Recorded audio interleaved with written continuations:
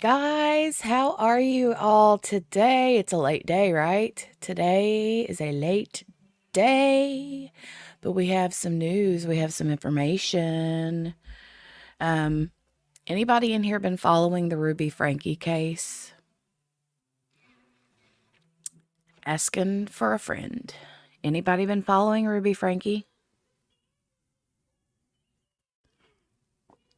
Can we chat about Ruby Franke for a minute? Let's see, you guys. So, I have friends in the chat today. Hi, Lee. Lee has just came in and just laid out the entire brunch, breakfast, lunch, whatever you want to call it. Yeah, I'm going for the salad and sandwich today. That's what I'm going for. Good morning, Billy. Hey, Mickey Joe, Mickey Joe, Mickey Joe, Mickey Joe. Hey, JC and Gail. Hi. Let's see. Sherry Jones. Hello, hello. It is snowing here today, you guys. Hello, Tammy. Hi, Dawn. Hi, you guys. Tammy says, I am on time. I know, right? I don't have enough USB pluggy things in my laptop. Like, I have my microphone plugged in through USB. I have a keyboard plugged in through USB. And I also need to plug in my mouse tool, but I can't plug it in because I don't have any more USB spots. So I told my husband, I'm like, I need one of those USB hubs. So he's picking me up one. Yeah, because I need a USB hub.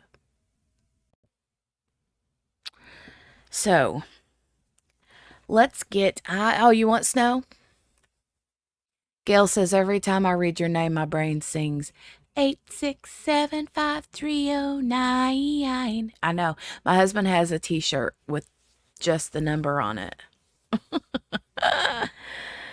Oh, Tammy's having a fall day. It is spitting snow. It has been spitting and spitting and spitting. Big, giant, fluffy snowflakes. And it's very windy here. I think we're getting the leftovers from the massive storms that were happening in the Carolinas, I think. I don't know. Yeah, I don't know. I think it's just traveling up the East Coast. But yeah, lots and lots of pretty snow. I'm looking right out the window right now. It's so pretty. So pretty. All right, let's take a look. I'm going to share a screen.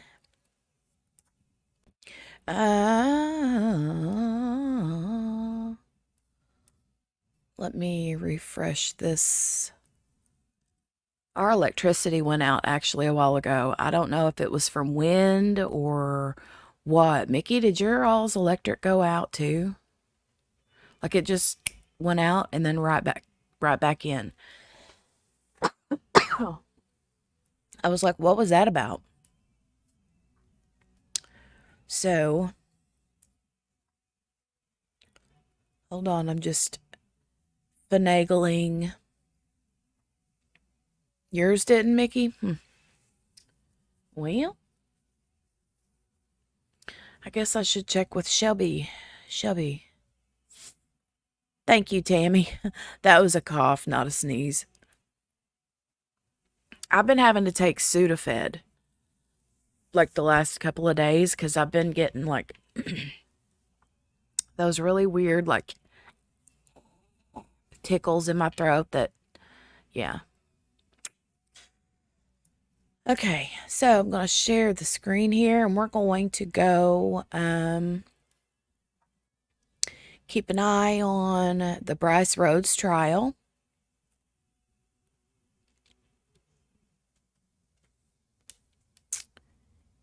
And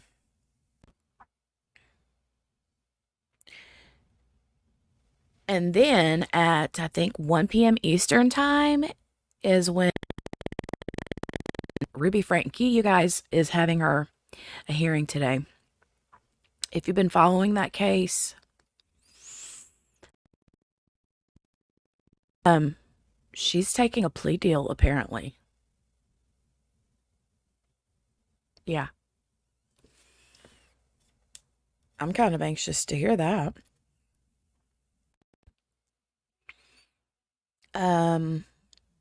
I'm kind of anxious to find out what happens. Not even gonna lie. Not even gonna lie. I'm pretty excited about it. I'm excited to see what happens. So JC, the Ruby Franke case is the woman. She's actually was like a big time YouTuber. She's from Utah. They're a Mormon family, and they have like her and her husband Kevin Franke have like 6 or 7 or 8 kids. I don't even know. They've got a bunch of kids. And she was like had a bajillion followers on or subscribers on YouTube. She's like a big family vlogger. And her 2 of her kids were found like basically imprisoned and malnourished in someone's home. But that someone is a friend of hers and like mentor or colleague, or I think there's all kinds of things that people are saying about them. But there's been lots of things going on with the case. It's been crazy pants. Crazy pants. So but the Jody Hildebrandt woman is where the kids were found, and they're both in jail waiting trial. And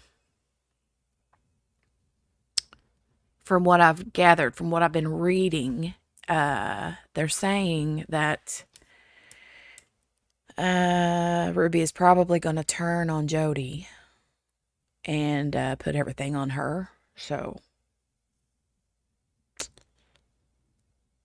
okay. Okay, I did not mean to do that.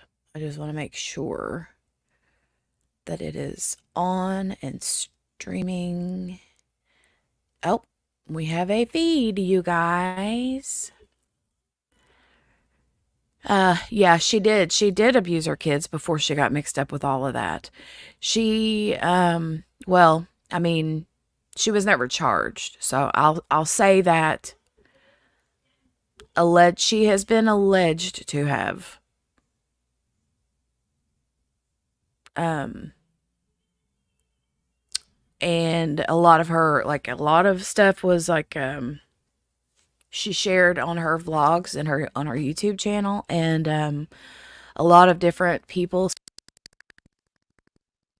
and people were like dogging her left and right for sharing really private moments in her kids' lives. Like, she made everything content, basically everything. And yeah, it's a little cuckoo cachoo, the whole story is. So but some of the word on the curb is if she gets this plea deal, depending on what it is, she could potentially get her kids back. I mean, I don't know. We'll see. We'll see what happens with this hearing today, but it's supposed to be at 1 p.m. Eastern, which is in 30 minutes. So whenever that goes live, I will be stopping this feed and headed over to watch that hearing so you guys can go along with me. And then when that hearing's over, we'll resume the trial. So the Brice Rhodes trial. go ahead and get us on the record. We have audio. Let's do this. Before we get started, for the record, let me just say that the parties know this because we discussed this via email earlier this morning, but one of our jurors will not be back. He has been hospitalized. His wife phoned the court, actually phoned the jury administrator to say that he was hospitalized and wouldn't be able to be here today. I went ahead and excused him from further service since we have 3 alternates. So, just getting that on the record. Is there anything else we need to take up? Here's what I'm thinking. We'll see how far we get in your proof today. At some point, let the jury go, talk about instructions, and see where we'll be tomorrow. And Judge, I know they're not here, but I feel better approaching. If we could approach.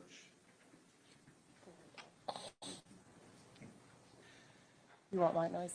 Yeah, I guess. Oh, goodness. Wonder what's going on with that juror. I hope it's nothing like terrible and that it's just, something not bad. But this is why they have alternates, right? This is why they have alternates, because these things happen.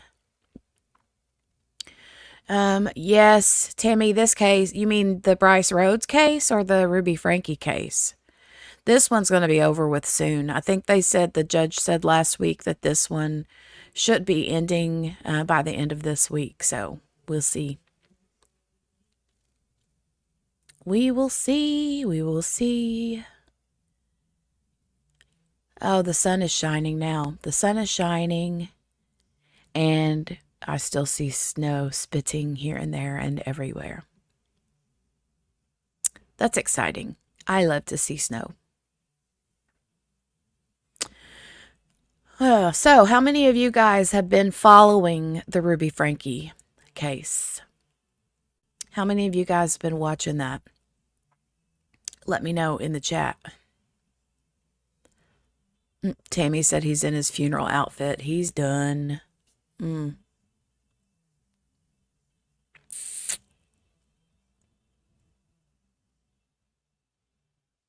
did you used to live in Alaska, JC? Ooh, pretty. So Tammy's been following the Ruby Franke case.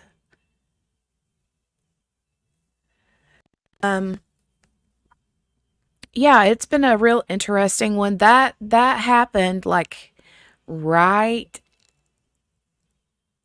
at the end of or right after Lori Vallow Daybell's trial ended. So we have audio back. So yeah, that was the whole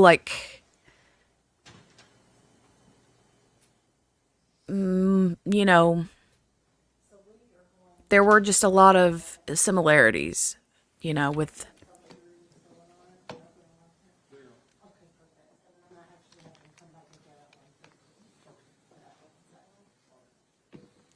what in the world is going on, you guys? Are they going to have another?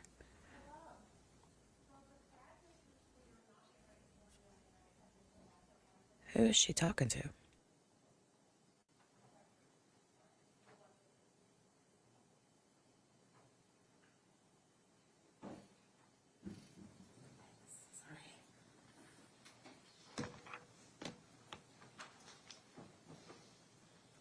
All right, well, you all can go ahead and have a seat. We'll talk about instructions.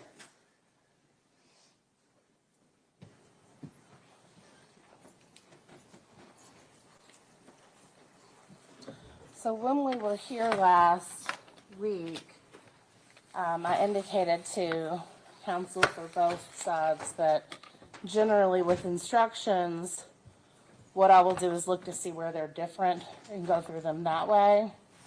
However, because I did not get instructions until this morning, I have not had time to do that. So, I'm just going to kind of go right into it. All right, let's look at the Commonwealth's instruction with regards to the defendant's instructions with regards to presumption of innocence. Is there any objection to that inclusion? Hopefully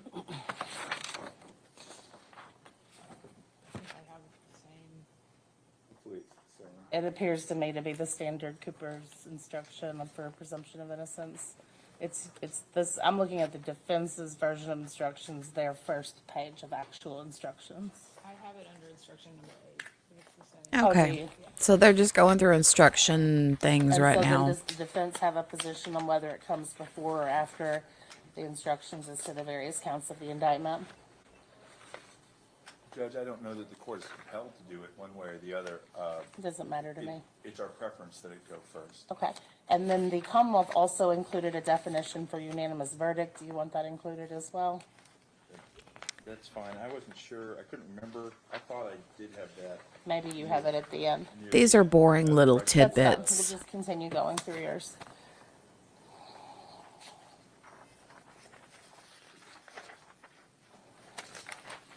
All right, definitions. Are you all aware of any differences in your tendered definitions? Yes, there are a lot. The Commonwealth is only asking for an instruction on intentional murder, Okay. so that cuts out a lot of the definitions that we submitted. We submitted definitions on intentionally, complicity, and complicity. These are the boring bits and pieces and baubles. Blah, blah, blah, blah, blah, blah, blah. Judge, What is the basis for including wantonly or recklessly? well, Judge, the indictment says wantonly in it on all 3 of the murder counts. So based on the actual charges themselves, we thought that it should be there. There wasn't any amendment, nor do I think that we would object it at this point. I'm not to an sure, amendment of the indictment Tammy. of the charges. I don't think recklessly is in there. No, I was Okay, okay, but just specifically for referring to wantonly? wanton. Okay. Judge, we are asking for lessers, and I don't know if the Commonwealth appears not to have proposed those, but it is our motion as part of our proposed instructions to ask for lesser includeds, which would include manslaughter in the first, manslaughter in the second, reckless, which are the standard lessers on any homicide, and then also based on the evidence that's been presented, as well as the deals that were offered to the co-defendants, we believe that facilitation should be an option for the jury. All right, just a moment. So as to wantonly, I think based on the charge, wantonly should be included, but does come with any objection to the wantonly definition being included? So while they're talking about this stuff, I am going to go look up the Ruby Franke hearing stream and see if it's ready yet, so that way I can have it ready. But we'll let this blah blah blah blah blah words go. The jury would not be able to find that even if the purpose wasn't to intend to kill, that it doesn't fit under intentional murder instead of wanton. If the court is going to give a wanton murder, then we would request that it be a combination instruction, as is allowed under the law. Can you tell me what you mean by that? I'm sorry, an instruction that's on one page says. Oh, yes, that's what I'm intentionally talking and about. or wantonly, instead That's of what separate I was referring to as the indictment reigns. Yes. And the courts have commonly found that throughout the years that is the proper instruction, and that it is proper for a jury to find, if they are considering intentional and wanton, that it could be under the facts of the case, that some could find intentional and some could find wanton, but it is still a unanimous verdict. Judge, we respectfully disagree with the Commonwealth under the facts of this case. One of the issues, Judge, The Commonwealth's proposed instruction does not have that. We did propose a separate wanton murder instruction, but the significance there is that the penalty results would potentially be different. So for a jury to reach a conclusion and have us not know whether they found it to be intentional or wanton prevents us from knowing how to proceed in a possible penalty phase. And I can go into more detail about why. I mean, it doesn't. It might change your strategy, but it certainly doesn't prevent you from being able to do that. Judge, if in fact the jury found guilt under a wanton murder instruction, then it would no longer be an aggravated murder, and therefore 2 of the possible penalties would disappear. So that's a pretty significant difference. Is that correct? I didn't think that that was true. If they found wanton murder, not manslaughter, not just wanton murder. I believe, Judge, that under the aggravating statute, 532.025, I'm going to pull it up, but I Thank you. don't expect you to take my word for it. No, I mean, I do understand that you know what you're doing. That the aggravating factor requires multiple murders that are intentionally committed. I see. 532.035 is repealed.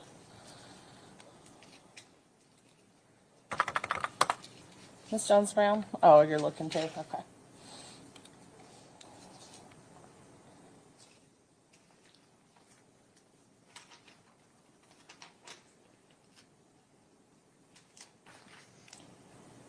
So,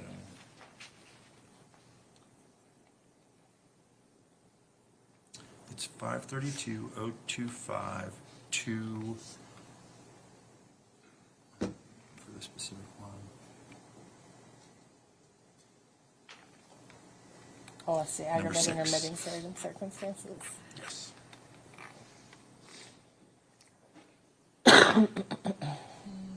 Well, to that, I would say, Judge, that the law does allow a combination instruction. I understand their point as to penalty.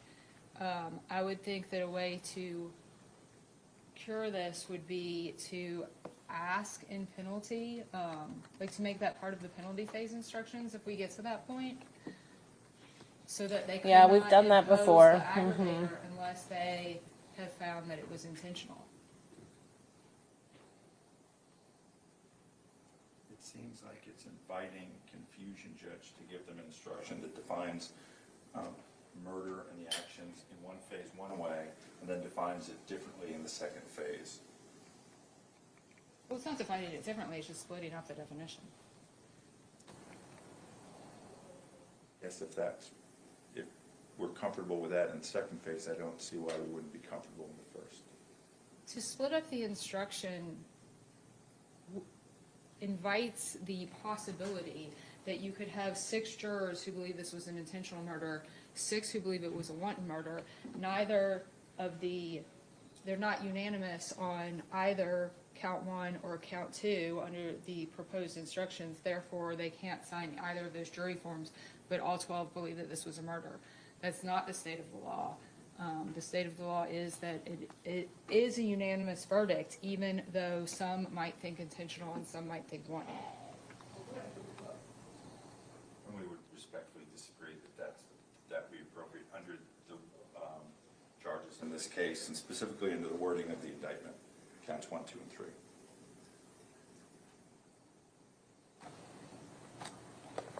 I can say, Judge, a lot of courts do give, the separate instructions just for the clarity, just so we all know. And the Commonwealth objects to, like, intentional or wanton. I mean, it is our Separate preference that instructions. this just goes forward on intentional. But I understand what the court's saying, so I'm not objecting to the wanton. I am just asking for it to be a combination instruction, and then on penalty, they would have to find beyond a reasonable doubt that these murders were intentional to get the 2 aggravated possibilities. That is, in fact, how we did it last time, and there was just a case published that talked about that being appropriate. I apologize. We Judge. did that for like, are you finding it to be a violent offense? I see the analogy, though I don't know that it necessarily is controlling in our case, Judge. No, I understand. All right, I'm gonna come back to, I'm gonna do one or the other. I'm either gonna do a separate instruction for wanton or combine it and then ask the jury to make a finding and sentencing as to intentional or wanton. Let me come back to that after we've talked about other lessers. Yes, Judge. All right, so what is the defense's position as to why a facilitation charge should be included? Judge, I believe that the evidence itself has, the Commonwealth is asking for a complicity instruction, and if we look at the definition of complicity, which we included in our definitions, and the definition of facilitation, you can see how in any complicity case, facilitation is raised, and in particular in this case, there has been more than a little bit of evidence suggesting that Mr. Rhodes may have been present and may have participated, but may not in fact have been the one who caused the deaths. And that is classic facilitation. The Commonwealth has sort of forged a trail for us by the manner in which they've dealt with the two co-defendants, where they concluded that in fact their actions, even though they were involved and present, merited a facilitation result. It is our position that the facts as presented at a minimum allow the jury to potentially reach that result for Mr. Rhodes. The Commonwealth objects, Judge. The way that the Commonwealth and various defense counsel choose to settle co-defendants does not then bind this court who sat on this trial and heard this evidence as to any certain theory. There has been no evidence in this case that the defendant was present but didn't do anything and just allowed it to happen. The evidence has been, this is sort of an all or nothing. He either was there directing all this and participating in this, or he wasn't. So facilitation is more of a disinterest in the outcome, which is distinct from complicity, in which somebody is engaged in and participating with a view towards the outcome that happens. Judge, if the Commonwealth thought that the only issue on the table was an all or nothing, where Mr. Rhodes had actually committed the act, then complicity wouldn't be part of their instruction and part of their indictment.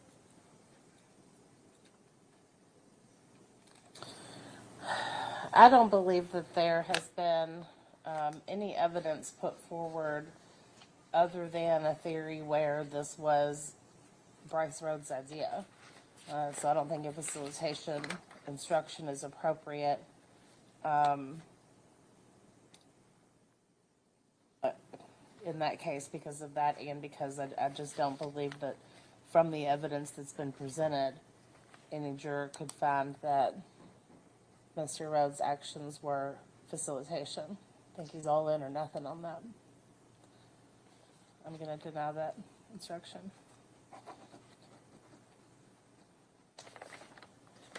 First degree manslaughter. We believe that the evidence, that a reasonable juror could conclude that there was an intent to injure and seriously injure, as defined by the statutes, without an intent to kill, which is a classic manslaughter in the first result, Judge. And can you tell me any particular evidence you point to in reliance on that?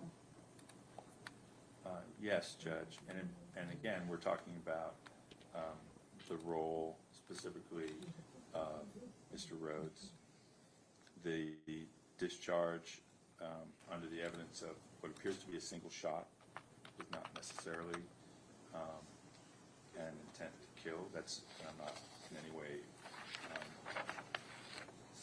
Rhodes was holding the gun or pulled the trigger, but I'm saying whoever. I don't think that that's sufficient to necessarily automatically amount only to murder charge. And as far as Maurice, all right. Okay. I'm thinking since the judge told the jury to be there at 12:30 on Friday, then I'm assuming there's going to be more testimony. So we'll see. Manslaughter in the second degree is almost identical to a wanton murder and is contained within a wanton murder. The difference is what is the additional element of manifesting extreme indifference to human life. That is a nebulous concept that I think lies with the jury rather than us. And I believe that if a reasonable juror could find a wanton murder, that same reasonable juror could find manslaughter in the second degree. Commonwealth, what is your position on both first degree and second degree? Judge, I don't think that there's been any evidence in this case that would allow a first-degree murder. The evidence that has been presented is that the intent in going to 41st Street was to kill somebody with a price on his head. That he stated, the evidence is that he stated that intent to the witnesses as they testified. He shot a man. They've already got the one instruction, which I think covers whether They are, Lee. intentional or just something that we in the court. And it looks like also, side note, There's no evidence that he. looks like also the judge has denied live streaming in the Ruby Franke hearing, but apparently it is going to be recorded and then will be shared after the hearing is over. So we'll have to play that one by ear. Doggone it.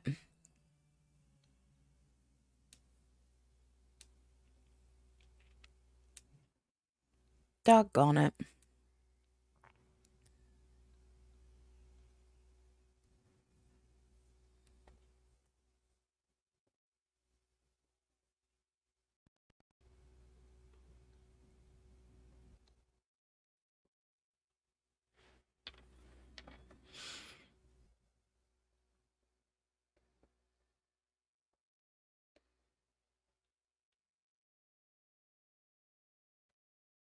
Yeah, I don't think that the jury is in there.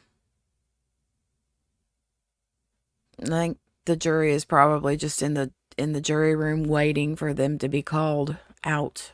So maybe they told them 1 or something and the lawyers to be there at 12:30.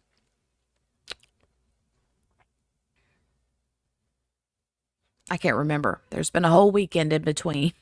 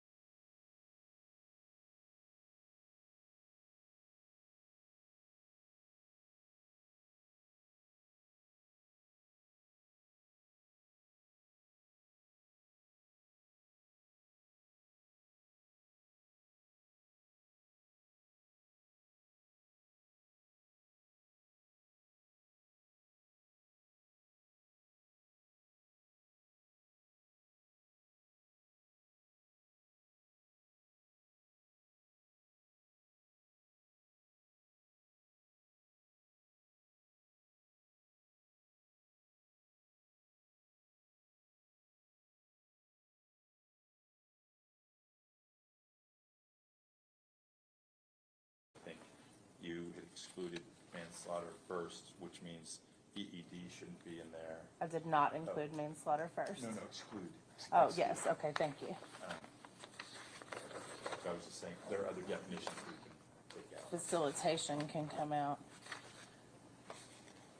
Well, I guess I'll come back to that because we haven't gotten to the other instructions. I think that's it for now. Okay.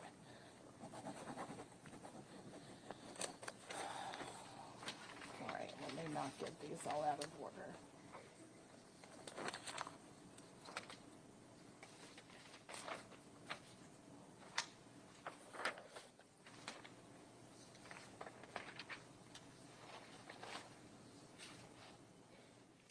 I really wish these were page numbered. I'm sorry. It's okay, I just might, But if the page number lose judgment, we track. take one out, then we're all confused because the page number.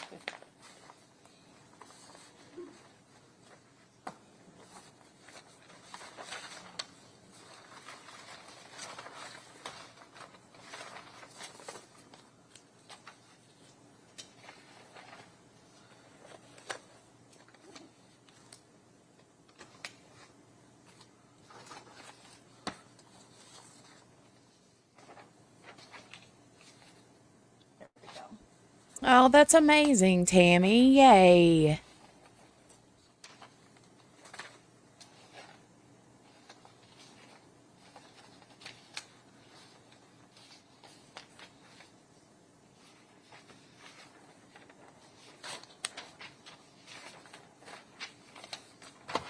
All right.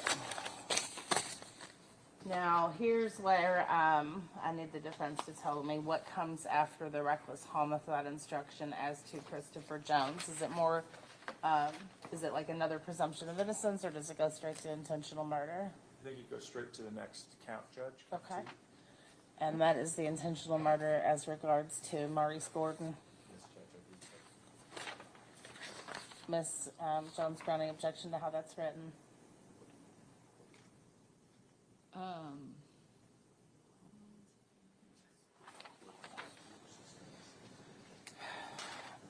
On the reckless homicide, since I'm not allowing it, I think that because there's going to be the second-degree manslaughter charge, to me, it makes more sense to have one instruction for intentional, one instruction for wanton, one instruction for man-too. So that during closings, you're able to explain to the jury what the differences are. I agree with the court. Rather than trying to explain those differences later. If it was, if we weren't also having the second degree manslaughter put in there, I think I would think a little differently about it, like decide later. But I think as long as they're going to have to decide for one act, and then Act 2, and then Act 3, for as long as they're gonna have to decide each one already, why not just have them go ahead and decide it based on a separate instruction for each one? And this might not be the case where it really matters, but theoretically in a case where a jury is having trouble deciding intentional or wanton, how does that scenario account for the fact that they are allowed to convict on murder even if they disagree on the theory? Mm-hmm. Yeah. Yeah, that's a good point. Y'all want to add anything on that for the defense? Judge, I think that's raising an issue that is an unlikely event. I think the more Famous last words. Yes, after Judge, the it is reference. finished. I think the more likely result is we understand these. Hopefully, we understand them pretty well, right? I think. Sorry, you guys. I keep checking in on the Ruby Franke. Apparently, someone is going to be, With separate instructions, Kathy Russin is going to be live tweeting. clearer to the jurors, So makes I'm a going to lot keep an eye more on sense. that, as well as this. It might, and I understand that, but I agree with the Commonwealth. I think it's too great of a chance of them not understanding and not knowing, you know, if some of them think it's wanton and some of them think it's intentional, we'll be in a rough spot. Would that be, could that be resolved by an additional instruction or an admonition? It could, but I don't really see the point of that. But I guess the question for me really is, should we have a separate instruction after that, like if you have found the defendant guilty under instruction number blah, blah, blah, do you unanimously agree it was intentional? And go ahead and knock it out prior to sentencing. I think that would, I think that would work, Judge. I think that would Okay. fix it. All right. So Then I'll that- go back and look at that other one we did for how we put that in there, and I'll let you all know what it is. Okay. And would that then go sort of near the end, one of the last ones? It'll be like the intentional or wanton instruction, and then the next one, if you found guilt under the last instruction, and then the language that do you believe was wanton or intentional, and then very next thing, if you did not find the defendant guilty under instructions 1 or 2, you may find him guilty under instruction 3 if and only if for the second-degree manslaughter. Are these gonna be numbered like 1A, 1B for murder Yeah. and manslaughter Yeah. for Christopher Jones? Yeah, and then I'll 2A, rewrite 'em all. 2B, 3A, 3B? Yeah. And so, go ahead. Oh, I was just gonna say, we tried to do that, like, the ones I have at the back, Judge, are by count, and that may satisfy what the Commonwealth is talking about. That's how I'll do them. I'll do them by count. Yeah, 'cause I think if you do A and B, it helps the jury not find him guilty of both. Not. All right, let's move on as to the count with regards to Maurice Gordon. Are anybody's arguments any different? If not, I'm just going to rule the same on each one. No different. The only different, I mean, the facts are different, obviously, Judge. I think Maurice Gordon and Larry Ordway, those two are pretty much identical as far as the arguments go. There is additional evidence regarding actions of multiple people rather than a claim of actions of a single person, Okay. which I think would justify the facilitation instruction on count 2 and count 3. I understand. Ms. Jones-Brown? I don't have any additional arguments to what I've already made. And we would continue to object to facilitation.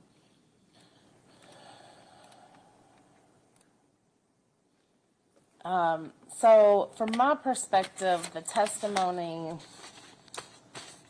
there was not anyone whose testimony supported an idea that that Mr. Rhodes was facilitating someone else in committing those crimes. Can you point me to what you would rely on? Specifically, Judge, is the testimony that literally said things like everyone stabbed, rather than just. Well, the testimony I heard was like, Brice made me also stab. Was there a witness who testified to something other than, being told to stab the person after they had already been stabbed? Even the witnesses who testified that 2 other people that weren't here, that we never saw, one who was identified, one who was not identified, also were involved and also were stabbing. And both of the witnesses called with the Commonwealth said that 2 other people stabbed both of the victims in count 2 and 3. So we believe that would also support a possible verdict of facilitation rather than. Okay. I do not believe that any evidence that was produced would allow the jury to find Mr. Rhodes guilty of facilitation to murder or first-degree manslaughter for the same reasons, that there was not any testimony other than testimony that it was his idea,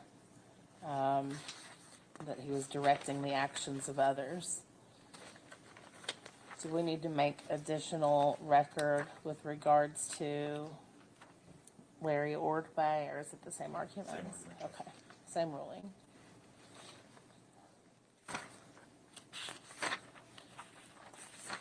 And then we get to tampering.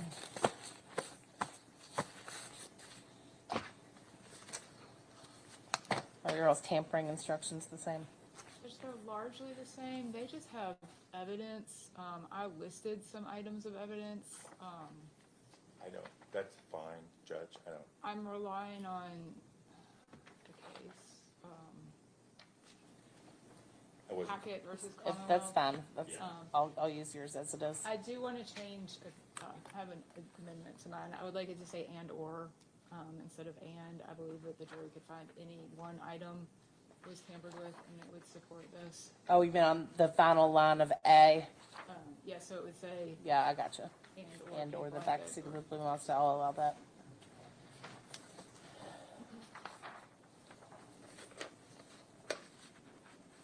Okay. And then abuse of a corpse. Looks like they are largely the same, although the Commonwealth is a little more like fact, just barely a little more fact specific. we don't object, Judge, to the Commonwealth.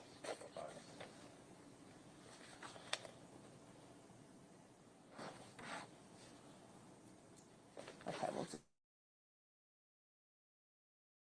So yeah, you guys, I'm keeping an eye on the Twitter. So apparently the hearing started and ended before the WebEx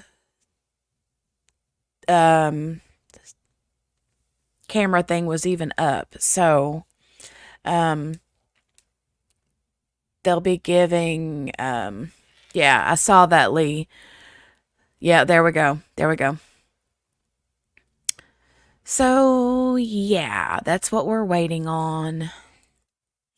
Waiting to see what the latest is.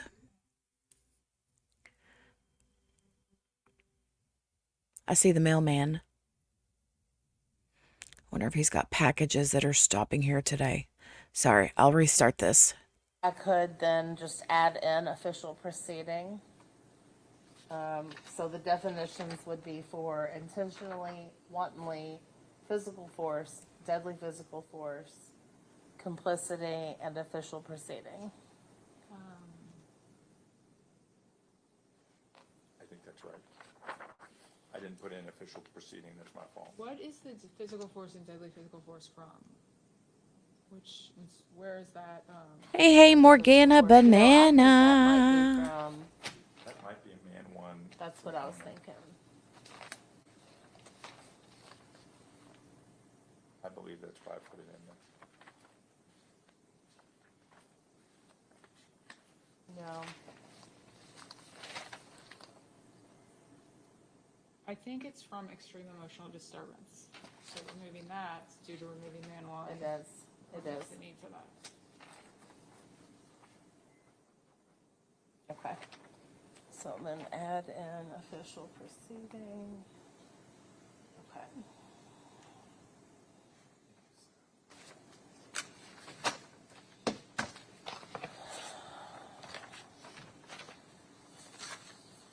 All right, and then at the end of each individual instruction, the Commonwealth has presumption of innocence, which we're putting at the front. We won't need it there. Both of you have unanimous verdict.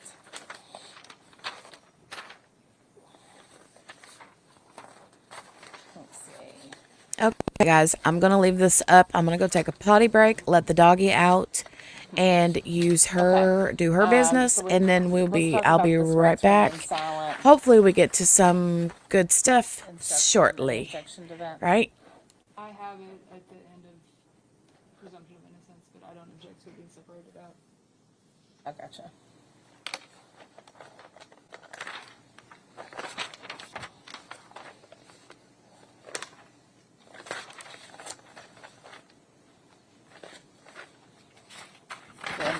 remain silent.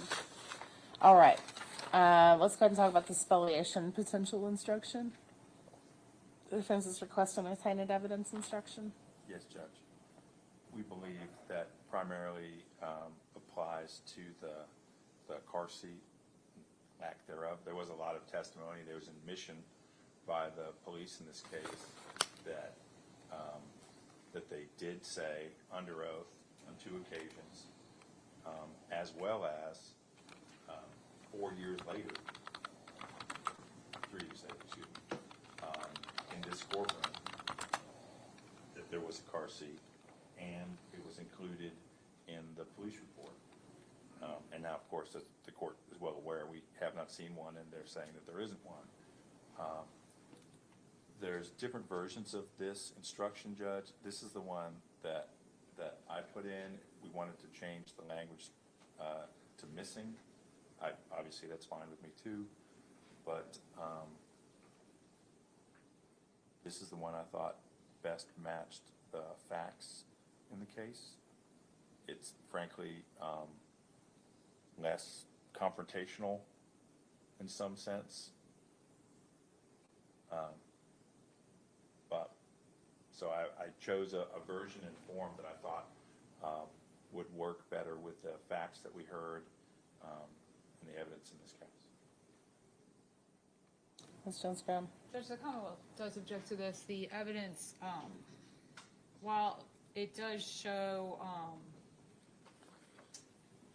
I mean, the court's very well aware of what was testified to, and I think an inference or an argument on their part can be made to the record keeping of the police department or the procedures of the police department, or even if they want to shoot for the credibility of the lead detective, but there is no evidence that the backseat was recovered and then lost. So we would object to this.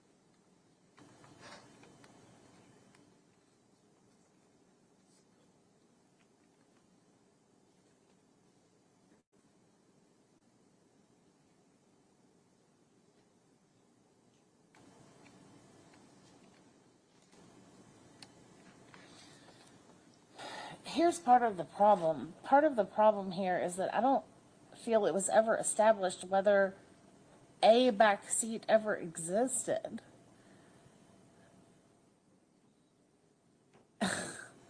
That's the problem I'm having, is that it is not as though we know, A, there definitely was this piece of evidence, and B, then it was lost. In fact, I think it's statutorily they're not, if it did exist, it potentially could be a violation of the law if it was destroyed or not kept, if it contained bodily fluid. KRS 524-140 talks about how if an item is found that contains biological markers such as bodily fluids, it is a violation of the law to dispose of it. The problem is, I don't really feel like it was ever established that it did in fact exist. I think the question to me, or it revolves around, the reason I submitted the instruction is I believe that the court and the jury are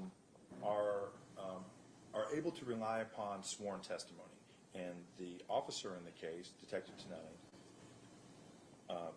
testified under oath at the preliminary hearing, and he testified that there was one. He testified under oath at the grand jury that there was one. And then in this courtroom, 3 years later, told Judge Cunningham that the biggest piece of evidence that they had to bring was the car seat. And actually, he may not have been under oath that third time, Judge. And it doesn't matter. Here's the issue that I'm having, and I'm leaning towards allowing the instruction, but the issue that I'm having is that I just don't really feel like it was ever firmed up. Tonelli's testimony was basically, yes, I said that, I was wrong. But I don't know. I really wish this had been a pretrial hearing, to be honest. But I don't feel like there was ever any testimony that it did in fact exist. Like, to me, Tonelli's testimony was more like, I thought we had the physical back seat, but we never did. But I don't feel like it was very clear, and frankly, I don't really think that the defendant should be penalized when it wasn't clear, and in fact, there are at least 3 instances of Tonelli saying that there is a back seat. Well, Judge, at the PC hearing, he said, we believe the seat was located. We are waiting for a forensics analysis to make sure and confirm that. He qualified it. And that is what he believed up until he got the CSU report. Which said? Well, which listed the items taken from the dumpster and did not include a back seat. And when was that? Not until that fall. Post grand jury presentation? Grand jury. Now, 3 years later, yes, Yeah, we it's were just sitting here and we were throwing out ideas. I mean, it was just like this. I know. But, if you're the defendant and this detective is twice saying that there is a back seat, even though it's not listed in discovery, and then 3 years later he mentions bringing it into court, I think it was reasonable for them to rely on thinking there was a back seat too. But then that was cured a week later when we came to court. And this was subject to extensive litigation under Judge Cunningham. Oh, it was? Yeah. Was there a missing evidence instruction argument in? No, but I was accused of prosecutorial misconduct. I had to respond to a motion about this. It went on for quite a while.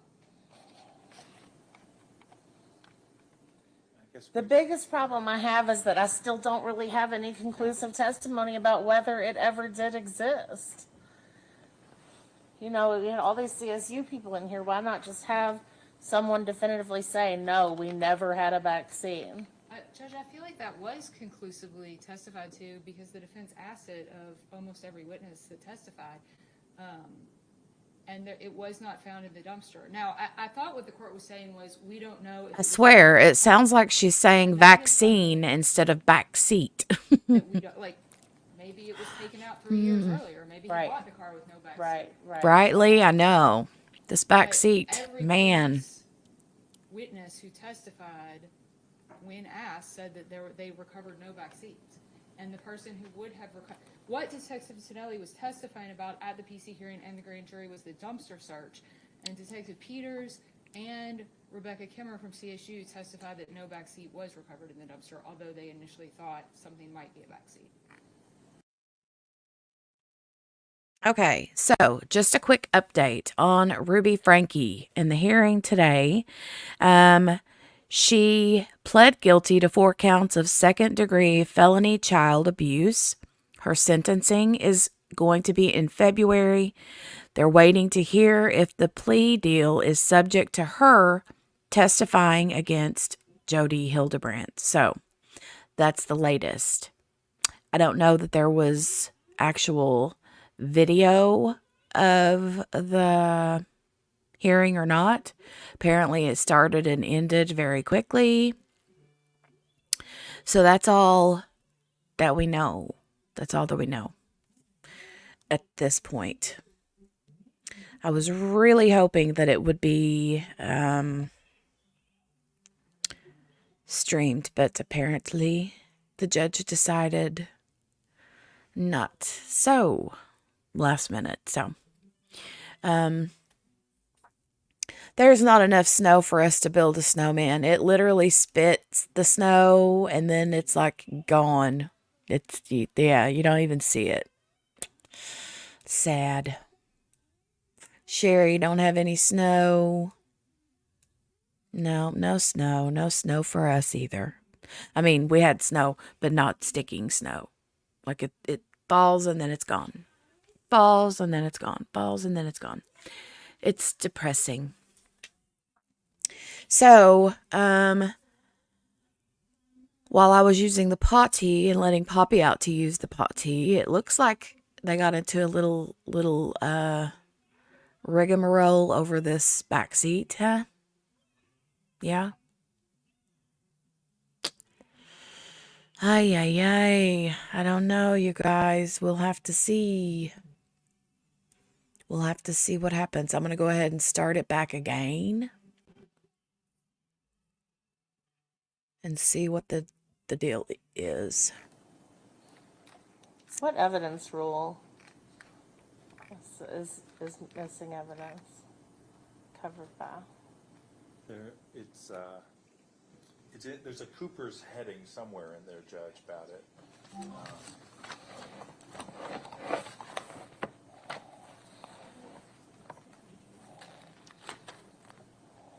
I understand the court's looking it up. Judge, just to respond, for what it's worth, I think this ambiguity is why it ended up as a jury. I mean, that's kind of what I'm leaning towards is like, the problem is it's been left pretty unclear. And I think that should lean towards the defendant. Let me look at this, 2.06.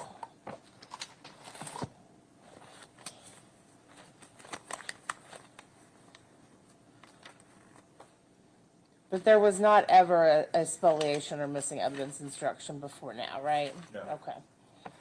We had no argument on that point.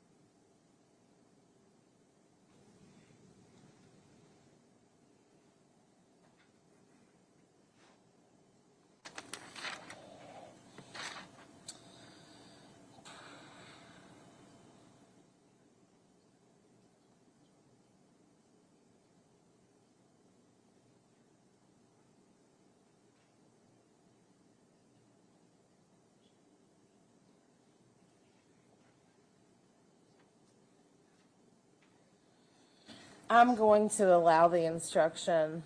I do think that based on the evidence as it came out, and I'm looking at the case law in Beglin and coincidentally a case called Ordway, the Commonwealth.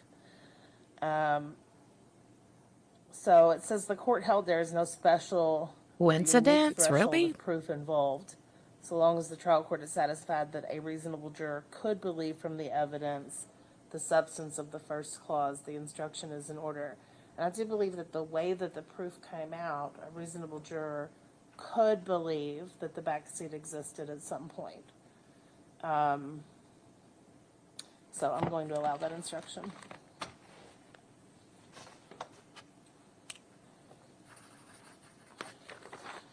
Okay, so that part's taken care of. What's next? All right. And then we have the unanimous verdict instruction. They are substantially similar. In fact, I think that the Commonwealth is just a little bit longer, but they're pretty much the same.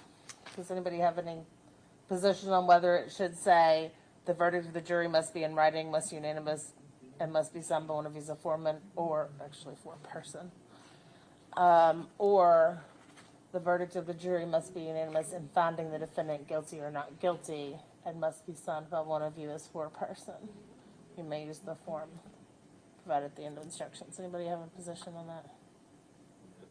No, Judge. I mean, I'm not looking at Cooper's on it. I think whatever the, Okay, pretty close. all right. You guys, I'm going to fast forward through some Our of this verdict forms. So because these will be I as paused we it for a second. So discussed for the first 3 counts. we're going to speed it up. It was only a couple minutes. Get to as live can be.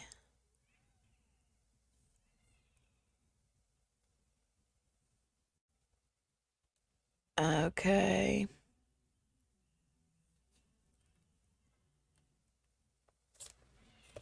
I don't hear any audio, so I don't know if we missed her saying we're going to go on a short recess or what, but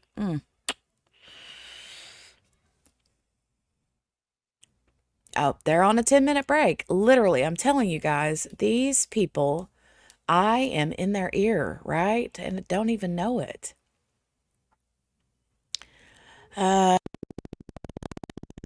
Hey, Math. Hi, and welcome. So this is the Brice Rhodes case. The Ruby Franke hearing literally started and ended in like 2 seconds, and it wasn't even filmed or recorded. We had to keep tabs on what was going on with the hearing, but we did find out through live tweets that she pled guilty. Ruby pled guilty to 4 counts of second-degree felony child abuse. Sentencing is in February. Waiting to hear if the plea deal is subject to her testifying against Jody Hildebrandt. So, that's what we know so far. I am really disappointed because I really wanted to, I really wanted to watch that. So, sure thing, Math. Thanks for popping in. I appreciate it. It's good to see you. Oh, yeah, that dang back seat. Yeah. Lee lives in Florida. He gets sunshine all the time. Okay, so while they're on a 10-minute break, you guys remember we were talking about, well, some people were talking about, a few of us were talking about the Shonda Vander Ark trial. I watched that over the weekend, and oh my gosh, it was worse than I thought. It was way worse than I thought it was going to be. And I just, if you haven't watched it, then I highly recommend, if that's the kind of thing, if you're in, it's a hard one to listen to. You don't see anything. They don't show, video or photos or anything like that, thank goodness, because the victim was a 15-year-old boy. But yeah, that was a sad case. And I just cannot. Shonda Vander Ark she's a very smart cookie. Graduated like second in her class in, I don't even remember what school she went to. Passed the bar. She was doing all the things. Worked for a judge as a judge's clerk. Yeah.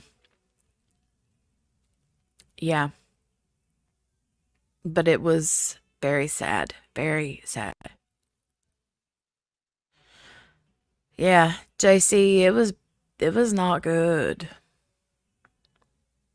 They basically starved him And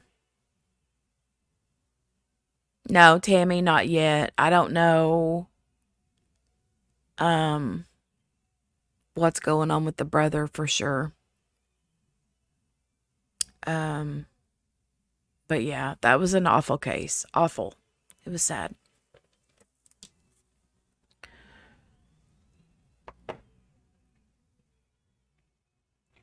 Mm. I don't know. Apparently there was some sort of an issue because she didn't have custody of, like, when I was listening to the trial, there was parts of it where they had found that she,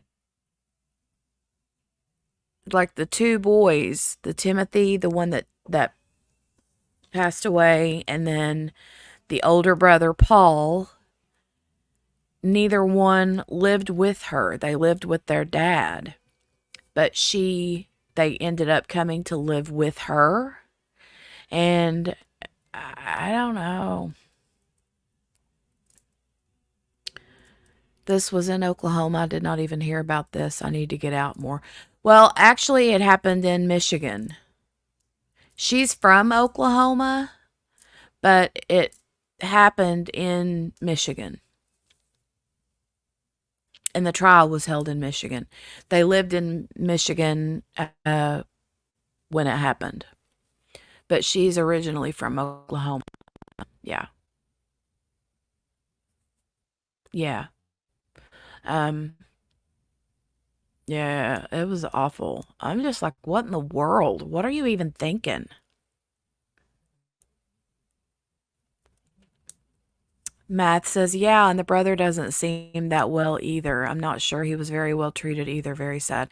Matt, you know what? I kind of agree to that. I think that he said in his testimony, he was saying something like that he thought that he had oh, what is it called? Not Munchausen's by proxy. That's no, it's um I think it starts with an S. You guys, somebody in the chat tell me. Um oh, Stockholm. Thank you, Mickey. Stockholm syndrome. And I think I kind of believe that. Not that it's an excuse because, he's just as guilty as she is in what happened. But I don't know. There were so many text messages between the two of them, the mom and the older son. Um, and cameras everywhere and audio, um, like monitors, and she, like, in order to, like, discipline him, she gave him bread with hot sauce on it and made him take ice baths. It was just awful. Awful. But the boy, Timothy, the 15-year-old, the autopsy results showed that that there were, the signs of malnourishment, but the other thing was that he had hypothermia. I'm like, what? How do you? And this happened in, like, May, or wait, no, it was July. It was July. And the medical examiner, the chick, was like, yeah, how in the world does someone get hypothermia in July? How does that even happen? But that's why it happened, because he was given ice baths and he was so malnourished that his body didn't have a way to heat his body up. You know what I mean? Mickey said, not just hot sauce. She ordered it online. It was ghost pepper hot sauce. Yep. Tammy said he was left in an ice bath and that's where he died. Well, in the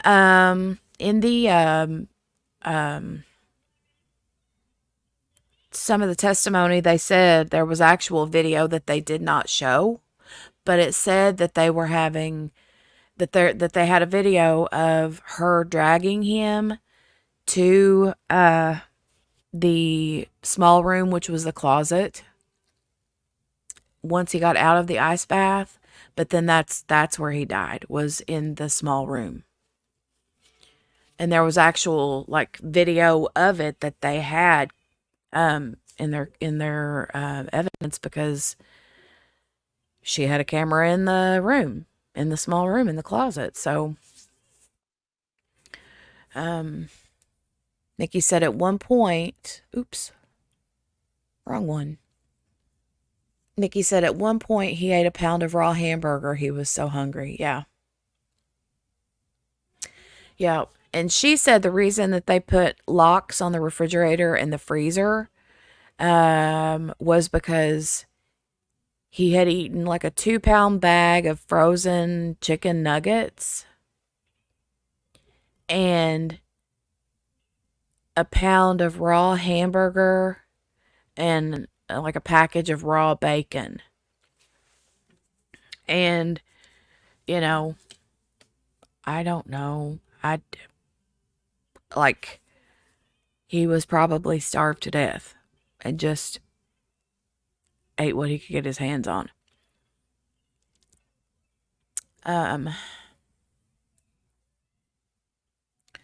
Matt says, I don't understand why she didn't put her son in a facility or something if she didn't want to take care of him because of his special needs. They were truly cruel. Absolutely. Absolutely. Yeah, I don't understand that. And she kept saying, oh, well, we didn't have health insurance and we couldn't take him to a doctor. And I'm like, you could have taken him to an emergency room 100 times if that's truly how you felt. So, you know,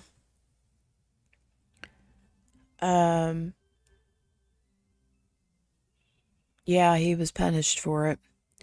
He wouldn't have done that if he was fed properly. That makes me so furious.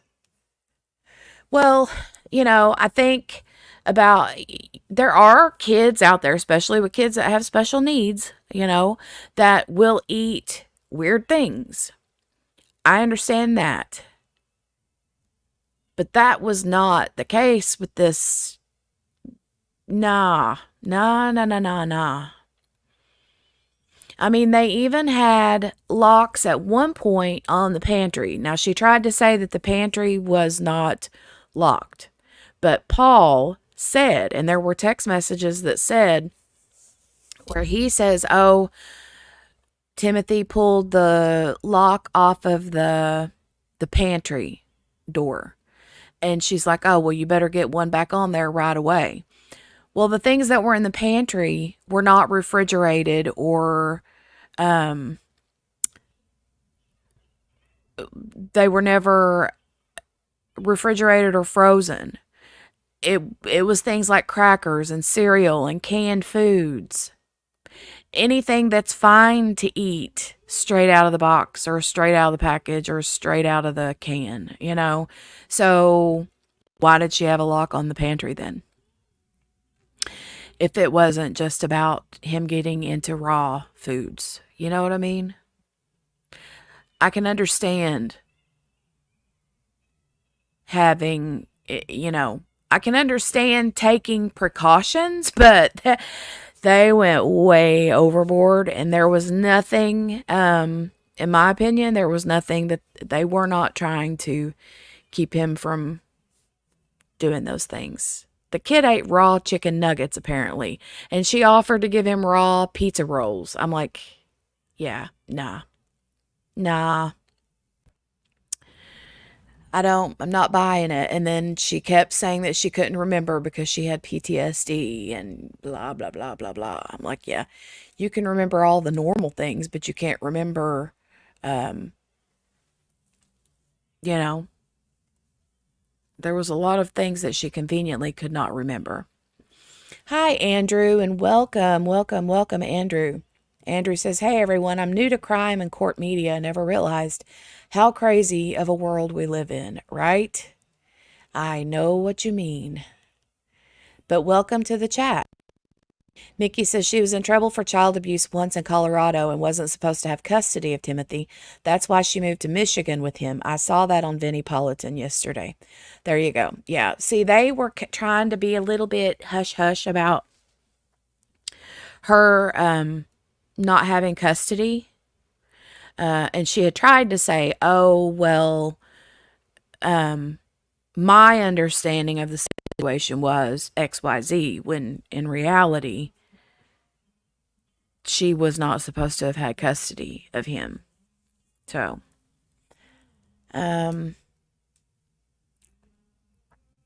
Matt says, yeah, they had locks, alarms, and cameras. It really was like a prison. Absolutely, it was. It absolutely.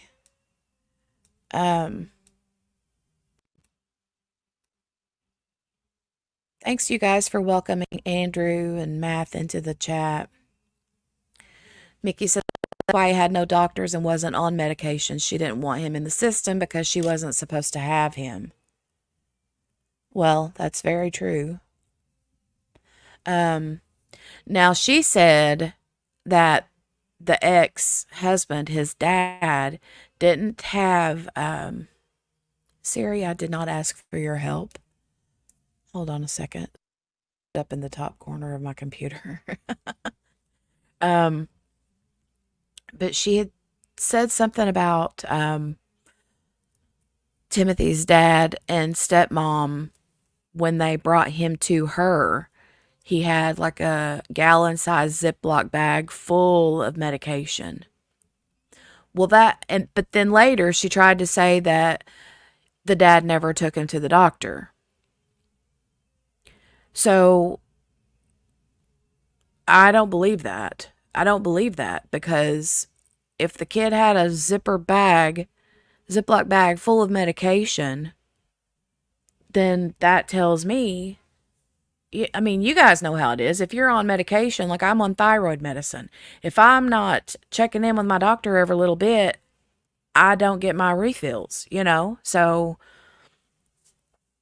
I don't buy that the dad never took him to the doctor. So,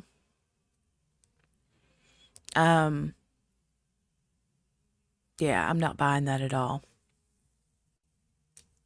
Well, you guys, it looks like they have taken the timer off of the stream here, so we should be resuming. And hopefully we get out of wonky instruction stuff and get back to the good stuff. Yeah. We'll see what the plan is for the rest of today. Absolutely, JC. Awful. Awful.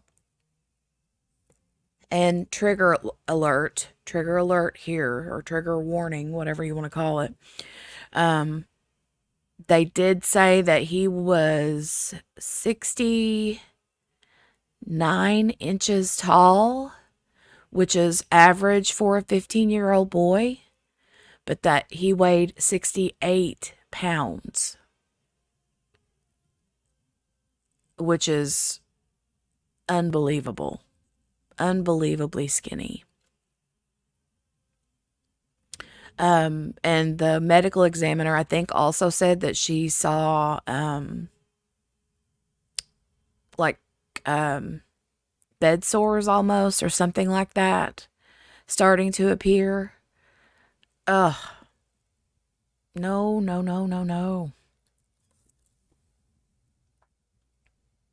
Math says, so sad that she would rather abuse him than have him taken away. At some point, if you don't want to take care of your own kid, at least give him a chance somewhere else. Yes.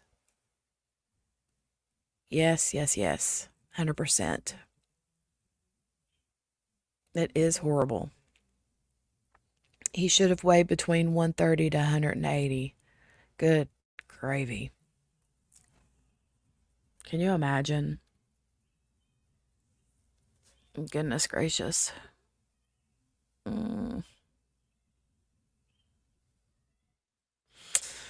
Definitely a sad, sad case. And she kind of wimped out. I mean, she kind of like totally gave it up after she was done testifying because she was on the stand. She was on the stand, and the defense was not easy on her, not even a little bit. Um, um, yeah, I know, Mickey. That was awful. The last thing she said to him before he passed was, "Shut your mouth. You don't have to open your mouth to breathe, dummy." Then she held his mouth shut. Yep. Yeah. Awful. Mm, awful, awful, awful. She does deserve the worst. She wimped out though after she finished testifying and due to medical reasons could not finish the rest of the trial out, and she wasn't there for the verdict either. So no, she's like, yeah, I'm done. I'm just gonna go sit in my jail or my jail cell and braid my hair some more.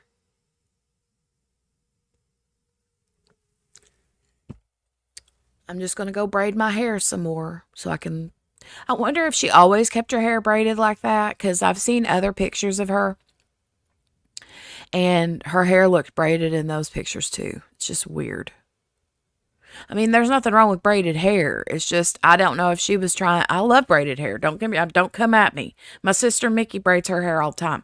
I love braided hair. It's pretty. It's beautiful. But for her, I kind of took it as like she was trying to pull off this like Laura Ingalls Wilder vibe. Like she wanted to look all innocent and stuff or something. I don't know.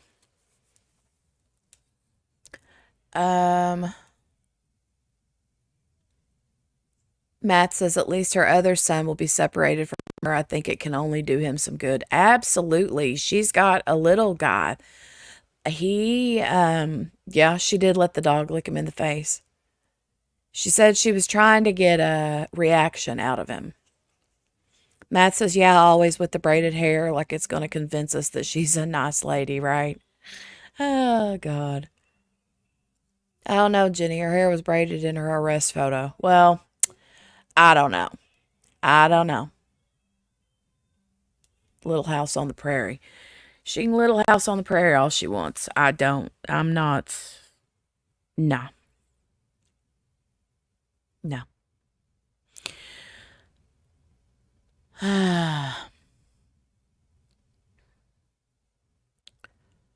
But she said the reason why she had the dog lick him in the face was because she wanted to see if she could get a reaction out of him. Because her and Paul kept saying that they thought he was faking. That he was faking, not reacting and all that. Yeah, her son did say she had a YouTube channel where she trained dogs. Yeah.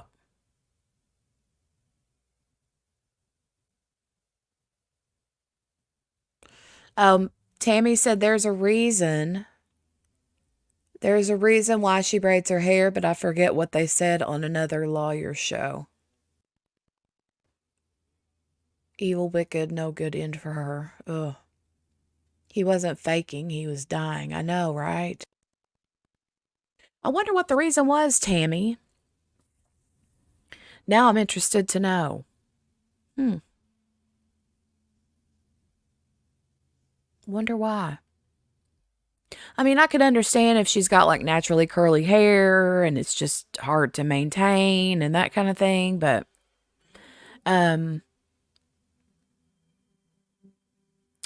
if she wore it that way in jail only, then I can understand, maybe like trying to keep from like getting bugs and stuff, Or, but if she wore it that way before she was ever arrested, then, I don't know. It may just be something she did to like keep it tamed in case she had like wild frizzy or naturally curly hair or something. Okay. So she wore them before. Nice. Yeah. I don't know. The braids got on my nerves. Because I really did feel like she was trying to go for the Little House on the Prairie look. Yeah. 100%. Yeah.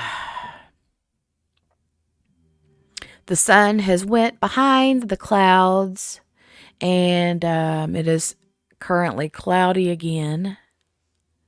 Cloudy, cloudy. The weather has been all over the board today here. We've had rain, we've had clouds, we've had sun, we've had snow, wind. We've had it all today. All right, come on, Brice Rhodes trial. Let's get with the program. 10 minutes has been 20 minutes now. Let's go. Let's do this. Make sure we're playing. Make sure we're live. We are live. Let's go, let's go, let's go. Slower than molasses. All the seasons in one day. Exactly, JC. That's exactly what we got going on here. Now it's all gloomy and depressing looking, and literally 10 or 15 minutes ago, the sun was shining. So, oh well. I saw a little squirrel out there a while ago, just piddling around out in the yard. No worries, Lee. Multitask away. Multitask away. Just sitting here waiting for this to start. I want to do another check here on... Oh, okay. Looks like we got video. Hold on, you guys. Let me go back and see if I can find this on Ruby Franke. I will be right back.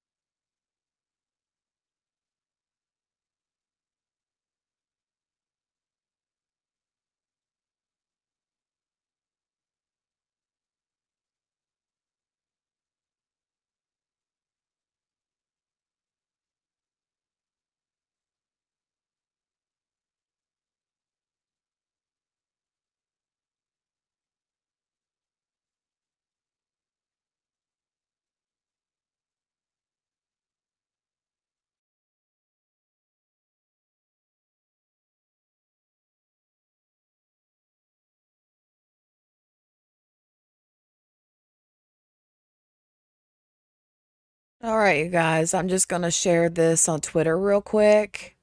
So we can just kind of get caught up here. Let me just scroll through here. All right, so it looks like we have a picture here. And if you're not already following Kathy Russin on Twitter or X, she's one of my favorites. She's one of my favorites to follow. She's usually like on top of it with like real-time news and stuff. So I really like her. But whenever she's asked, how do you plead? She says, with my deepest regrets and sorrow for my family and my children, guilty. Wow. Here, let's see if we can. Now here.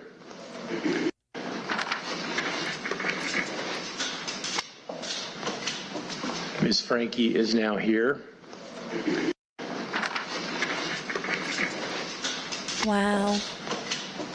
Ms. Franke is now here. You see how she smiled at that jailer? She's like, yeah, I'm here. And here this tweet says, Kevin Franke says he is waiting to see the depth of emotion Ruby Franke shows at sentencing per Court TV, still saying they will be showing the entire video of the hearing, still working on it. Well, it's definitely a small one. I know that. So.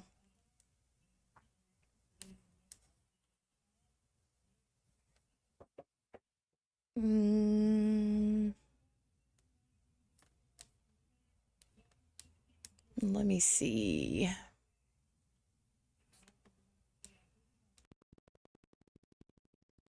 There's all of her charges there. Pled guilty to 4 counts. 2 counts were dismissed. Wow. All right. So that's what we have so far. That is what we have so far.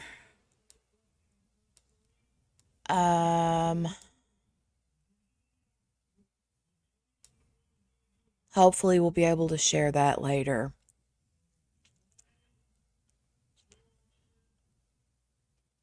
All right. So where is JC going off to? Where is JC running off to? Where are you running off to, JC?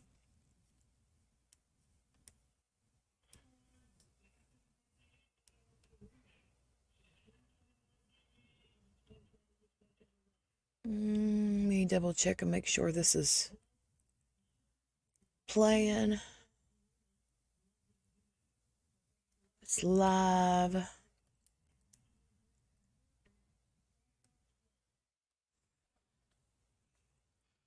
Itchy back, itchy back.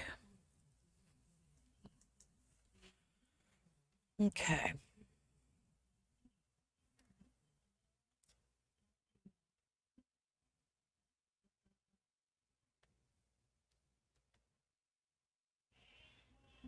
I'm gonna have to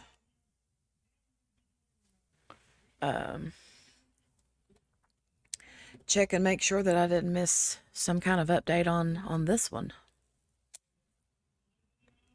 Let's go see here.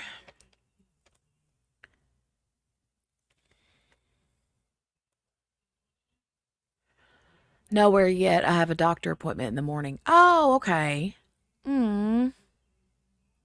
Well, hopefully you'll be back by... Oh, she says hopefully it'll be in the afternoon because I'm going to miss y'all too. Well, we'll see. We'll see what happens. We'll see what happens in tonight or, later today whenever they discuss what's going to happen in the morning.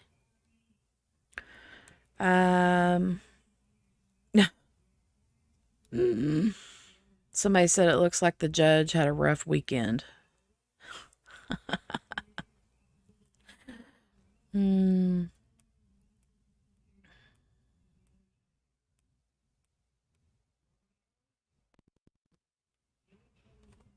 Latest. Latest news, you guys. Uh,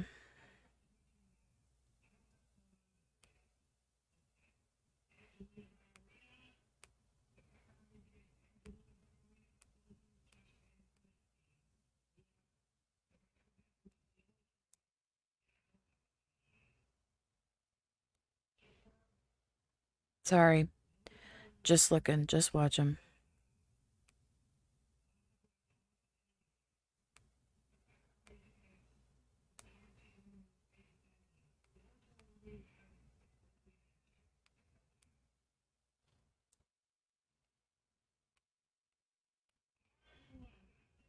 Yeah, I'm not seeing anything. It just says, still working on the jury instructions, I guess. But that was supposed to have been before the break. It is a long break, Tammy. Yes. Sure like to know what happened before court started. I know, right? Like they told the jury to be there. So I don't know what the holdup is.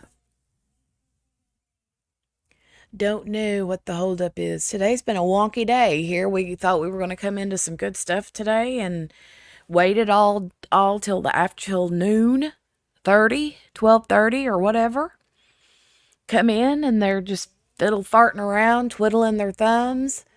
And then the whole Ruby Franke thing was a poop show. Yeah. So,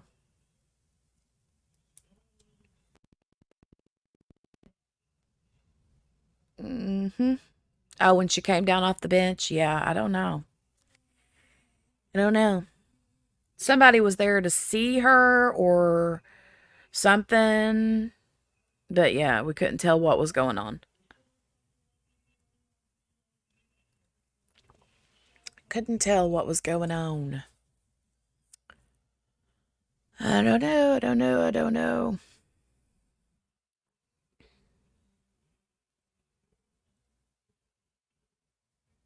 Billy says the first day I make it on time and they are late. LOL. I know. Right? Mm-mm-mm. Side note for anybody that's been listening to or watching the Idaho 4, um, the case against Brian Koberger. The latest I've heard on that is that they're going to be tearing the house down in 2 weeks. They keep going back and forth about this, right? They keep going back and forth. Hey, Shelby. Shelby, did your power go out earlier today, like off and then on again, like in a second? But yeah, they're going to tear down uh the Idaho 4 house. Okay. Well, I'm glad to know it wasn't just my house. I was afraid something had happened. And now the sun's trying to come back out. So, but yeah, Idaho 4, the Moscow, Idaho house, they're saying is going to be torn down in a couple of weeks. And Kaylee Gonzalez's dad is really upset about it. So, and I think I am too. They cut down the pine tree across the street. Sad. Oh.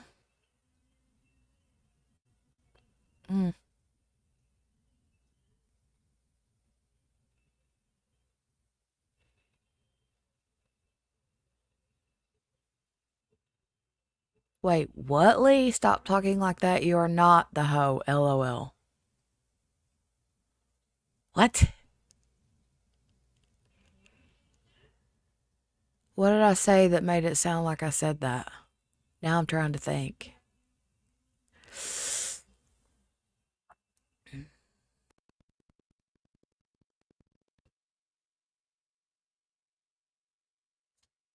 Mm.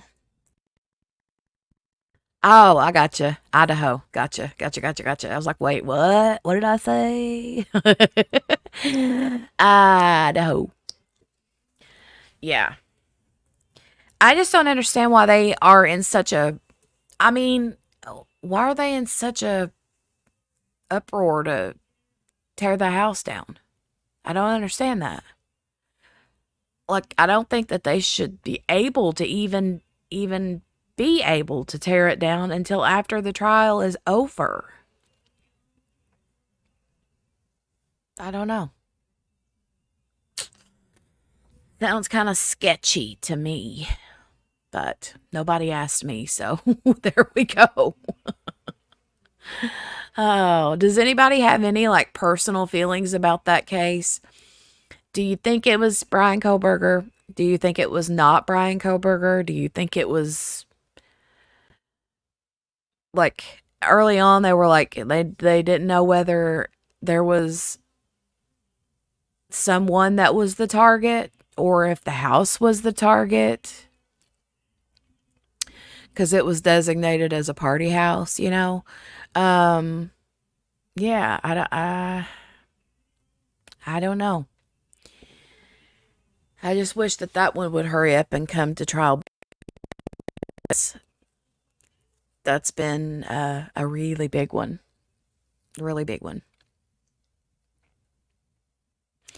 Tammy, I don't know. They've changed their mind apparently. I mean, I keep seeing articles and posts saying that they're going to tear it down in 2 weeks. Dawn thinks it was Kohlberger. Yeah. I mean, I think it was too, but there are some people out there that think otherwise and say that everything against him is circumstantial, but I don't know. I don't know. I do think because they've had a gag order on the whole case, on everybody, there's not much information leaking out. So, I mean, a little here and there, but not a whole lot. And, yeah, the Delphi case is really strange. And I haven't been hearing much about that lately. That kind of like went poop and then back down. How can someone have his prints and sheath? Yeah. Well, they're saying it's touch DNA and not, I don't know.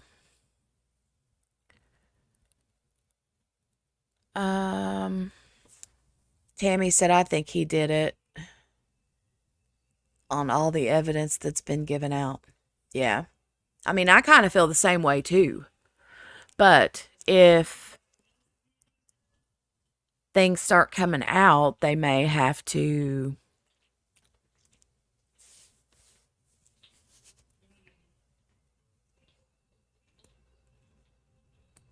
Yeah, they arrested the guy who leaked the crime scene photos.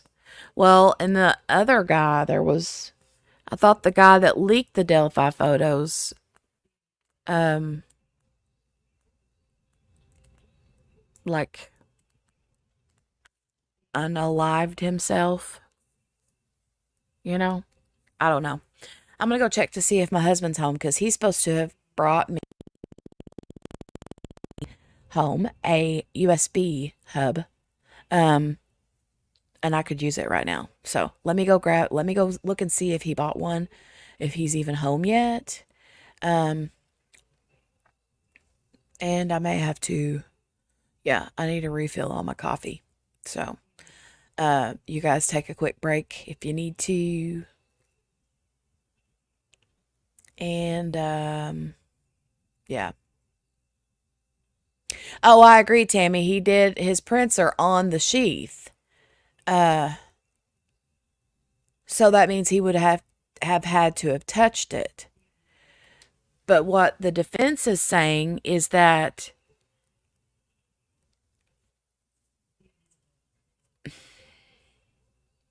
with it being a party house, they're trying to say that if there's potentially someone else's DNA, fingerprints, or whatever on it, they're not sold that just because his prints are on the sheath meant that he did it. I know that sounds crazy pants, right? I mean, I feel the same way, but that's kind of where they're going, and I don't buy it personally, but they're just, trying to create some reasonable doubt, so to speak, I guess. So, yeah, I'm gonna go fill my coffee, see if Dale's home yet, and I'll be right back, guys.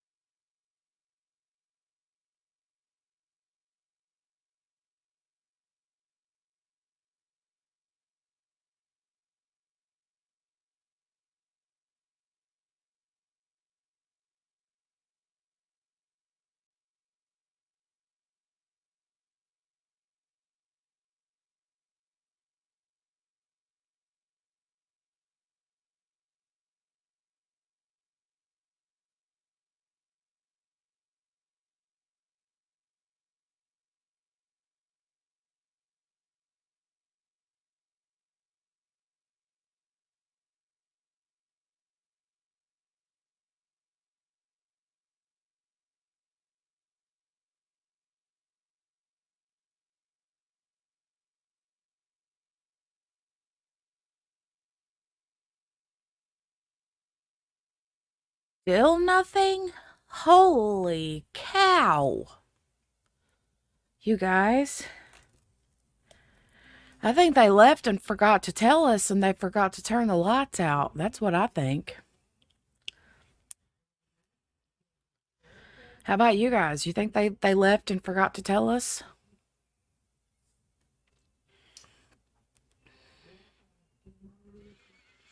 I'll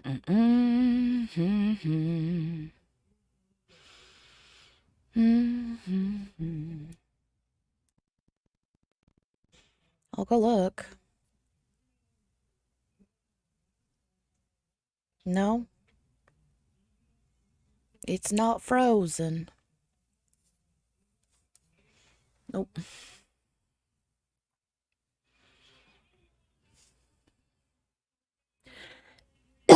Excuse me. I'm looking up the latest tweets.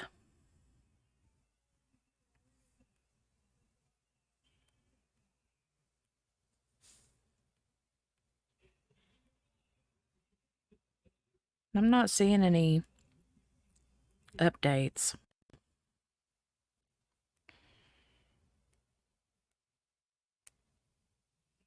Very frustrating. Very frustrating.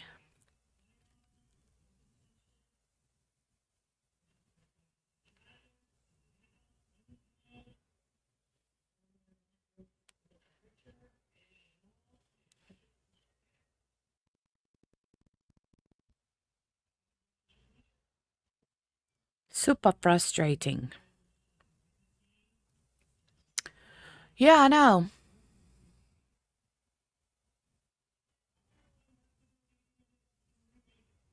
It said they were, whenever they first went out, it said they were on a 10-minute break, Tammy. Oh, I see movement. I see movement. Yeah, they said a 10-minute break. They didn't say anything about lunch. And because they didn't start till like 12:30, I don't think that they would have had a lunch break. I think they would just go on through the afternoon because they didn't start this morning. They started after literally 12:30. So,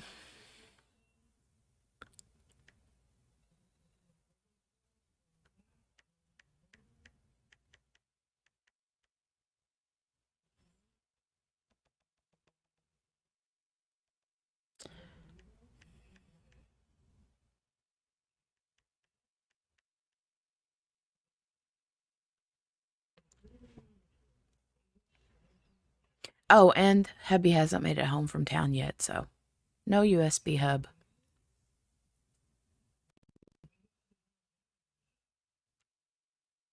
Mm-mm-mm.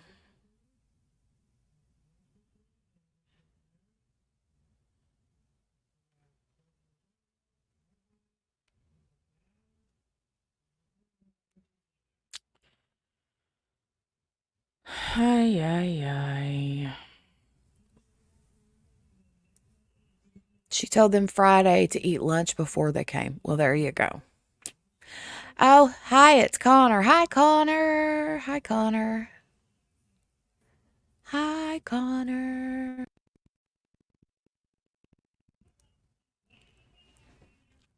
Hi, hi, hi.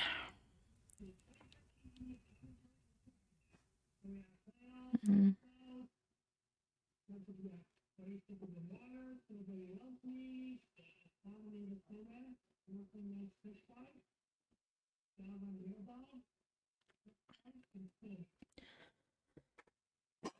Hmm. Let's see what we're waiting on now.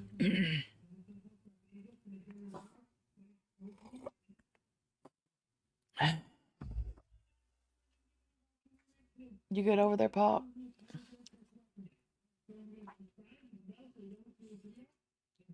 Um,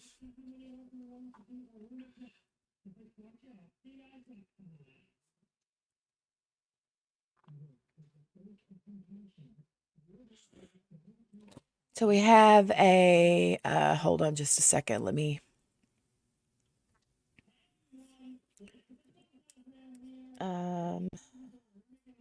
looks like we have a video on Ruby Franke now.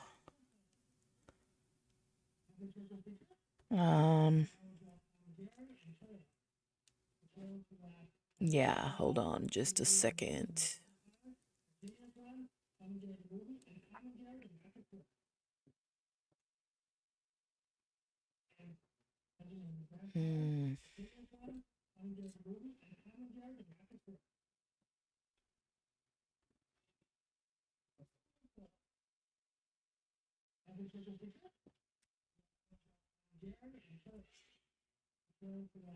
Just a second, you guys.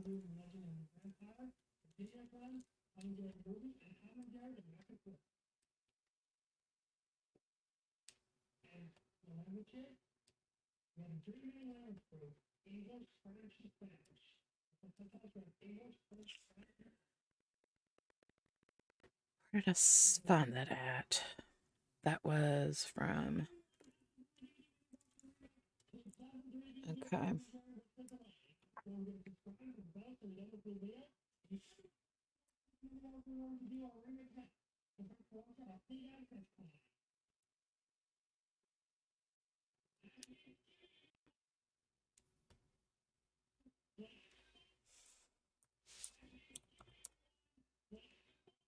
Trying to use the stupid mouse pad or trackpad on my laptop, but my laptop is like away from me, so I have to stretch to reach it because I don't have a USB spot to put my mouse in. All right. Hold on.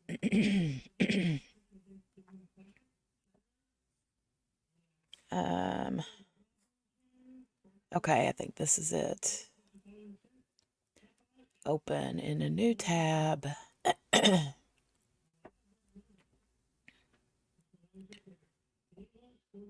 Okay, share this tab. Let me pause it real quick. Please stay seated. Court is now back in session.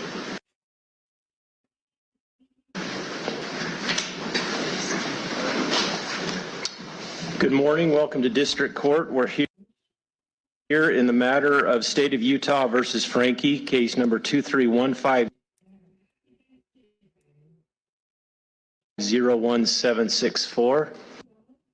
Can you guys hear that? Let me know if you could just hear that audio, because I have multiple tabs up. I just want to make sure that you can hear that.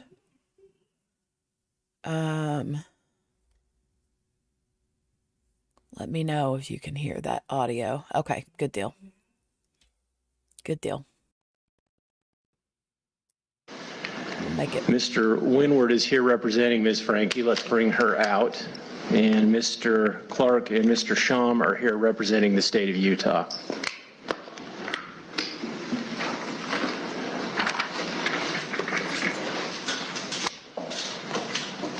Ms. Franke is now here.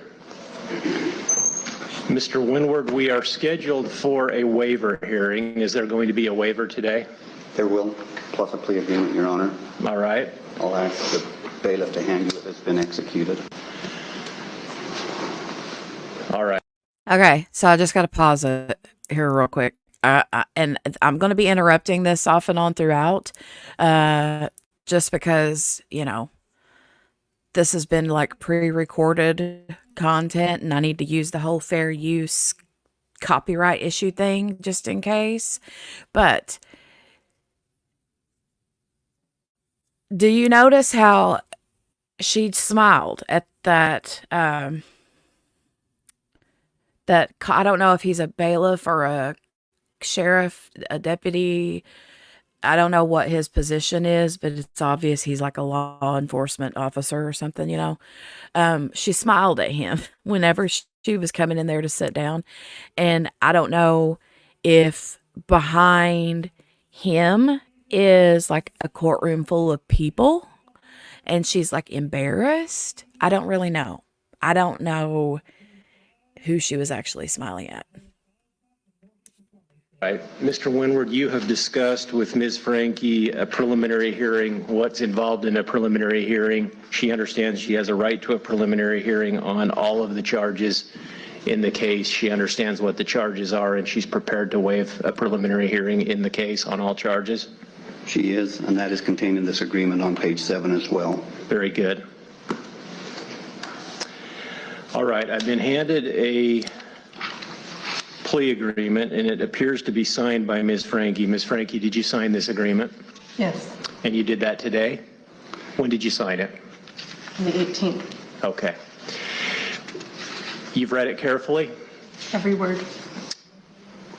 Your signature represents to the court that you've read it carefully, that you understand what you've read, and that you agree to all of the terms. Is that all accurate? Yes, Something else real quick I want to say really quickly is it just me or does her hair look pretty?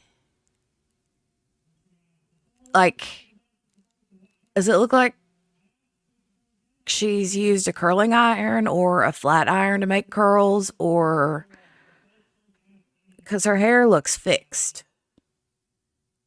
You know what I'm saying? Her hair looks fixed to me.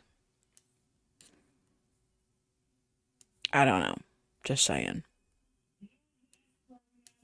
You've had sufficient time to ask questions of your counsel, to go over any questions you have. You're ready to go forward. yes, You don't need any more time. I'm ready. Ms. Franke, is anyone pressuring you to enter into this agreement? No, Anyone promising you anything I haven't been told about? no, Anything that's not in the written plea agreement? no, Are you under the influence of alcohol or drugs today? no, Is there anything today that could in any way interfere with your ability to understand the agreement, its consequences, anything?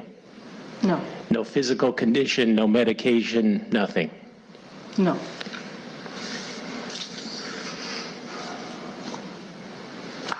Any further record, counsel? No, Your Honor.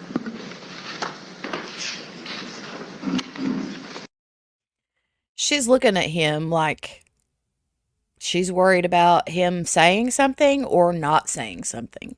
And I don't know what it is. I don't know if she's like, don't you dare say something, or don't forget to say something on my behalf. I don't know.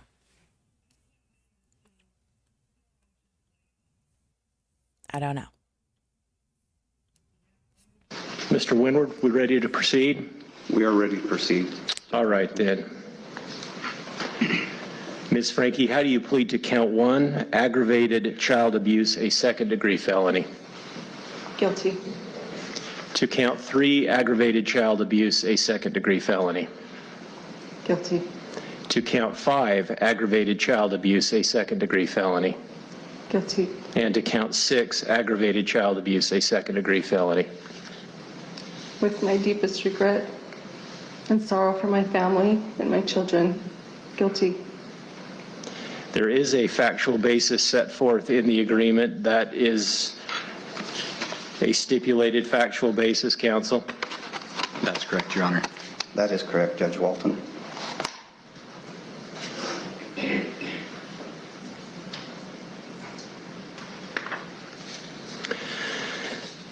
The court finds that the factual basis is sufficient.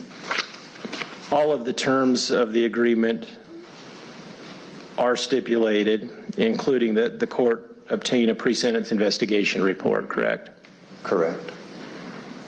There won't be any argument about whether prison is the appropriate sentence, and there's an agreement about the 4 counts running consecutive. That is correct. All right, the court finds then that Ms. Franke's pleas are made knowingly and voluntarily. The court therefore accepts and enters those pleas. The court orders the preparation of a pre-sentence investigation report to be prepared. Yeah, I noticed each time she would say guilty, like right after she said guilty, she did this, like closed her eyes and pursed her lips and like tucked her chin in. to her like chest, like it was painful for her to say it. And I'm thinking, is it painful for you to say it because you really did it? But that would mean that she's really feeling guilty for it, right?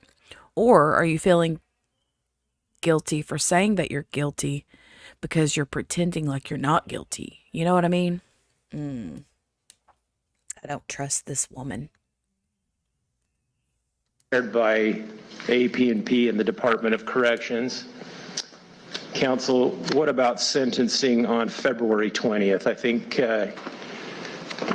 do you and your client agree to waive time, counsel? We do agree to waive time, Your Honor. February 20th, I believe, is a Tuesday. Is that right?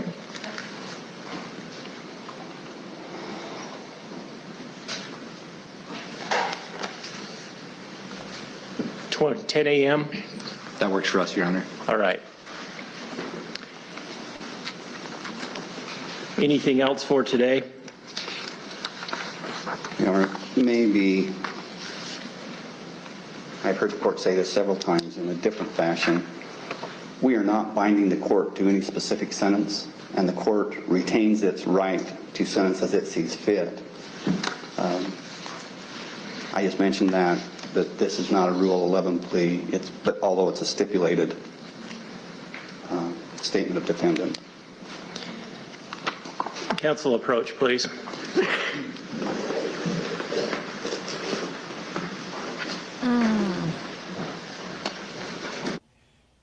The looks that she is cutting, the looks that she keeps cutting to her lawyer, or maybe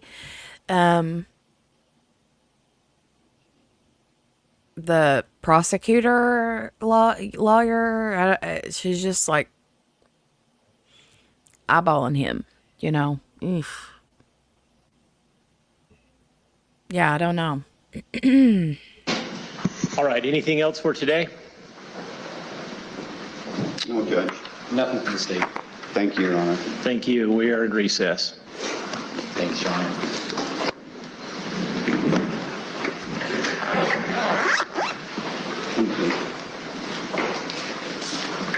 There she goes.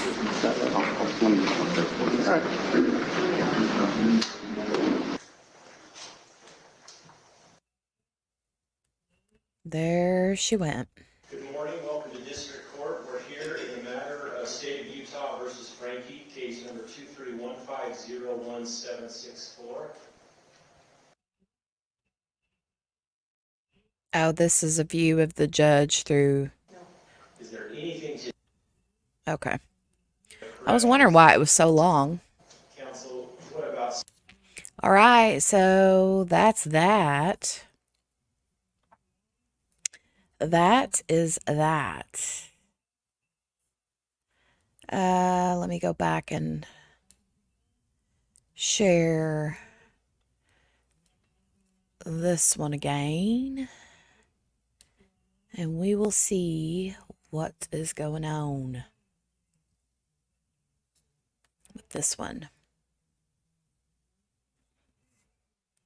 All right, so I see the flag moving in the courtroom. We have movement, it looks like, so there should be something going on soon.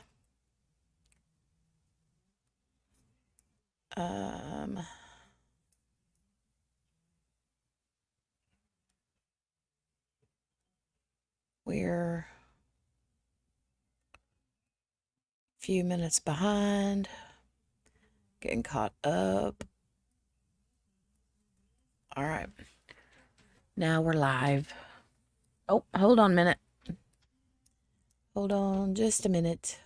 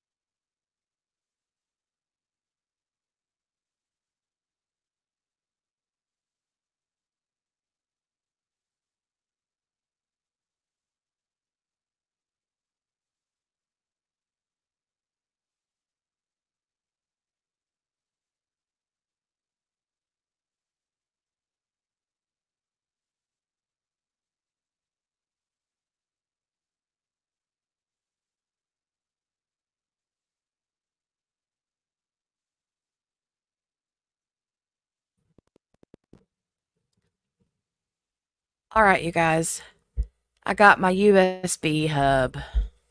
And I think, I think I'm able to use everything now at once. My mouse, my keyboard, my microphone, my light, like everything. So,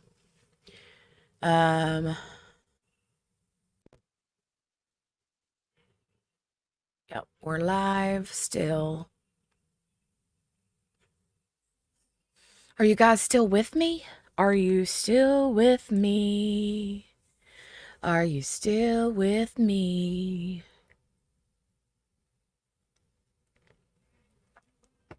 Let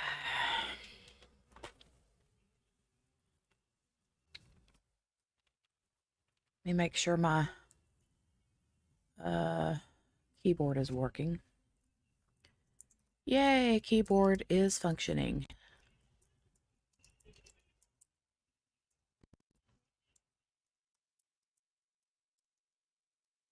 Yay, okay. All right, good to know. Good to know. Okay. Now you can walk and talk at the same time. Yeah, not really. Not really. Mm-mm. I wish I could walk and talk at the same time, but nah. Not happening. Refresh this page. I'm just waiting for something to happen somewhere, right? Just waiting for something to happen somewhere.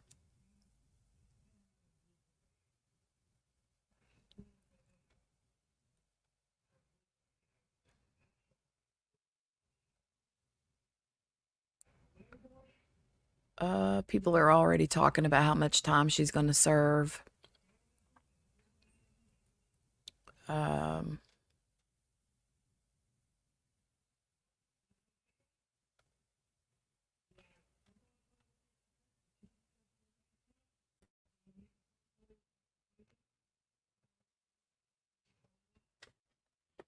look at this plea agreement.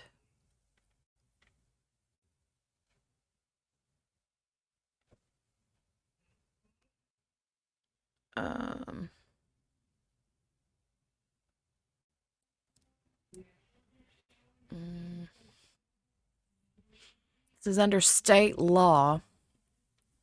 A second-degree felony child abuse charge carries a maximum sentence of up to 15 years in prison and a $19,000 fine.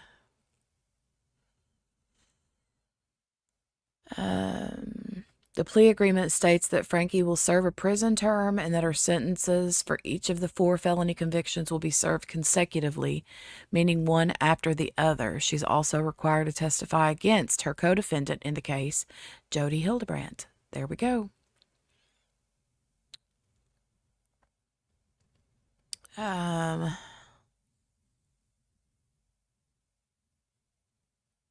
Yeah, we'll see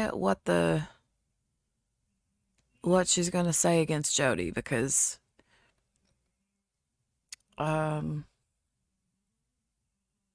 just very interesting. Just very interesting.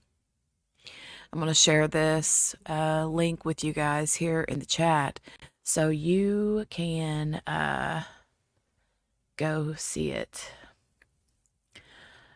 More on Ruby Franke's plea deal.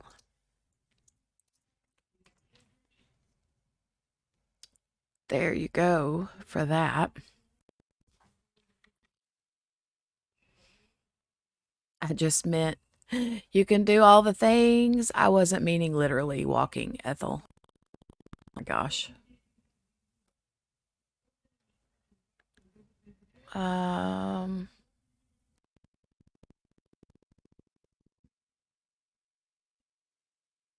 Well, I think the thing that it's the consecutive for each count, you know? So I'm not sure. I don't really know how that's going to go down, but depends on a few things, I guess. Boy in a box dad got 5 years.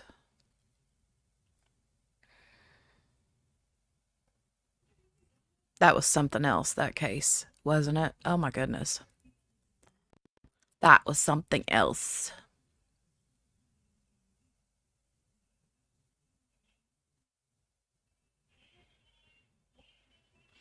And listen to this. It says Ruby Franke's 8 Passengers YouTube channel, which had more than 2 million followers at one time, featured videos of her husband, Kevin Franke, and their 6 children. Okay, they had 6. And then here's the thing. The channel was taken down earlier this year because of allegations of child abuse and other disturbing behavior. And in other news, Kevin Franke has filed for divorce from Ruby. Crazy, huh? Crazy. Crazy for being a Okay. poopy head. What we got? All right, here we go, you guys. Typos, on page 2, we thought that physical force and extreme emotional disturbance were being taken out. Okay. Physical force? Yes. And EED. None of the murder or manslaughter, well, no. Hang on 1 second.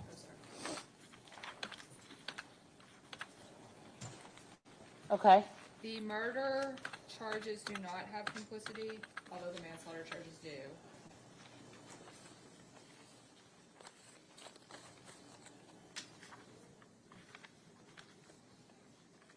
So we're doing intentionally, wantonly complicity in official proceeding, right? Yes. Okay. Got it.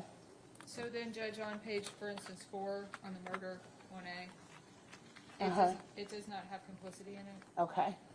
So that needs to be added. It is in 1B, and then that pattern follows for each of the murder charges. Complicity needs to be added to each of them.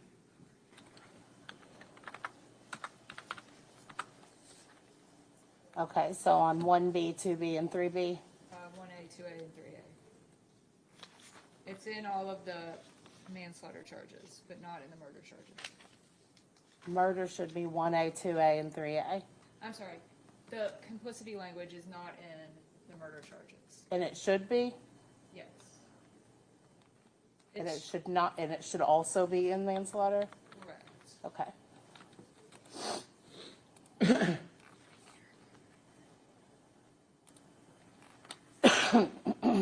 And that should be in 1A, 2A, and 3AA.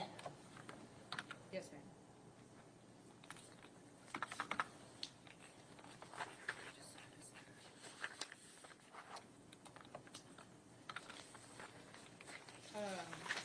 Hang on, let me get that in.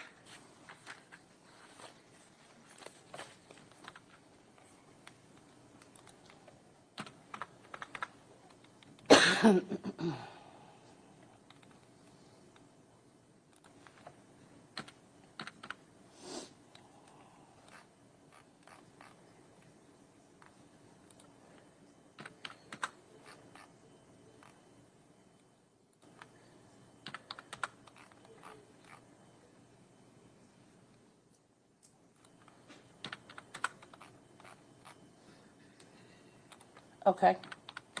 So is it in, like, for instance, he acting alone or in complicity with others killed Christopher Jones by shooting him with a firearm? No, it is, he killed Christopher Jones by himself or in complicity with others by shooting him with or by stabbing. Okay. No objection. I noticed in 1B, it says he killed Christopher Jones by himself or in complicity with others, and then it should say by shooting him with a firearm. Yes, I changed all of those. Okay. And then, so for 2A murder and 3A murder, the same change with the complicity. Yes, I've changed all of them. The only other thing I noticed was that in the verdict forms, A, it says, we the jury find the defendant not guilty or murder instead of murder.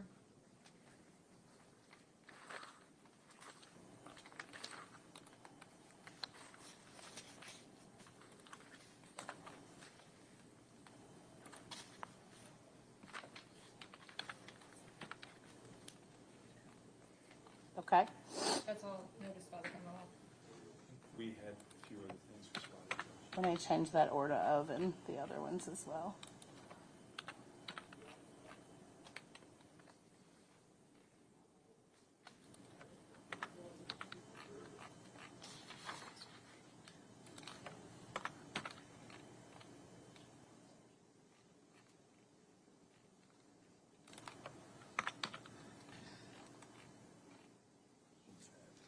Okay. Your Honor, on page 1, under unanimous verdict, I believe the court was going to change foreman to foreperson. Yes, thank you. And I'm not sure if that's the only location of that word, but I can. I'll double check it. Yes, thank you. And then I believe the only other correction is a lettering on page 6. For example, on 2A, we have 2 B's. I think it's the word document is just trying to. Does that make sense, Judge? It says B for the, instead of A for the first option, it says B, and then it says B again. Oh, I see it. And then on page 8 for instruction 3A, Hang on just one second. Let me get that formatting correct. Thank you, JC. Okay. on page 8 under 3A, on instruction 3A, we have a C and a B, which should be changed to an A and a B. Yeah, I don't know. I mean, it's 3 Got it. o'clock. And then Did the jury go home? I believe page 12, instruction number 6. We have element A, B, and D. I really thought that they were just going to have like a little bit of jury instruction issues that they needed to square away, and then they were going to get back that to goes it. under B. That's the, because it's not a separate element.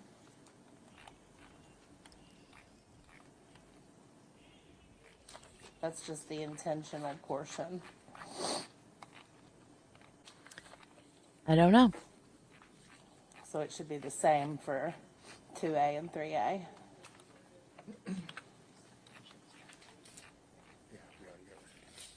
And then I believe the same lettering on page They're killing me, though. They're killing me. They're killing me. 16, 17, and 18. Mm-mm-mm. A instead of, Be in our own list. He's just kind of sitting there, just chilling. He's like, I get to be outside of the jail today. because it went to CD. I gotcha.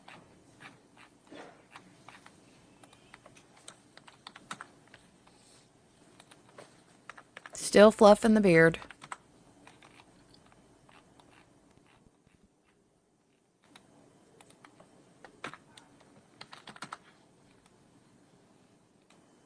Maybe so, Tammy.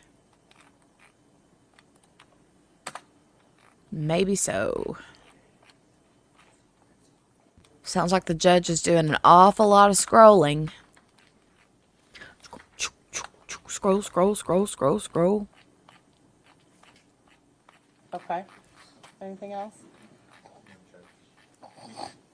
Judge, we did do what you asked. And that's her doing the The logic of, snorting thing. Oh my God. I think that we concluded that it will not slow us down to do closings first thing tomorrow, as long as both sides are ready to go straight into penalty if that's necessary. And we can. I just hate to send them home, having been sitting here since 12:30. Are you kidding me? Yeah, you need to do something this afternoon, guys. Come on, Do guys. instructions, and then you all think you'll be about an hour each. Is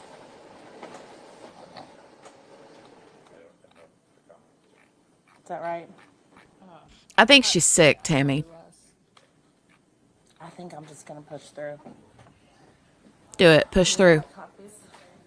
I would be so mad if I was a juror and they told me to be there at 12:30 and here it is 3 o'clock. Janelle has left, so it's me making the copies. Please bear with me.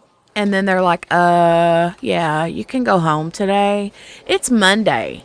Like, if they were going to do them that way, I would have been mad, you know? And now the copy machine. Wow. Loud, loud, loud. Wonkiest court day ever, right?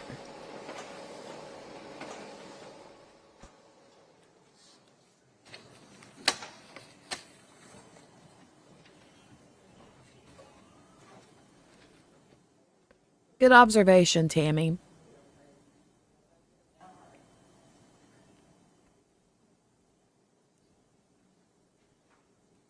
Good observation.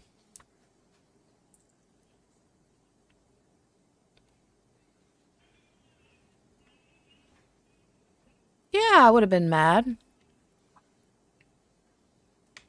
I'd have been like, you mean to tell me you made me get up on a Monday and come in here, put some actual real clothes on, get out of my house, climb in my car, drive all the way here, sit in here, and then tell me turn around and go right back home. Mm-mm. No.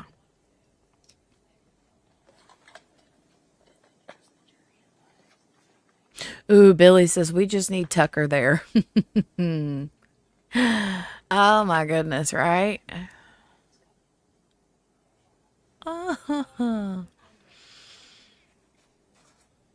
That would have been the, like, straw that broke the camel's back, right?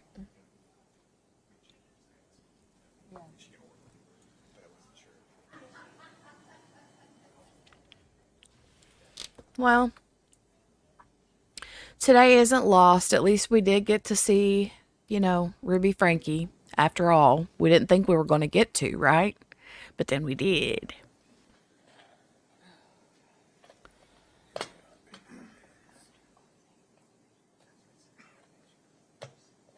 Oh, I got you, Tammy. I see what you mean. Gotcha. Lee says add insult to injury, huh, Billy? Oh, that's funny.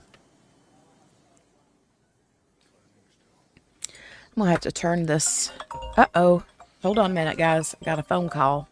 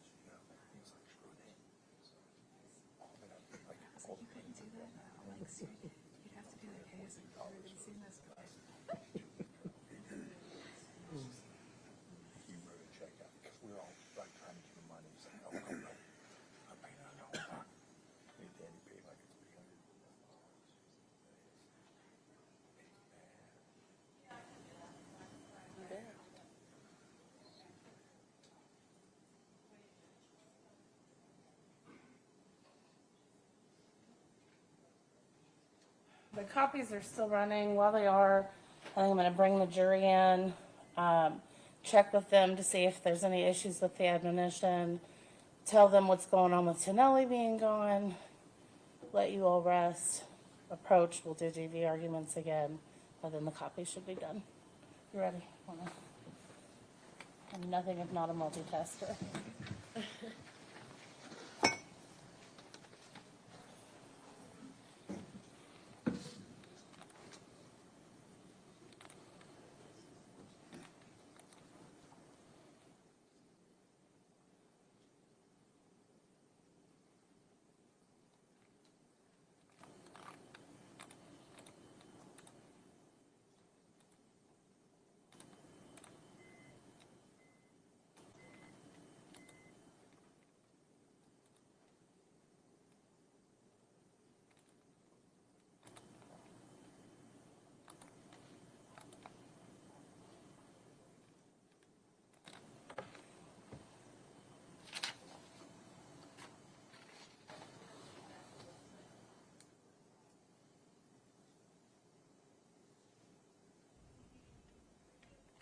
Yeah, they're getting ready to bring the jurors in.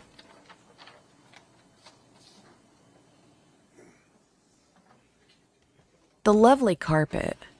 I love how they show the carpet. So we'll probably start seeing feet We talked here about it already. any second. I knew this was a different one. That's why the one guy there with the black shoes is holding the swinging door open so the jurors can walk through.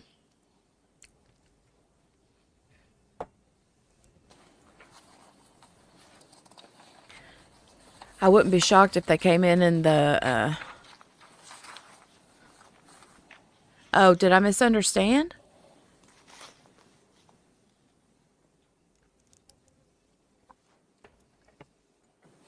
Well,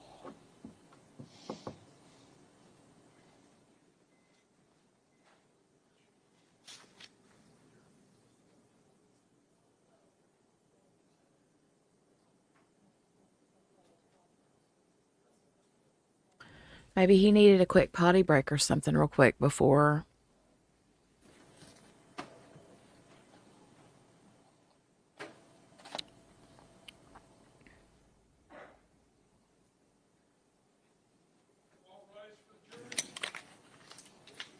And here they come.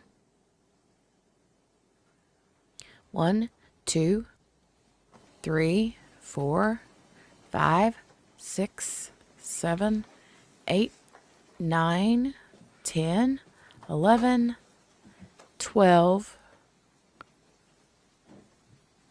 13, 14. Okay, so there's 12 and then the 2 alternates.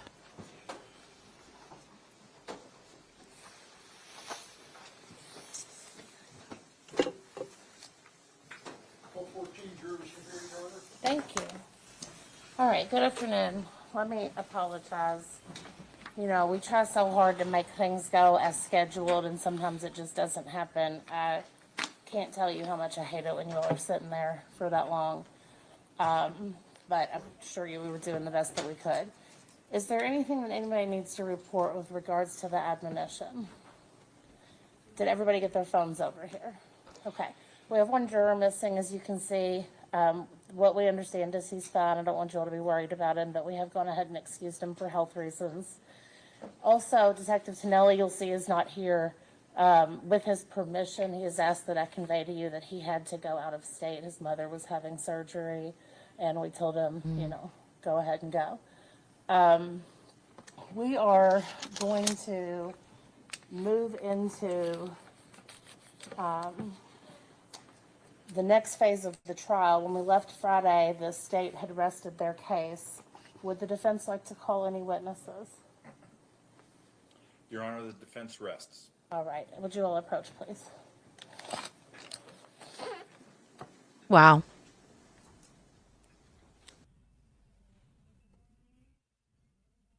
What the heck? I figured that's where they were leaning, but how do you not have any witnesses? I don't understand that. How are there no witnesses for the defense? Like, I really thought that they would at least have, like, character witnesses or medical people saying he, Get the you rest of us know. out to the jury in just a moment. You can have a seat. Thank you, Your Honor. You need something else? I mean, the death penalty is already off the table, right? I know that. But still, I don't know.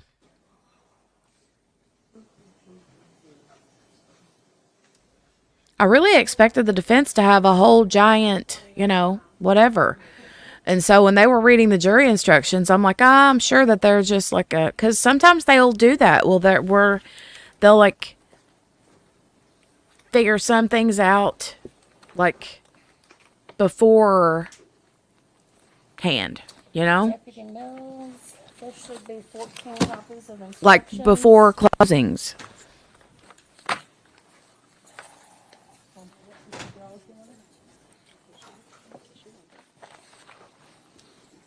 And I wasn't expecting that soon. She said last week, did she not? We expect this case to be over with by the end of next week. It is Monday. And they haven't even done anything today except jury instructions. So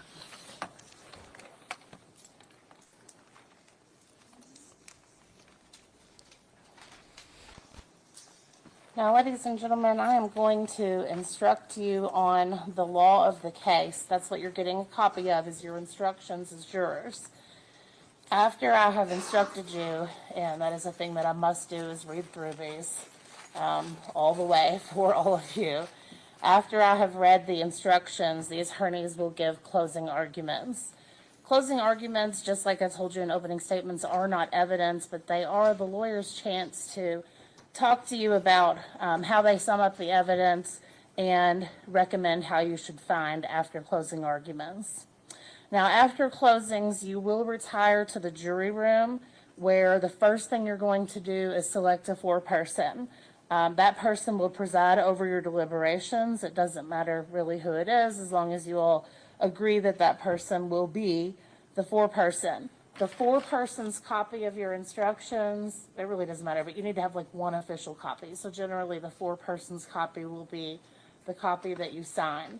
There's no reason for the foreperson to sign any more than one copy, and that will be the copy that you return to the court. If you go back for deliberations and you have a question, please write it out and then knock on the door. There will be a deputy stationed outside the door of the deliberation room at all times. So if you have a question, you are allowed to ask questions. You would write it out, knock on the door or open the door, let the deputy know you have a question, and hand the deputy the paper, and then we will discuss it in here, and I may or may not answer your question. The same thing for when you reach a verdict. Just let the sheriff stationed outside your door know that you have reached a verdict, and we will bring you back in as soon as possible. Now, during deliberations, you can only talk to each other. The deputy will keep your phones. I'll give you a break before that if you need to call anybody and let them know that you might be here a while. If during your deliberations you need to use your phone or you have some kind of an emergency, please advise the sheriff. They, as I said, will be posted outside the door at all times. They will come and tell me and see if it is okay for you to use your phone. There are restrooms also in the area where the deliberation room is, so you don't need to leave for that purpose. All right, at this point, I'm going to read the instructions to the jury. In the case of 16 CR 1891, Commonwealth versus Brice Rhodes, these are the jury instructions. Presumption of innocence. The law presumes a defendant to be innocent of a crime, and the indictment shall not be considered as evidence or as having any weight against him. You shall find the defendant, Brice Rhodes, not guilty, unless you are satisfied from the evidence alone and beyond a reasonable doubt that he is guilty. If upon the whole case you have a reasonable doubt that he is guilty, you shall find him not guilty. Unanimous verdict. The verdict of the jury must be in writing, must be unanimous, and must be signed by one of you as foreperson. You should use the form provided at the end of these instructions in writing your verdict. Right to remain silent. A defendant is not compelled to testify, and the fact that the defendant, Brice Rhodes, did not testify in this case cannot be used as an inference of guilt and should not prejudice him in any way. Tainted evidence. If you believe from the evidence that there existed certain items that were potential evidence and that the agents or employees of the Commonwealth unintentionally tampered with them, you may but are not required to weigh this evidence in favor of the defense. Definitions. Intentionally. A person acts intentionally with respect to a result or to conduct when his conscious objective is to cause that result or engage in that conduct. Wantonly. A person acts wantonly with respect to a result or to a circumstance when he is aware and consciously disregards a substantial and unjustifiable risk that the result will occur or that the circumstance exists. The risk must be of such nature and degree that disregard thereof constitutes a gross deviation from the standard of care that a reasonable person would observe in the same situation. Complicity means that a person is guilty of an offense committed by another person when, with the intention of promoting or facilitating the commission of the offense, he solicits, commands, or engages in a conspiracy with such other person to commit the offense, or aids, counsels, or attempts to aid such person in planning or committing the act. Official proceeding means a proceeding heard before any legislative, judicial, administrative, or other governmental agency or official authorized to hear evidence under oath. Instruction number 1A, murder as to Christopher Jones. You shall find the defendant Brice Rhodes guilty under this instruction if and only if you believe from the evidence beyond a reasonable doubt all of the following. A, that in this county on or about May 4th, 2016, and before the finding of the indictment herein, he killed Christopher Jones by himself or in complicity with others by shooting him with a firearm. And B, that in so doing he caused the death of Christopher Jones intentionally, or that in so doing he was wantonly engaging in conduct which created a grave risk of death to another and thereby caused the death of Christopher Jones under circumstances manifesting an extreme indifference to human life. Please indicate your verdict using verdict form number 1A. The verdict forms correspond with the instruction numbers. If you find Mr. Rhodes not guilty under this instruction, proceed to instruction number 1B. If you find Mr. Rhodes guilty under this instruction, the verdict form will also require you to make a determination as to whether or not you unanimously believe Mr. Rhodes acted intentionally or he acted wantonly, as those terms are defined herein. Please only answer yes if you all unanimously agree that his actions were intentional, as that word has been defined. There will be a further proceeding at which you will fix his punishment. Next, let's proceed to instruction 2A. Instruction 1B, second-degree manslaughter as to Christopher Jones. If you do not find the defendant, Brice Rhodes, guilty under instruction number 1A, you will find the defendant guilty of second-degree manslaughter under this instruction if and only if you believe from the evidence beyond a reasonable doubt all of the following.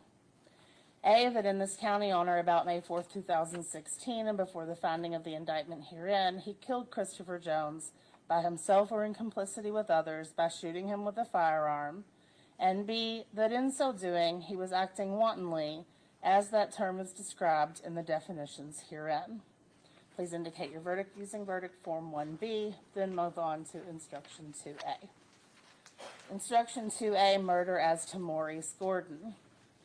You shall find the defendant Brice Rhodes guilty under this instruction if and only if you believe from the evidence beyond a reasonable doubt all of the following. A, that in this county on or about May 22nd, 2016, and before the finding of the indictment herein, he killed Maurice Gordon by himself or in complicity with others by stabbing him with a knife, and B, that in so doing he caused the death of Maurice Gordon intentionally, or that in so doing he was wantonly engaging in conduct which created a grave risk of death to another and thereby caused the death of Maurice Gordon under circumstances manifesting an extreme indifference to human life. Please indicate your verdict using verdict form 2A. If you find Mr. Rhodes not guilty under this instruction, proceed to instruction 2B. If you find Mr. Rhodes guilty under this instruction, the verdict form will also require you to make a determination as to whether or not you unanimously believe Mr. Rhodes acted intentionally or he acted wantonly, as those terms are defined herein. Please only answer yes if you all unanimously agree that his actions were intentional, as that word has been defined. There will be a further proceeding at which you will fix his punishment. Next, proceed to instruction 3A. Instruction 2B, second-degree manslaughter as to Maurice Gordon. If you do not find the defendant, Brice Rhodes, guilty under either instruction number 2A, you will find the defendant guilty of second-degree manslaughter under this instruction if and only if you believe from the evidence beyond a reasonable doubt all of the following. A, that in this county on or about May 22nd, 2016, and before the finding of the indictment herein, he killed Maurice Gordon by himself or in complicity with others by stabbing him with a knife, and B, that in so doing he was acting wantonly as that term is described in the definitions herein. Please indicate your verdict using form 2B, then move on to instruction 3A.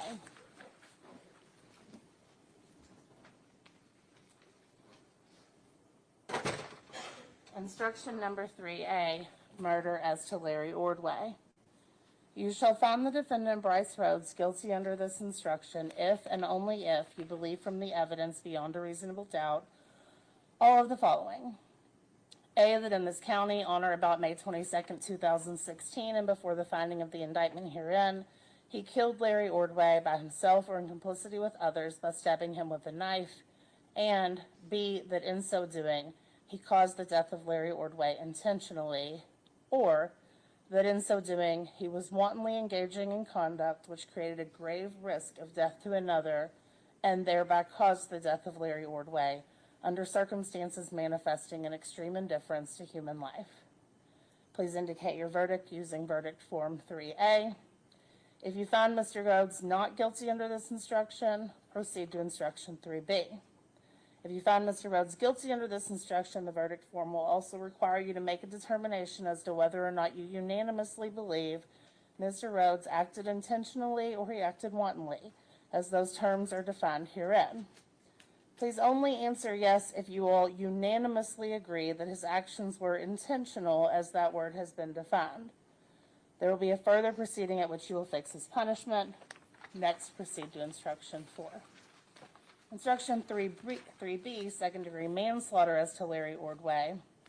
If you do not find the defendant Brice Rhodes guilty under instruction 2A, that should be 3A,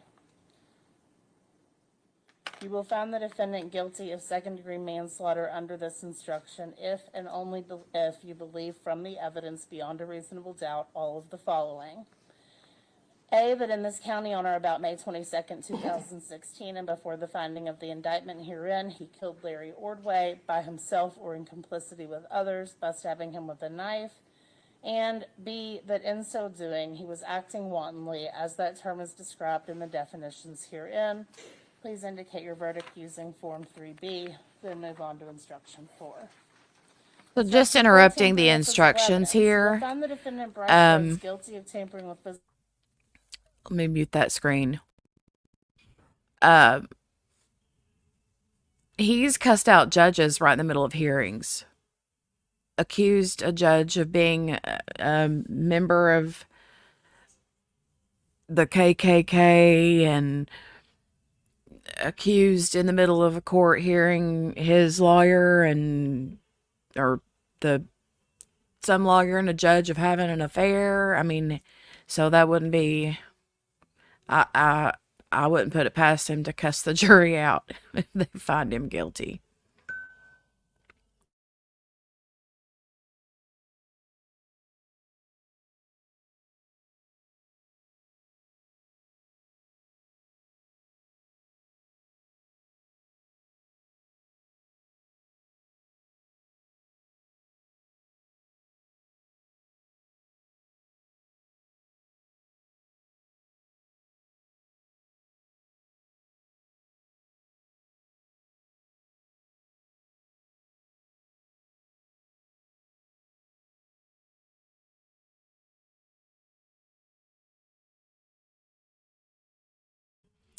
Sorry, when I mute the screen, I forget to unmute it. and that in so doing, he intentionally treated Maurice Gordon's Sorry. in a way that would outrage ordinary family sensibilities. Please indicate your verdict using verdict form 5, then move on to instruction 6. Instruction 6, abuse of a corpse, Larry Ordway. You will find the defendant Brice Rhodes guilty of abuse of a corpse under this instruction if and only if you believe from the evidence beyond a reasonable doubt all of the following. You'll see there's a typo where the word following is written twice on this one and the one before. That in Jefferson County, on or about the 22nd day of May 2016, he, acting alone or in complicity with another or others, placed the body of Larry Ordway in a yard off an alley and attempted to burn it, and that he had no legal authority to do so, and that in doing so, he intentionally treated Larry Ordway's body in a way that would outrage ordinary family sensibilities. Please indicate your verdict using Form 6. This is followed then, ladies and gentlemen, by a single verdict form for each instruction that I have just read to you. You will need to follow those instructions and, as I said, have the foreperson sign as appropriate in line with your verdicts. Now, we are going to have closing arguments. I expect that they will last until about 5:15 or so, maybe 5:30. Would anyone like to take 5 minutes to step outside and make any calls or anything that you might need to make? Because once we're done with that, you'll go straight into deliberations. Will we be here for late tonight? That's up to you all. It just depends, on how it goes. So, does anybody need to step out? All right. We let's may take have 5 another minutes. verdict I'll have to come tonight, you back at guys. What do 3:35. you think? Please Do you guys remember think to that there will be a admonish verdict this. tonight? It was the same way with the Hannah Payne trial. Literally, it was like, poof. Wow.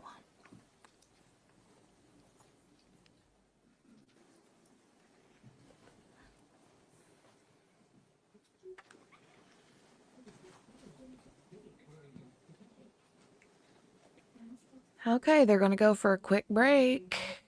Make the phone calls. Use the potty. Get something else to drink. Smoke another cigarette. Or hotbox a couple.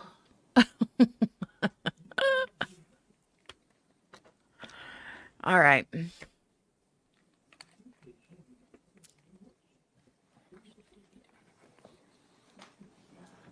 Might very well have another one.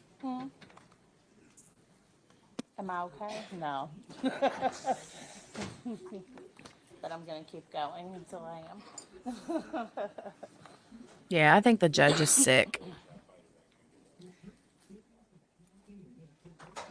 Just overwhelmed. Nope, not one character witness, Mickey Joe. Not one. Tammy said, I personally think that the jury has already got their minds made up. Kel says, I wonder what else he has done that he hasn't gotten caught for. Oh my God, right? Right? I know. Ugh. That's scary to even think about, right? That's super scary to think about because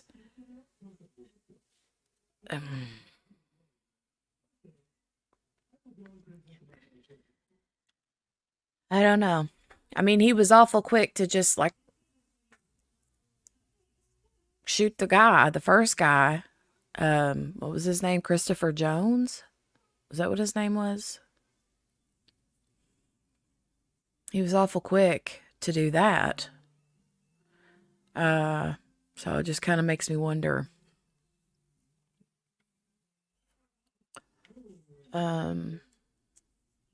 Tammy says he don't get caught because he don't get his hands dirty. Yeah. I don't know. We'll find out. I hope that they do have a quick deliberation, quick verdict tonight. That would be pretty good. Pretty cool.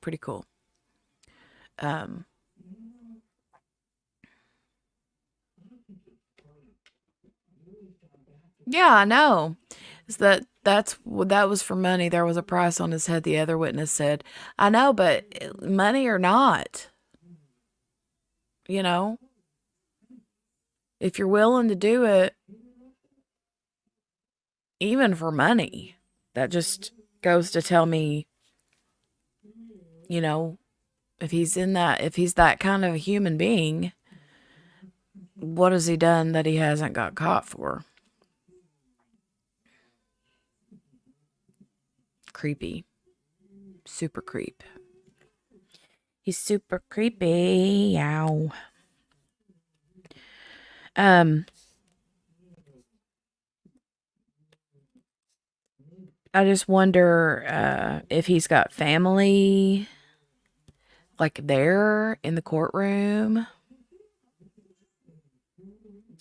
I don't know. Kel says, remember I asked if the judge was sick last week. Oh, did you?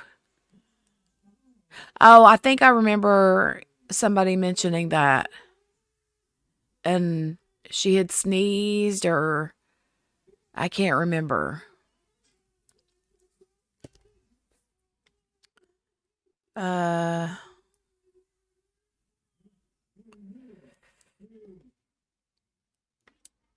Doing it for money is worse.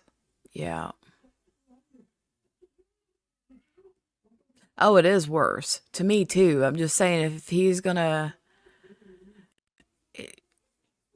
whether you kill for money or just doing it to do it, you know, there's a first time.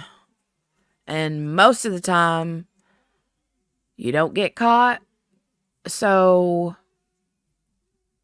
I'm just kind of wondering if this Christopher, the first guy, if that's his name, was the first person he ever, you know, knocked off. He's so low down and dirty, he don't need to be on the streets. Mm.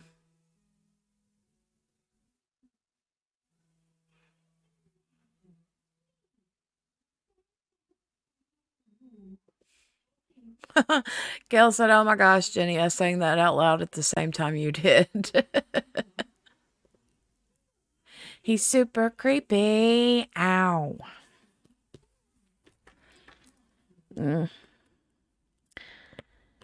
Well, we'll see. I'm thinking I might make a separate stream for the verdict watch.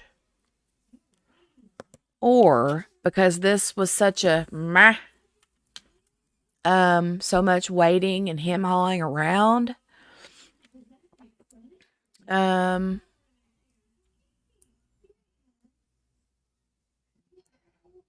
I'm kind of wondering if I should just make a separate verdict watch stream, like right after this one ends.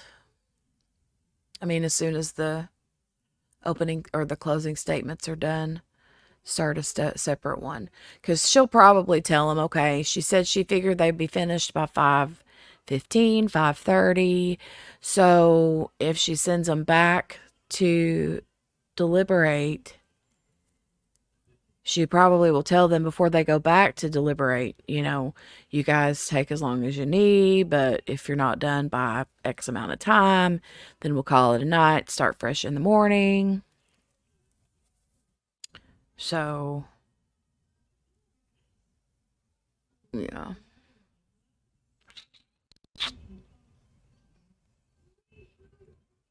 We'll see.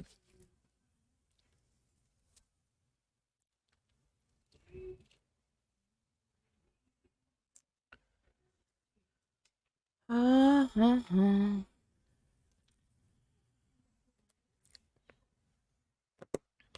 sitting here, diamond painting. Literally.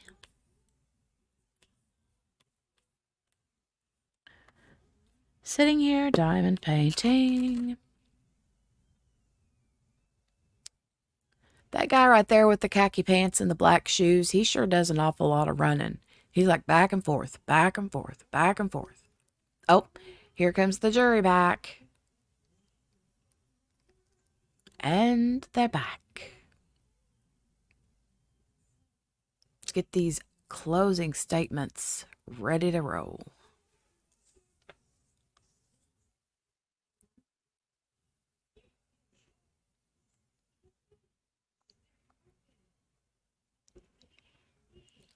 All right. We'll see how these go. I mean, there's literally nothing that the defense's closing statement is probably going to be about this big. Like that big. It's not going to take no time at all. Literally. I don't see it taking long.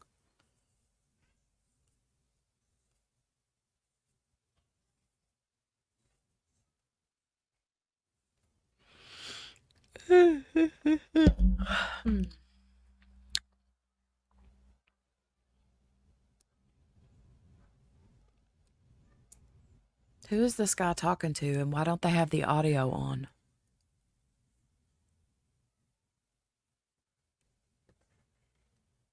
There's no audio.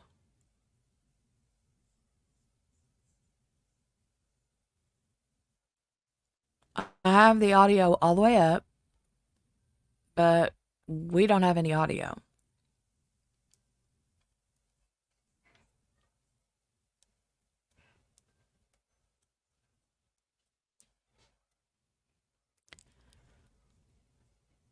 More accusations of corruption, I'm willing to bet.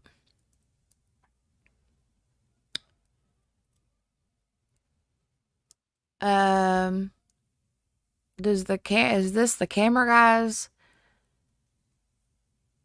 Come on, we need audio. We're not getting any audio, you guys.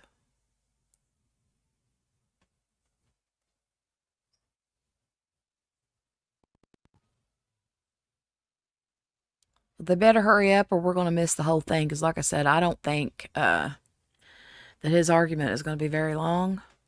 So he's fixing to sit down any minute. There we go. Maybe the next day. Inevitably, the sun came out. When the sun came out, that fort that appeared to be so strong,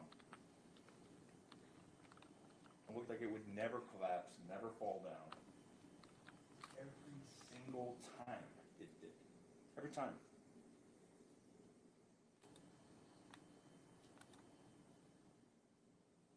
The Commonwealth, in this case, bears a heavy burden. They admitted it in their opening.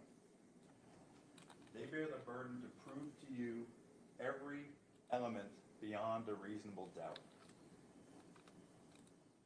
And at times, they have seemed to have built the strongest, toughest fort that was going to last forever.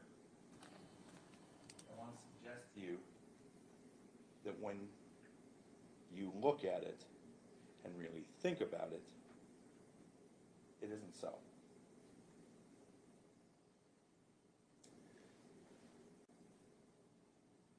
Your job, and we talked a little bit about this when we were selecting the jury, it's not just one thing, it's multiple things. The most important thing that you do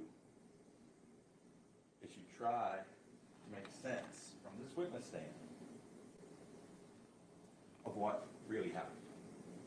You take the pieces of evidence that you have and you evaluate them. Decide which parts have credibility, which parts don't. And when you're thinking about their case and you're thinking about what they proved beyond a reasonable doubt, that's what you have to go from. The evidence that you actually heard from the witness stand. Because the other part of your job, and there's a reason there's 12 of you, right? Because you caught something, and maybe you missed something. You caught something else, maybe you missed something else. And that's why you get to talk, right? You're not going to do separate analysis. You sit in a room together, and you have your notes. Some of you took a lot of notes, some of you took a little notes. That's up to you, right? That's your business. But you get to talk to each other, and you'll have the instructions from the court. And the instructions from the court are very important. That's why not only the judge read them out loud, but each of you gets a copy. Those represent the actual law, the law that matters in this case. And then you get to do something that's sort of amazing, really. You get to apply the facts of this case to the law. That's part 2 of your job. You get to say, okay, now we've decided what happened. We've done the best we can to figure it out, right? And now we look and we say, did the prosecutor, did they meet their burden? Did they prove beyond a reasonable doubt? And then if they did, what did they prove? Because as the court read to you, there are multiple possible options. And then you're the ones who choose. Now, I'm going to talk to you for a little while, tell you what I saw, what I observed, what I think. The prosecutor's going to get up and do the exact same thing. Okay? What I say is not evidence. The prosecutor says it's not evidence. What you heard in the witness stand, that's the evidence. So let's talk about credibility for a second. You really heard 2 types of evidence in this case. You heard evidence, you heard a lot of evidence from either police or people who work with the police. And then you also heard evidence from the other suspects. I'm going to talk about those separately. So because I want to be clear. I want to try and be as clear as I possibly can.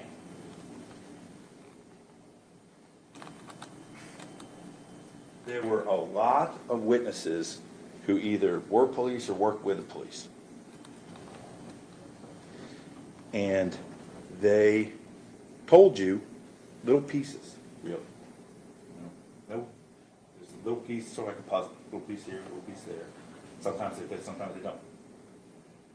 The prosecutor's going to tell you that they all fit. They all make sense. It's clear, crystal clear. It's not. You know them. You sat in this room. You heard the evidence from that witness stand. In their opening, the prosecutor talked about, and I want to get this right because I wrote it down, a monstrous bloody scene. I think those are the exact words the prosecutor used. Monstrous bloody scene. What we heard from the witness stand, that was not true.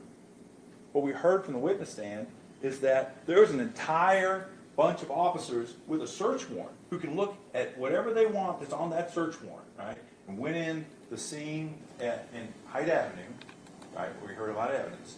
And they walked through, and they didn't see much of anything. They walked through, and they left. They took off and were gone for, though there was a little quibbling about it, it was about an hour and 45 minutes, something like that, before they decided they were coming back with a new search warrant, right? This was no monstrous bloody scene, blood everywhere, any of that sort of stuff. And we know that from the actual testimony we heard in the witness stand. But that's not what the prosecutors want you to think. They want you to picture it different. I'm going to ask you to remember. Remember what the real evidence was from this real witness stand.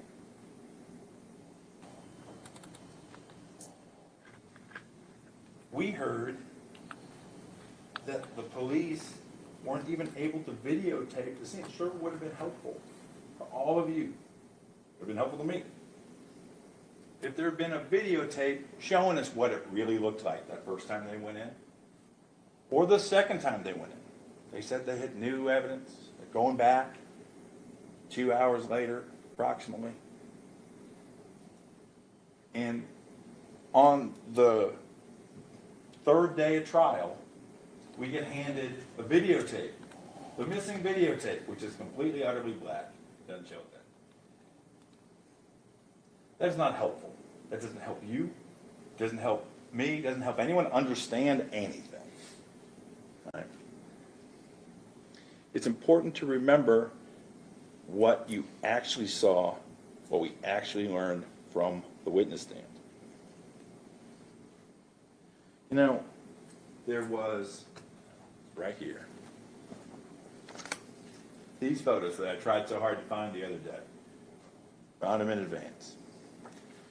You know, there was all the testimony, we saw it on the big screen, this dramatic, lighten up blue, and that's the drama. And you see it, and it has colors and lights. But the actual testimony is that none of this was blood.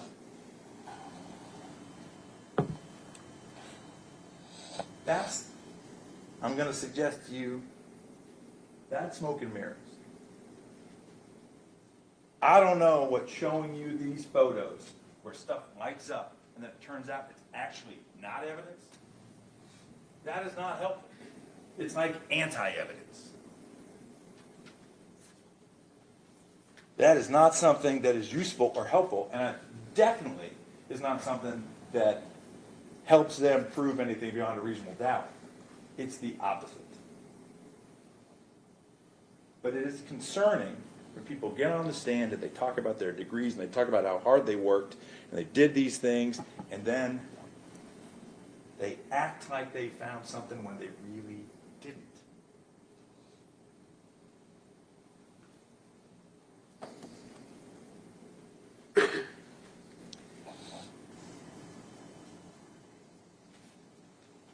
It's always weird when to stand up here and beat up on the police, right? Police do good things, they also do bad things. We know it. Right? We all know it. Anybody reads the newspaper knows it. They're not perfect, they're not completely imperfect. But the important part, the part that matters to us here, is what they did in this case, what they didn't do. I don't know, maybe it's normal to not do a report for 2 years. Try and do it from memory 2 years later, all this time later, try and get those facts, and then come into court and act like they know what happened. Maybe that's normal. Seems a little bit weird to me. But we know from this witness stand that that's the sort of thing that was happening in this case. That one officer said when he had to fix something in his report, he went and did an addendum and typed it all up and showed right up. That first detective you talked to us said it's impossible. Once it's down there, it just stays there. And that was his explanation for how he made a big mistake. How he said there were 6 shots when there was actually 1 shot. He said, I couldn't possibly go back in and fix it. It's been 7 years.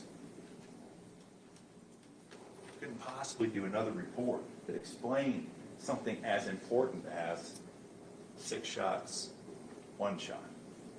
I know that's not 6. Don't have 6 fingers.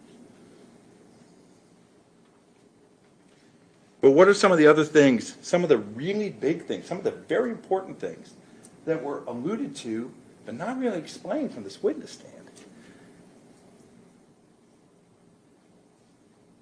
They told you, multiple witnesses, most recently Detective Tennant, but multiple witnesses told you that there were other adults at Hyde Avenue that night. Detective Tonelli said there was the dark-skinned man and the light-skinned man. There was also a Caucasian woman. I think they finally sort of agreed that the Caucasian woman had left before much happened, maybe, but she had been there. They're unable to figure out who this person was. It is confusing to me why, when they have Carter and Taylor, and we're going to talk a lot more about Carter and Taylor, why Carter and Taylor couldn't inform the police who this missing woman was. I would have liked to hear from her. I would like to know. I have investigators who work for me. If the police don't want to interview her, I want to interview her. I want to know what she has to say. Because I don't think that what we heard on the witness stand about Hyde Avenue is honest. I don't think it's correct. I don't think it's credible. I don't think it's true. But we don't get to hear that.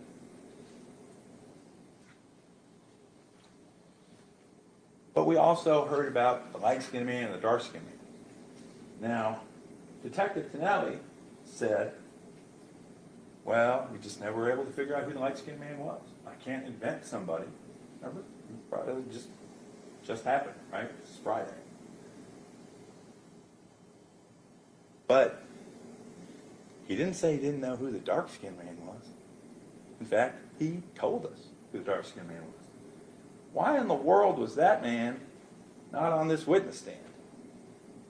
There's another eyewitness to all of this. And he knows who he is.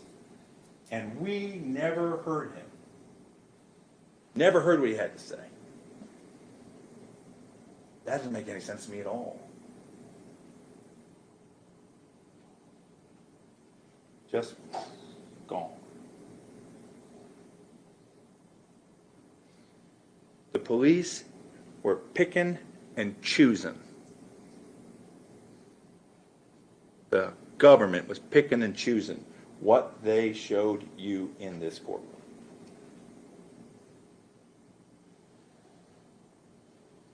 Now, the police had already decided who they wanted to charge. They already had their guy. And no matter what you think about the police, good, bad, or in the middle, when the police think they got their guy, that's what they do. And the problem is, sometimes they're right, but sometimes they're just wrong.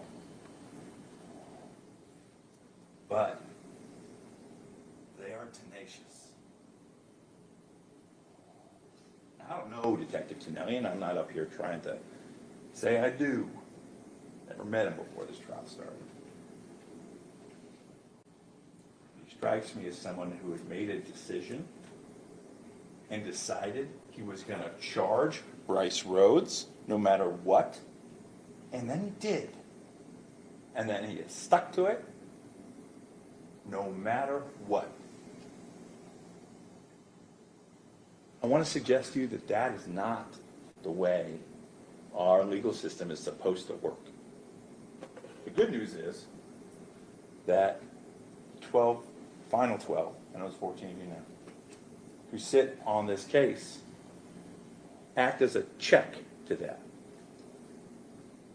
Because no matter what the police think for the last 7 years, no matter what they did for the last 7 years, no matter what the prosecution thinks, it's your verdict that counts.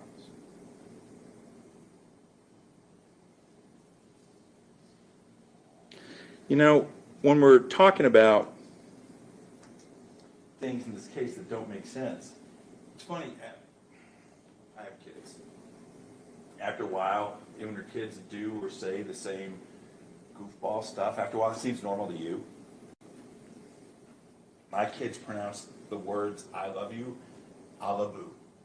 That's just how they pronounce it. After a while, it seems normal to me. I type it like a made-up word, just for my family. Right? That's normal to me.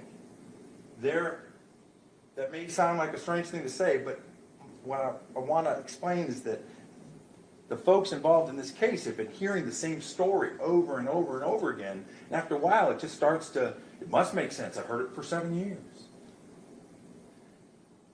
The death of Christopher Jones does not make any sense. I hope with your fresh sets of eyes and your ears, you heard that, and the first time you heard it, said, what? What? This doesn't make any sense at all. It's a fake or made up hit on someone where maybe the wrong person gets, it doesn't make any sense. This is not a plan.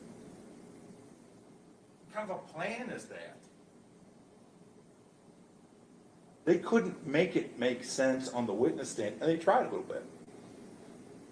And then, when it wouldn't make sense, they just pass the buck. But you know what it does sound like? It sounds like the sort of story, sort of explanation that would get cooked up by two teenagers when they're trying to come up with some version that makes them look a little bit good. Or maybe I should say less bad.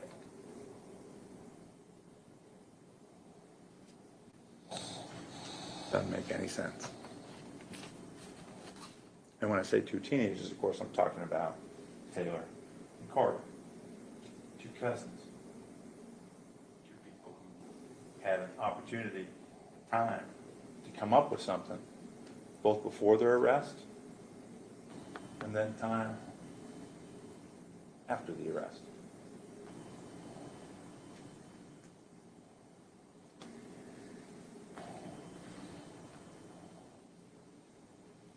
I have to talk about this car seat. I don't even know what to say about the car seat. It's so bizarre, it stands out like a sore thumb. But when the prosecutor's trying to say, our police officers, had the highest level of integrity and honesty and professionalism, and you should take for granted all of the testing and all the evidence they collected, I want to suggest to you that the car seat really explains why you should not. We certainly don't have a car seat. We don't have one in this courtroom. You never saw one. I never saw one.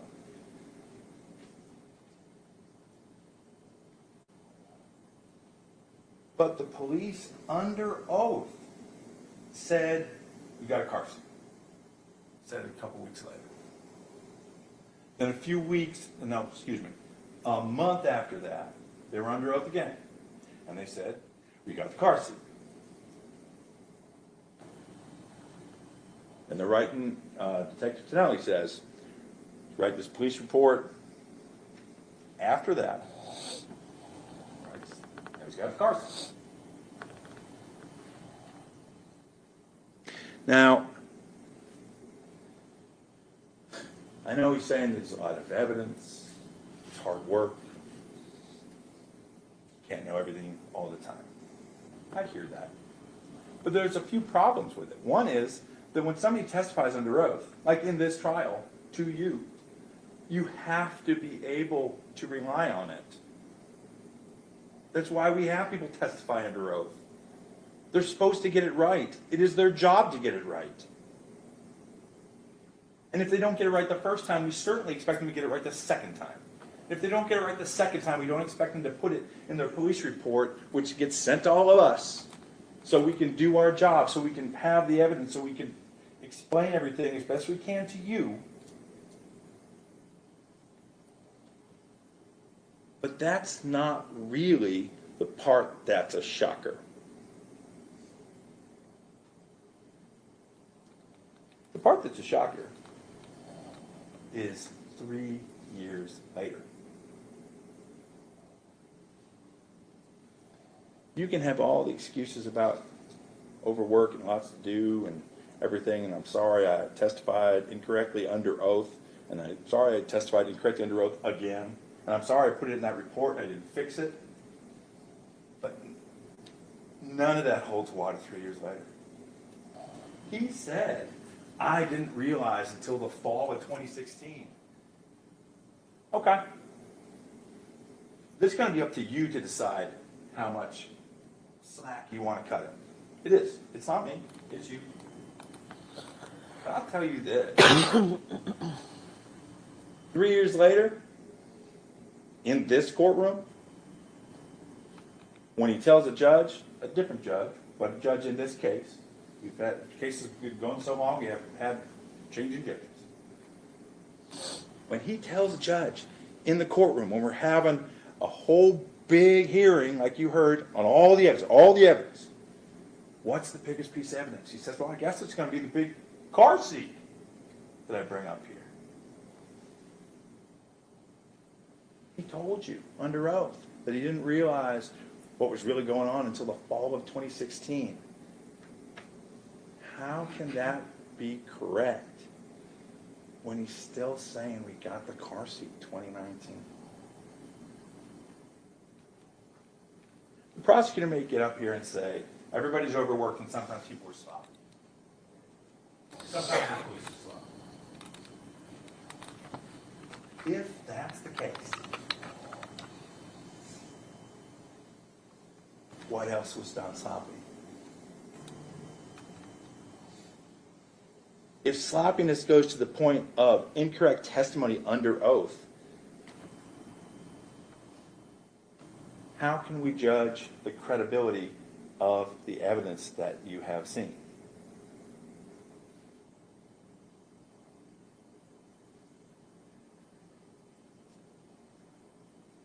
It raises serious doubts about the credibility.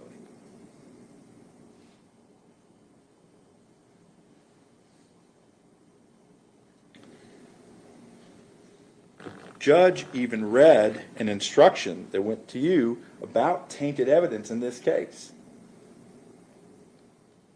It's not just the defense attorney up here talking to himself talking. Right. That's the law from the judge in this case.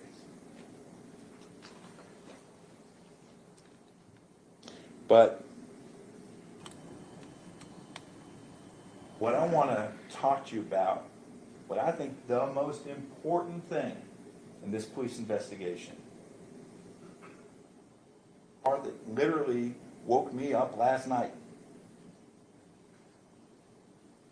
thinking about it. It's not the car seat. It's not. They probably thought it'd be the car seat, but it's not. But you know what I really would like to know, and what I think all of you have a right to know? I want to know about that truck. That burned truck. That stolen truck. I want to know a lot about that truck. Where was that truck stolen? I want to know when it got burned. I want to know where it got burned. And most importantly, I want to know why it got burned. Because I'll tell you, there was an awful lot of mud thrown at Brice during this trial. But nobody ever tried to say he stole the truck, drove the truck, he burned the truck. You never heard those words from anybody. From anybody. Why in the world did that truck get burned? And why don't I know more about it? Why don't you know more about it? Why didn't we hear more about it? Why didn't the police seem to care about it?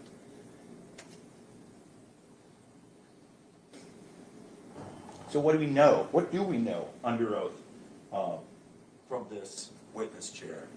Well, we know that Carter said he stole it. We know that Carter and Taylor said that he stole it and drove it on the night of Christopher Jones' murder. But we also heard Carter say that he hit Jones with the truck. Now, the ME talked about blunt force injury. I don't know if that's from the truck or not. I have no idea. I know he had blunt force injury to his head. It might be, it might not be. I don't know. Prosecutor may have some opinions about that. They may not. I don't know. But he had an injury to his head. But what I do know is that Carter said he hit him with the truck. He said he hit him while he was down on the ground with the truck.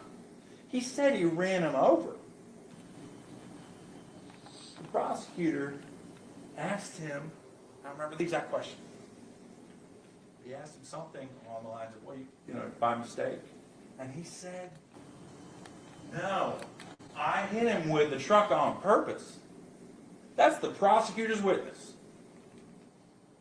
That's the believable, credible person the prosecutor has put on this witness stand, is a guy who said he hit poor Mr. Jones while he's on the ground with a truck.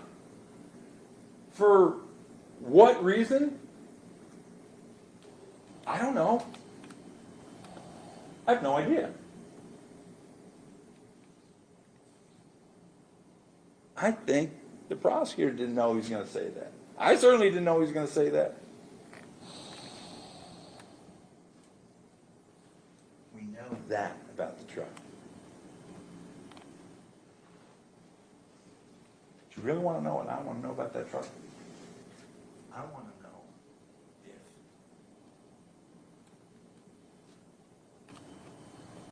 Maurice Gordon or Larry Ordway's DNA were in that truck. Because you remember from what we heard from the witness stand, their DNA was not in the Mazda. And so much talk about this Mazda, their DNA wasn't in the Mazda. But from what I heard, there's this truck being driven by someone who has confessed to being involved that is burned. We don't know why. We don't know when. And that never got tested. I want to suggest to you that maybe that truck is actually what was driving the two bodies of those young men around. Does that sound like idle speculation? I don't know that it is. Because why did he burn that truck? That night, there's all this talk about people trying to burn evidence, right? Was the truck burned the same night? The perfect and logical reason for burning the truck would be, in fact, that it had been used to transport the bodies of those two young men.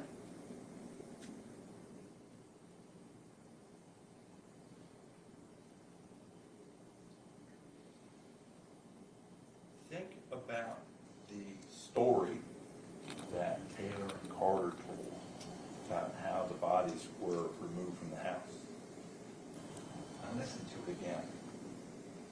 They're put in totes, those big blue bins. That's what they described. One of them said the sort of thing you put your Christmas ornaments in.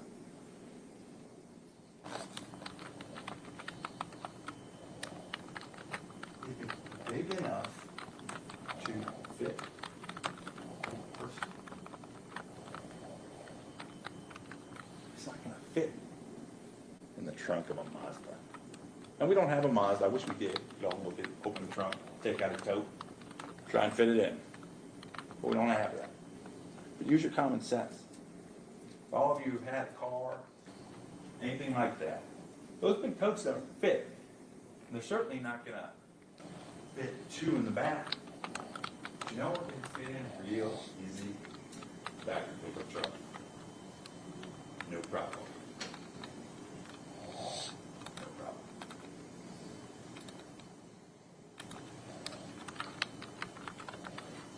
So you get to decide completely if all the things I just said don't matter. You get to decide. You're completely empowered to do so, right? But I'm going to suggest to you that they're worthy of discussion. They're worthy of discussion because Sorry, I just got to say real quick, the judge is sounding like Darth Vader. Carter, I don't think it's possible. It doesn't make sense. But the part that really bothers me is the lack of investigation and follow-up by the police of the truck. And I want to suggest to you that I believe it's because they had just decided they wanted to charge. They decided and they were charging, and that's it. And since he's not associated with this truck, they're not investigating the truck. That's not the way it should work. It's not the way it should work. It's not the way evidence is supposed to come into this courtroom so that it can be explained to you so that you can do your job.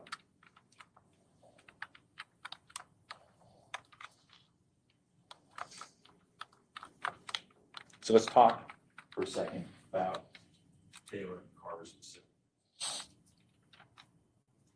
They're cousins. It means they know each other, they're tight. They said they were. They said they were close. How can we evaluate their credibility? Well, one way is, do their stories change? Well, yes, we know they do. The police and prosecutors admit they do. They admitted that they did. There is no question that Carter and Taylor lied. The police are just saying that they like the last version, but that one's not a lie. But there's no question that they lied. There's no question they changed their story. They admitted they did. The police admitted they did. The prosecutor admitted. They changed their story. And that's one of the things that we look at and think about when we're trying to figure out if someone is credible, someone's being honest. Do they change their story?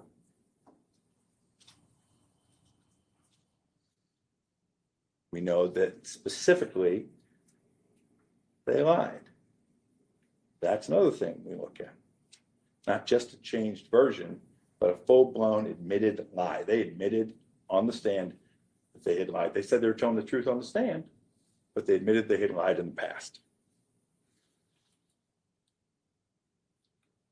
Now, Taylor said that he was just trying to do the right thing. They're trying to do the right thing. I want to suggest to you that that is nonsense. How do we know it's nonsense? We know it's nonsense because when he first came in here, he refused to say a thing. If he is so gung-ho to tell you that's why he's here, he's going to do the right thing and say the right thing, then why did he refuse to say anything while you sat here? You had to leave the courtroom. He's still on the witness stand after you came back. Remember what he said? I got nothing to say. I got nothing to say. I got nothing to say. He had to be threatened in order to answer questions. That is not somebody who's just in here trying to help, just in here to do the right thing. He's doing the opposite. What he admitted when I asked him was he actually didn't ever want to be in a courtroom like this. And he didn't ever want to tell anyone because he didn't think he was going to get caught.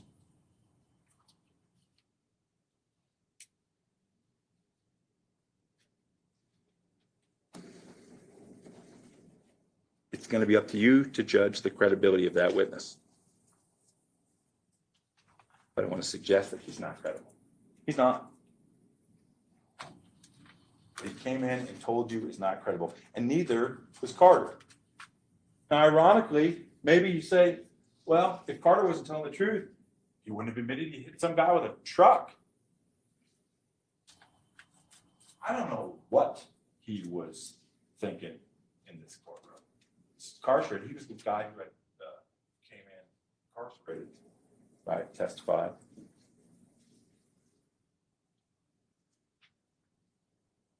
Think about some of the other just cold things that Carter said. Said he hit Mr. Jones on purpose with a truck, no reason. When he was holding a cell phone that he stole from somebody he helped kill, or maybe just killed, he got phone calls. He got phone calls from that young man's mother. And he kept the phone.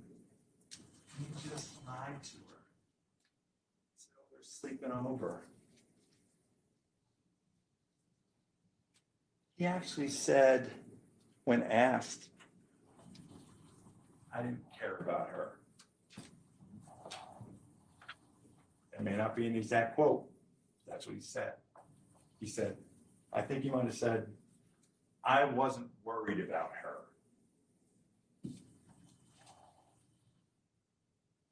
That's the prosecutor's witness. These are the prosecutor's star witnesses. Confessed, admitted, actual murderers. Their final version is the best of the best. Their final version is, we participated in murders. That's the winner in the contest.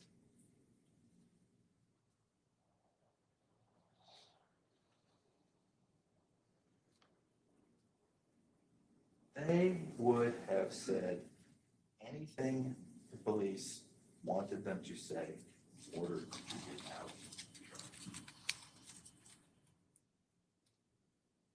And they both admitted that their testimony in this courtroom was so they could still have their deal. That's why they're here. But I want to highlight 4 things. Put them up here on this chart. Those 4 things I think are very important.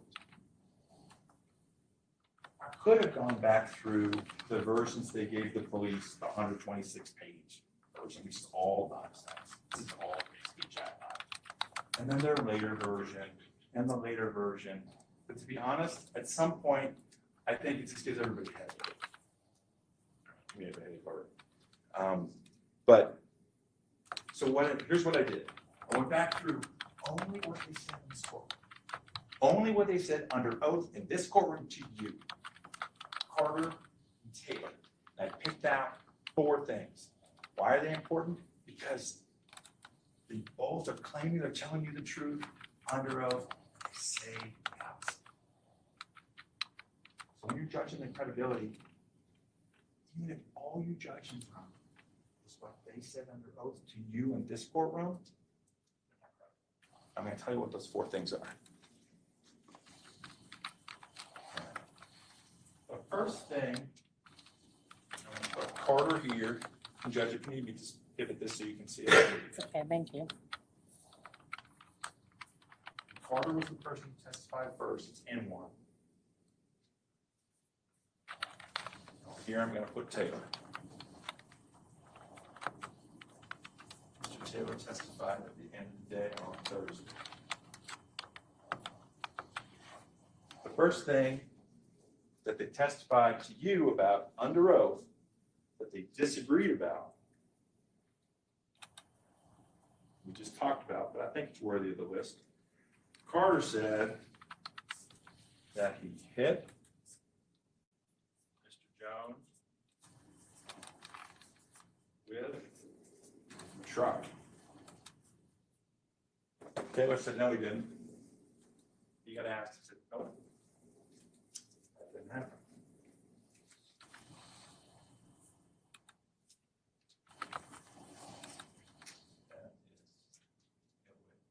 Right. Didn't hit Mr. Jones with the truck. And the person who was driving the truck.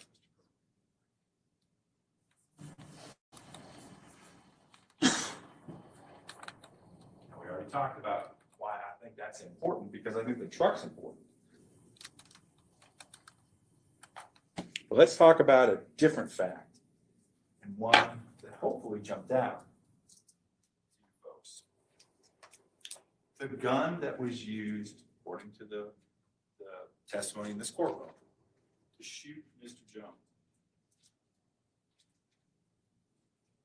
Mr. Carter was asked point blank, where was that gun purchased? I can't ask you. I'm going to tell you what he said. What he said is, it was purchased in a trailer park.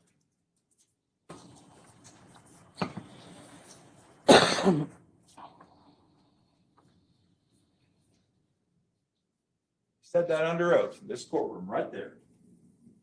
And what Mr. Taylor said? Taylor said, I purchased it at the home of Larry and Maurice. Same gun, same day.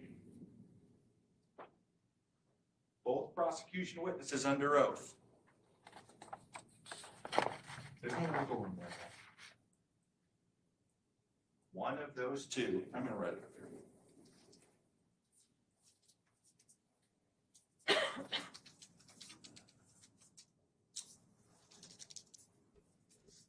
I'll leave the stream running, and hopefully the other side will give their or closing statements right after Dell's leaving for work here in a few minutes. So I'll see you guys back in a few minutes.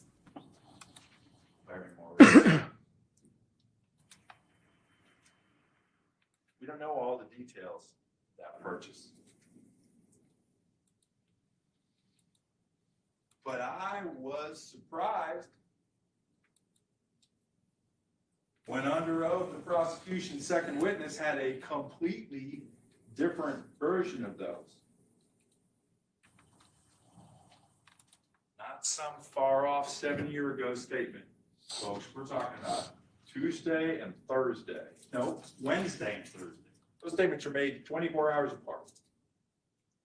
Somebody's lying. Somebody's lying to everybody in this courtroom, and most importantly, that means they're lying to you.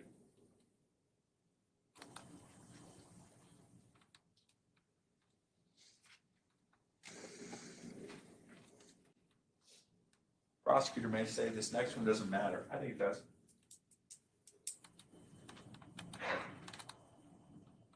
Remember all the testimony about the vote? I'm going to call it a vote. I'm going to quibble about the vote.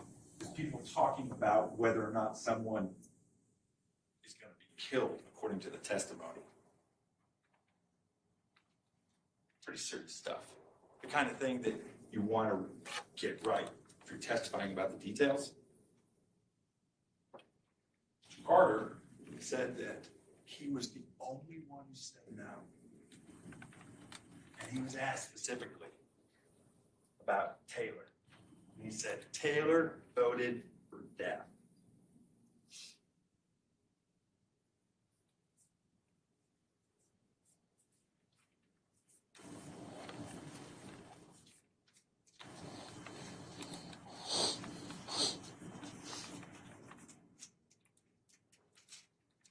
Taylor didn't even mention it when the prosecutors were asking the questions. He didn't even bring up the conversation. When I asked him about it, he didn't want to call it a vote. Okay, don't call it a vote. I don't care what you want to label it. But he didn't want to talk about it at all. When push came to shove, he testified under oath that he voted for life. He said, no.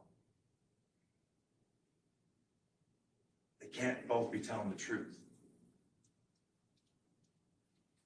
Carter said Taylor voted for death. Taylor self-servingly told you all he voted for life.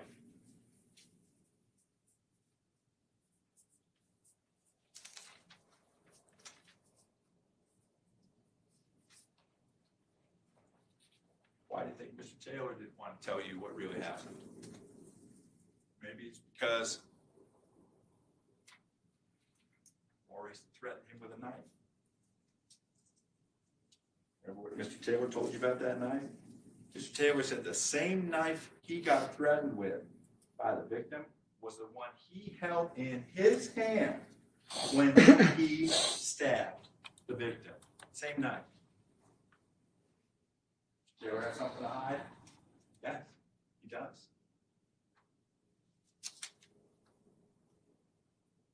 He admitted it. He was angry. Of all of the testimony, he's the one with an actual motive to do violence on that night.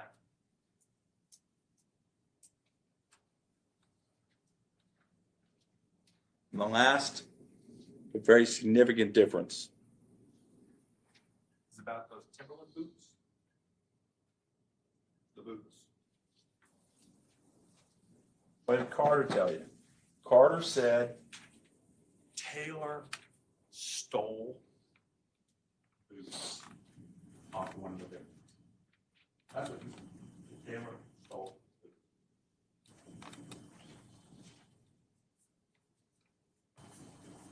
I bet you remember what Taylor said. And I bet you remember because I bugged him about it and asked him about 12 questions about it. That he said, I didn't steal any boots, those were mine. Taylor said they were his. He didn't steal anything. Those were his. You know the problem with that? No matter how much these guys put their heads together and came up with a story, they did it 7 years ago. They did it 7 years ago. Their story from 7 years ago is going to have pieces that they never talked about. And also, 7 years is a long time. We'll lose a few pieces here and there. Funny thing about the truth, You don't have to hold on to that quite the same way. You know, if somebody tells me a story and it's true, I'm going to expect that if they tell me that same story 5 years down the road, it's going to be pretty much the same. Now that I might ask it different, they might tell it a little bit different, but it's not going to have these sorts of whoppers. And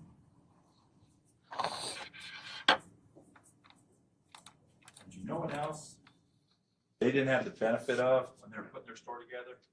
They didn't have the forensics reports. Because when Mr. Taylor is saying, I didn't steal those, I own those are mine. Detective Vance told you that they belong to the victim, right? I asked Detective Vance, I said, Mr. Carter had an item that belonged to the victim. She had the phone. Detective Vance said, yes. I said to Detective Vance, Mr. Taylor had an item that belonged to the victims. He had these shoes. Detective Vance said, yes. Then I said, and Brice Rhodes didn't have anything that belonged to the victim. Detective Vance said, yeah, that's right. He didn't.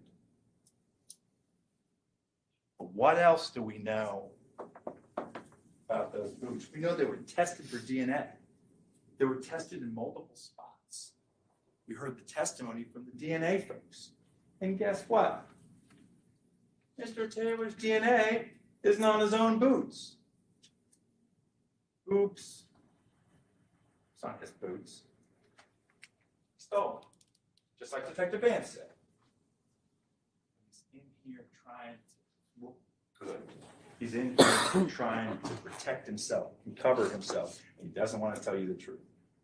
When you're evaluating the credibility of the witnesses that you heard from this witness stand, remember these things.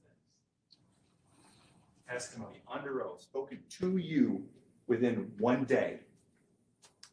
And it can't be true. They can't both be true.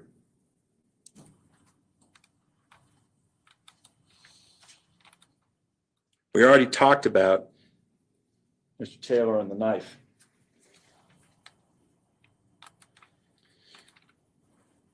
You know why they're in here? They're in here because of these. Now you'll have copies of these. These are yours, right? Everything that got marked as exhibits. It's mostly a lot of photographs, to be honest. And these are going to go back, and you can have them. You can look at them as much as you want, right? But I want to suggest to you that you really do look at them. Okay. Those two witnesses, the ones who confessed to being part of murders, 3, who we know lied. Nonetheless, this shows what they were looking at was up to life in prison on each murder, on each one, looking up to life. And what did they get? Because they're willing to come in here, they're willing to say, the police wanted them to say, in this courtroom, it got reduced from life in prison for each murder to 5 years. 5 years. That's a pretty big drop. That's a pretty big motivation. Just to make sure that they stayed motivated. In this document, it says, even after you serve your time, and you're out, and you're done, you still have to come back to this courtroom, and you still have to testify under oath. And if we don't like it, we want to say that we don't think you told the truth. If we can convince a judge that you didn't tell the truth, then you're back at life in prison. Times 3. So you better do your job and get in here and say what you got to say.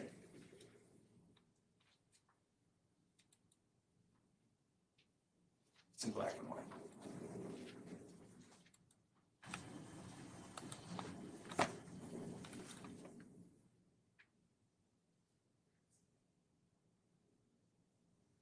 So all of this, we're talking about credibility, all of this matters. Because you're going to have to decide whether or not the prosecutor really proved beyond a reasonable doubt their case. So I want to stop for a second. Why do we even have that? Why does that matter? Why is that the rule? We have that rule because there used to be a time that the police and the prosecutors could literally go out and grab somebody if they didn't like them. Grab them if they just thought that they were guilty. And then there was stuff. There are legal systems where you are presumed guilty and you have to prove your innocence. That's horrible.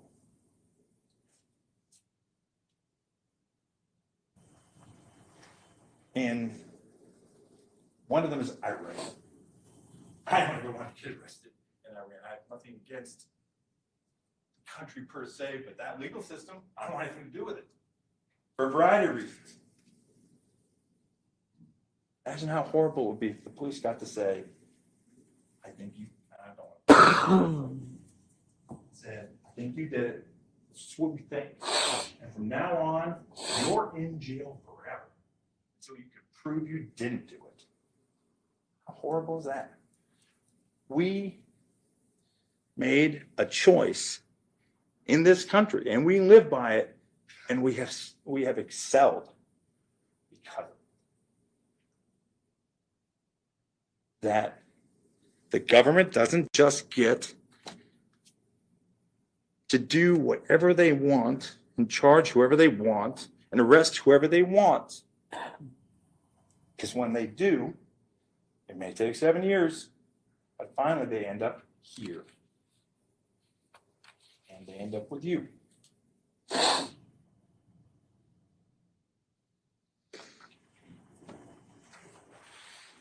You are here to make sure that it's not a guess. Beyond a reasonable doubt, it's not a maybe. It's not a probably. It's beyond a reasonable doubt. Now, I'm not going to try and tell you what a reasonable doubt is. I'm not going to try and define it. That's up to you to decide. But it's a big deal. It matters. Didn't matter, you wouldn't be here. I'm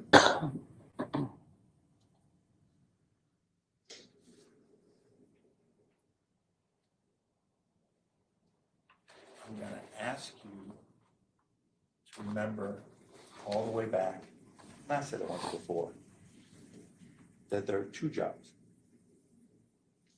When you go back into that jury room, your first job is going to be to figure out the best you can what the prosecutor proved beyond a reasonable doubt. Then, and I'm not going to, the judge will read them all. I'm not going to read them at you. I'm not going to, you guys can all read them if you want to. Fine. But to apply the law and the instructions to what you believe the prosecutor proved beyond a reasonable doubt. And I'm not suggesting that's easy. Right? It may take a while. I don't know. It's going to be up to you. It's going to be up to how the four-person, frankly, runs the show back there a little bit. But I have complete faith that you have. I've watched. You're all paying attention, taking notes. I think that you will do both halves of the job back there. And I appreciate that you're going to do it.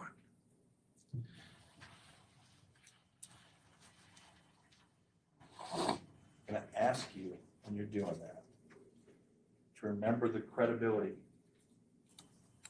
of the folks who testified and remember all the other things you know about the investigation. Things can't be, shouldn't be taken at face value.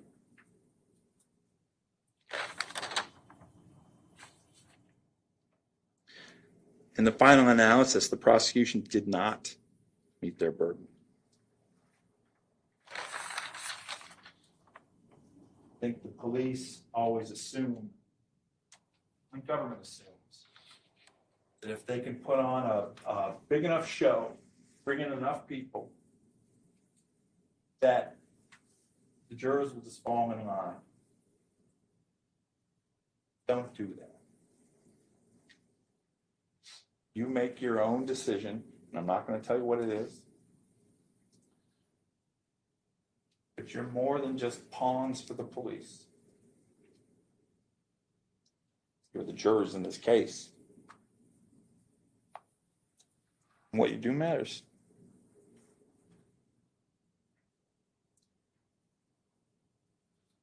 In the final analysis, the prosecution did not prove beyond a reasonable doubt the existence of an intentional murder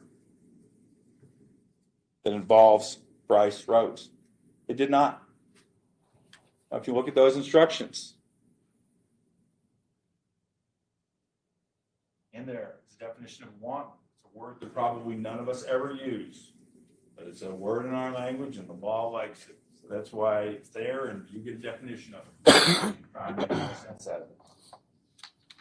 That one's a little bit more wide open because it covers an awful lot more territory. Just because it's wide open and may seem more like the prosecutor met their burden there, does not mean you will decide. And there are two different offenses that both require wanton rather than intentional. Again, that's all written down. The judge read it. You can look at it as long as you want. And hopefully it will make sense. There's 12 of you. That's how it doesn't make sense to one person, it makes sense to somebody else. But I'm going to ask you, let me go back into the room. Think about all the evidence you heard from this stand. Think about the lack of credibility of so much of that evidence. And ask you to return a verdict of not guilty.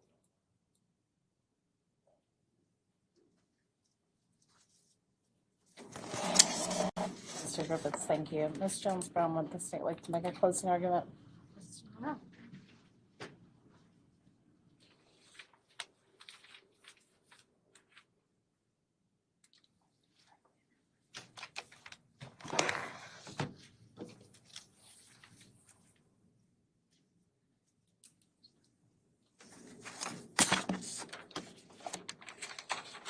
Sorry, I'm gonna have some squeaky noise.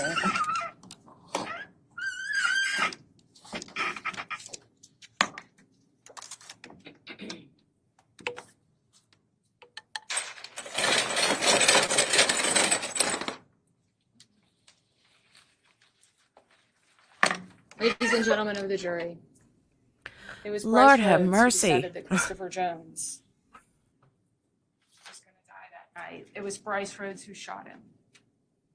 It was Brice Rhodes who decided that Larry and Maurice had died. It was Brice Rhodes who stabbed them over and over and over. It was Brice Rhodes who gave the knife to Anwan Carter, to Ja'Cory Taylor, to Tieran Coleman, to the unknown man, to make sure they were all in it. He learned his lesson last time about people talking. It was Brice Rhodes who took those bodies to River Park and burned them. There are so many profoundly tragic parts of this case. I don't know which is the worst. There's Christopher Jones, father of 3, crossing the street in the West End, nothing to do with any of this. Shot dead for the stupidest of reasons. Larry and Maurice, killed because they did what we would want any teen to do in this circumstance. Go to your mom. These 4 children, so desperate for adult male guidance that they keep hanging out with Brice Rhodes even after they became scared of him because of Christopher Jones's murder. There's Ja'Cory, who had nowhere else to go, sleeping in stairwells, going over there even when he didn't want to, because that was a place where he could spend the night. Maurice tied up with a sock in his mouth, bound, knowing his little brother's in the bathroom. There's Larry stuck in the bathroom. not knowing what's going on outside, we hope. And then Larry's struggling when he comes out and sees the blood on the floor. Anwan Carter and Ja'Cory Taylor feeling they have no other option but to follow the orders of that man who forced them to participate in the murder of their best friends.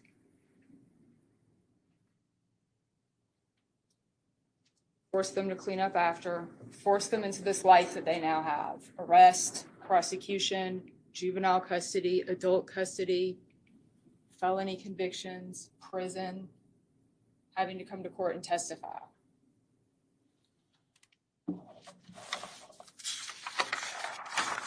That is what this man has done to this entire group of children.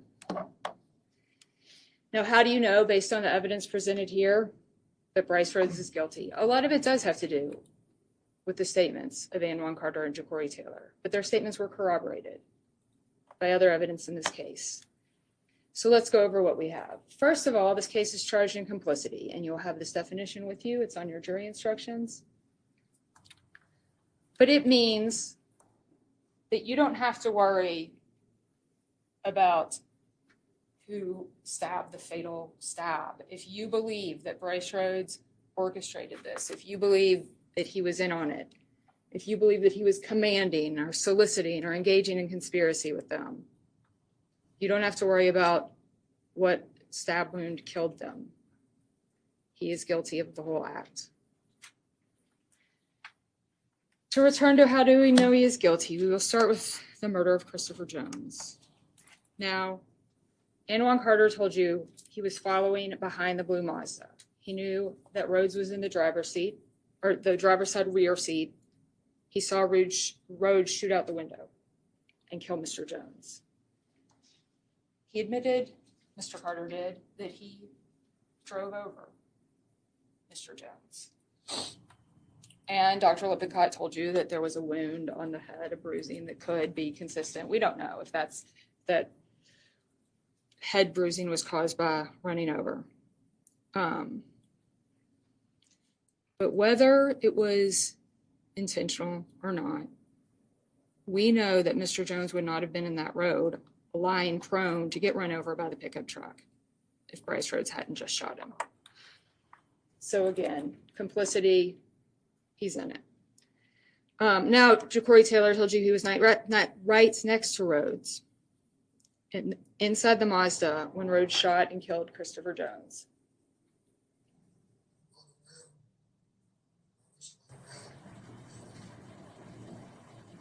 Stop the car.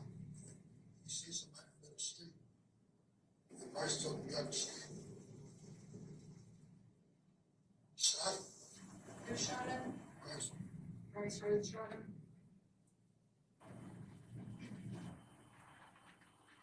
Ja'Cory Taylor told you he saw Brice Rhodes shoot him. Now, both of them described the Mazda in front, the pickup truck behind, and you saw on the Ring video that Detective Griffin found on the block that night, from that night, that there is a small car driving past, immediately followed by a pickup truck. And that tells you that they're not making this up. Ja'Cory and Anwan aren't making this up. Again, the shots that night, the one shot followed by 5. You heard that came in on the 911 call.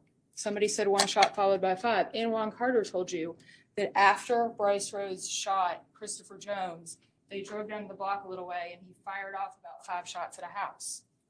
One shot followed by 5. Now the defense pressured Detective Griffin on, why didn't you change the report when you only found one casing on the street? This is an example of why you don't change a report. Because it is a fact that the 911 call came in that way. Then later they talked to Anwan Carter. They find out why there are 5 shots following. And this goes to show that they're not making this story up. Anwan Carter was there that night. He wouldn't have known about the one shot followed by 5 that came in on the 911 call unless he was there. Now, this, he was in front. Jacory was in front in the Mazda. I don't know if he turned around, saw what was happening. It makes total sense that he wouldn't have seen. He just saw Brice Rhodes kill a man. Makes total sense that he didn't turn around and see what Anwan Carter did with that car.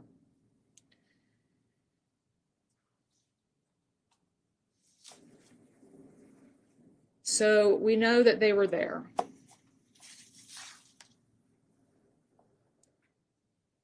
I guess the defense wants you to believe that these kids just, took a Mazda and a pickup truck over there to commit this murder for no reason? That's what doesn't make sense. 15 years old, Larry was 14. And so Larry 14, Anwan 15. Then you have Maurice 16, Jacory 17. But these 4 teenagers drove over there. They were there because Brice Rhodes brought them there. And the rest of the story doesn't make sense except how they told it. Larry and Maurice started telling their mother Brice Rhodes was mad about it and he killed them for it.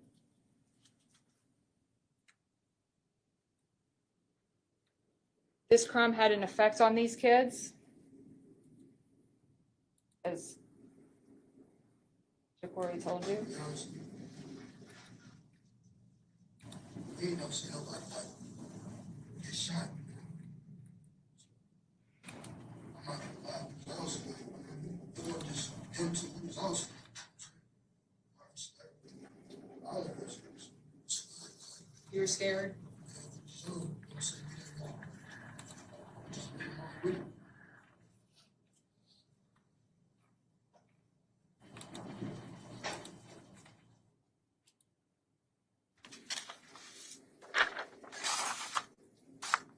The words and emotions of Jacory Taylor, now age 25, having been to prison, having lived 7.5 years since that day.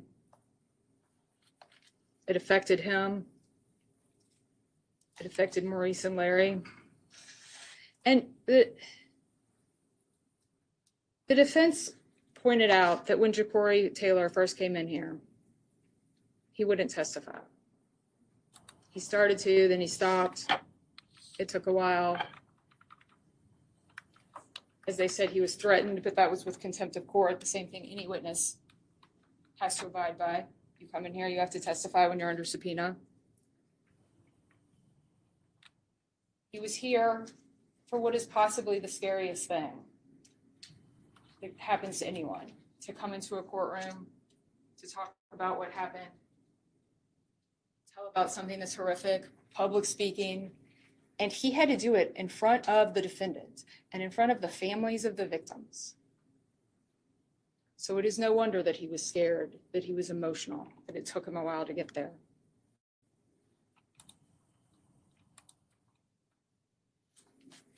So they were scared. Larry and Maurice told their mom. What did he tell you wanted to do to them? so we got to kill him. Brice Rhodes said, we got to kill him. And we'll talk about the instructions later on, but this is how you know it's an intentional murder. He told them they were going to go kill somebody with a price. It ended up being Christopher Jones. And look, we have no reason to think that Christopher Jones had a price on his head, and I'm not saying that the person who did have a price on his head, if that person exists, deserved to die either. No one deserved to die that night. But he told that there was a person with a price on their head, and that's why they were going down there to collect this money. You heard from Anwan and Jacory that the money was never distributed, so we don't have any proof whatsoever that Mr. Jones was anything but crossing the street. But that was Brice Rhodes' intent, to kill Christopher Jones, and this is his intent, to kill Larry and Maurice because they were telling. All right, now we come to Saturday, May 21st. Christopher Jensen told you that Rhodes borrowed his car that day, the Dodge Charger. Rhodes admitted in a statement that he probably was in front of Larry and Maurice's house in that car. Later, you have Jacory Taylor and Anwan Carter riding around with Q. They stop by Maurice and Larry's. Boys aren't home. They eventually head over to Rhodes's. Q drops them off. Imagine how relieved Q is that he decided not to go in there that night. So Anwan and Jacory arrive. Everything's fine at first. People present are Rhodes, Larry, Maurice, Tieran Coleman, unknown male, unknown female. I have a few things to say about that while we're here.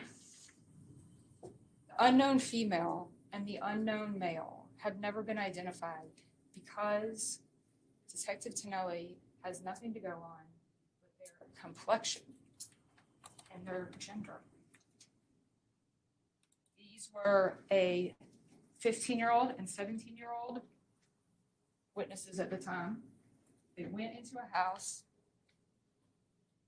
They weren't introduced enough that they retained names from this situation, if they were introduced at all.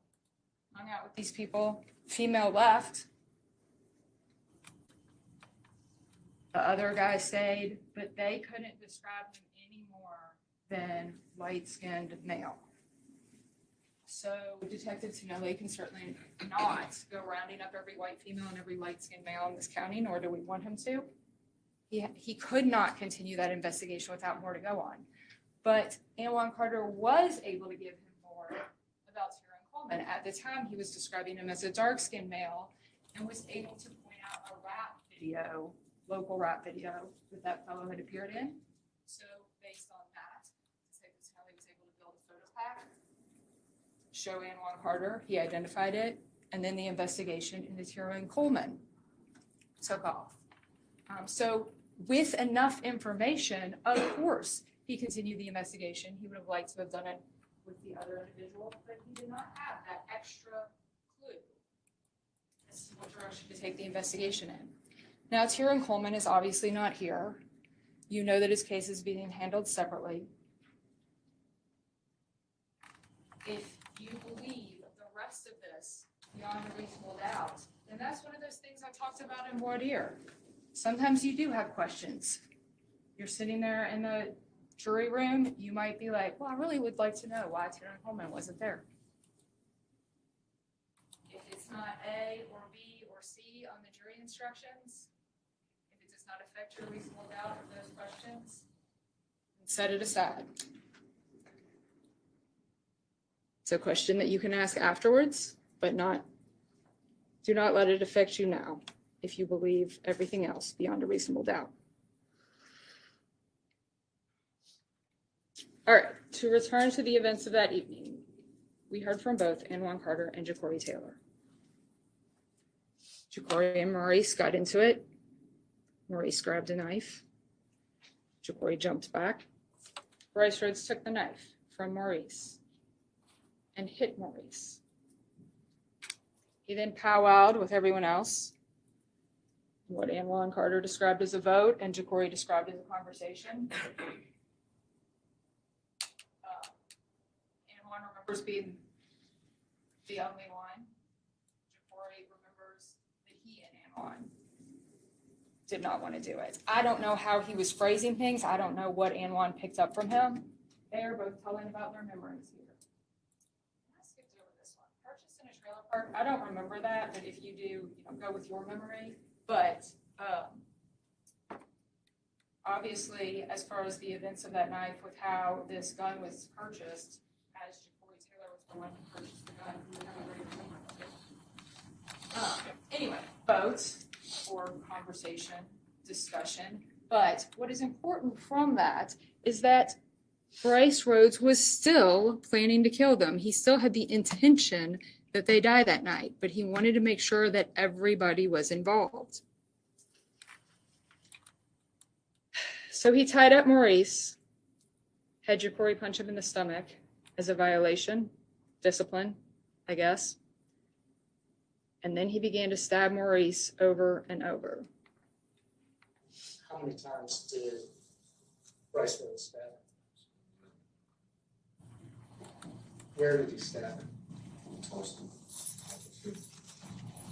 Was he standing up or was he on his knees? He was on his knees. And he stabbed him in the chest.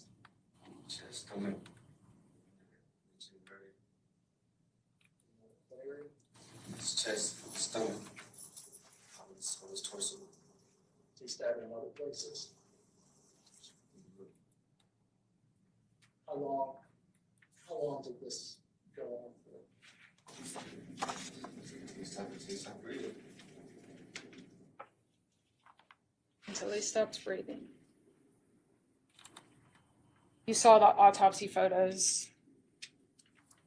You know that he was stabbed over and over.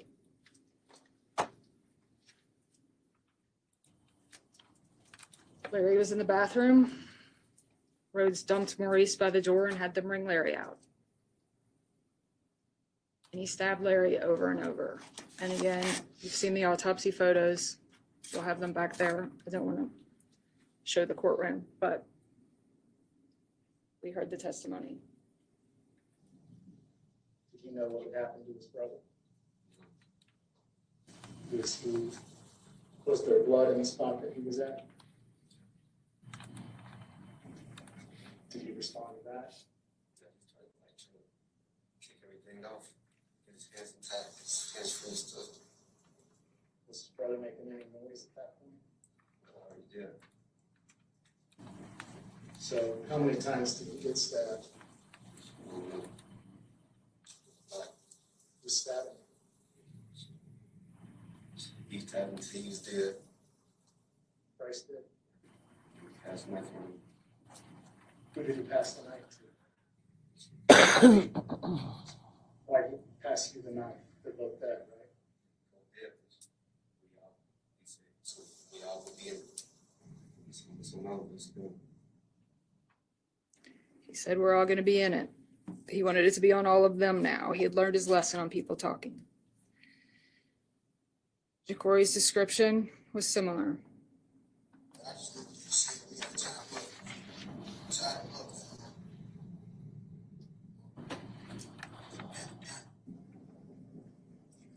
Snap blood, not recently. Who stabbed Maurice? Brice. Was Maurice tied up at that point? Hey, Brice. Good to see ya. Who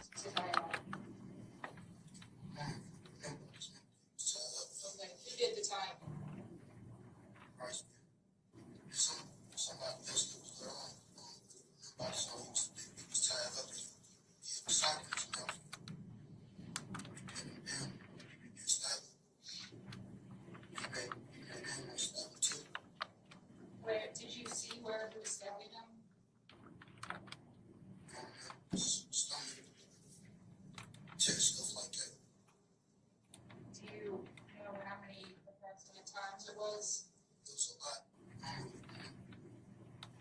What was Maurice doing while this was going on?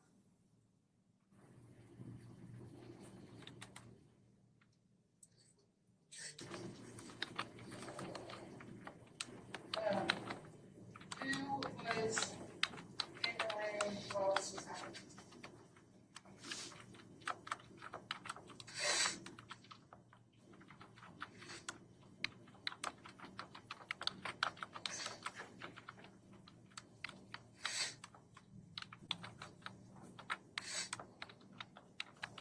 Yeah. It was me, brother. Brice, and two other people. He's pretty much fighting, you know. Like trying to, he made him one stab. Once him one stab, he kind of pulled him to the door. He had me staring at him. You were standing by the door?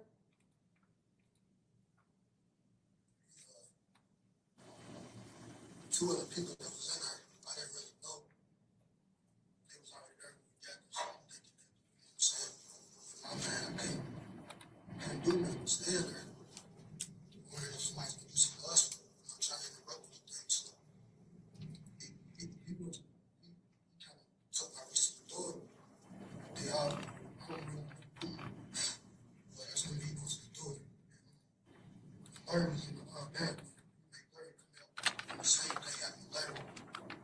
Once he did Larry, he think we stabbed Larry.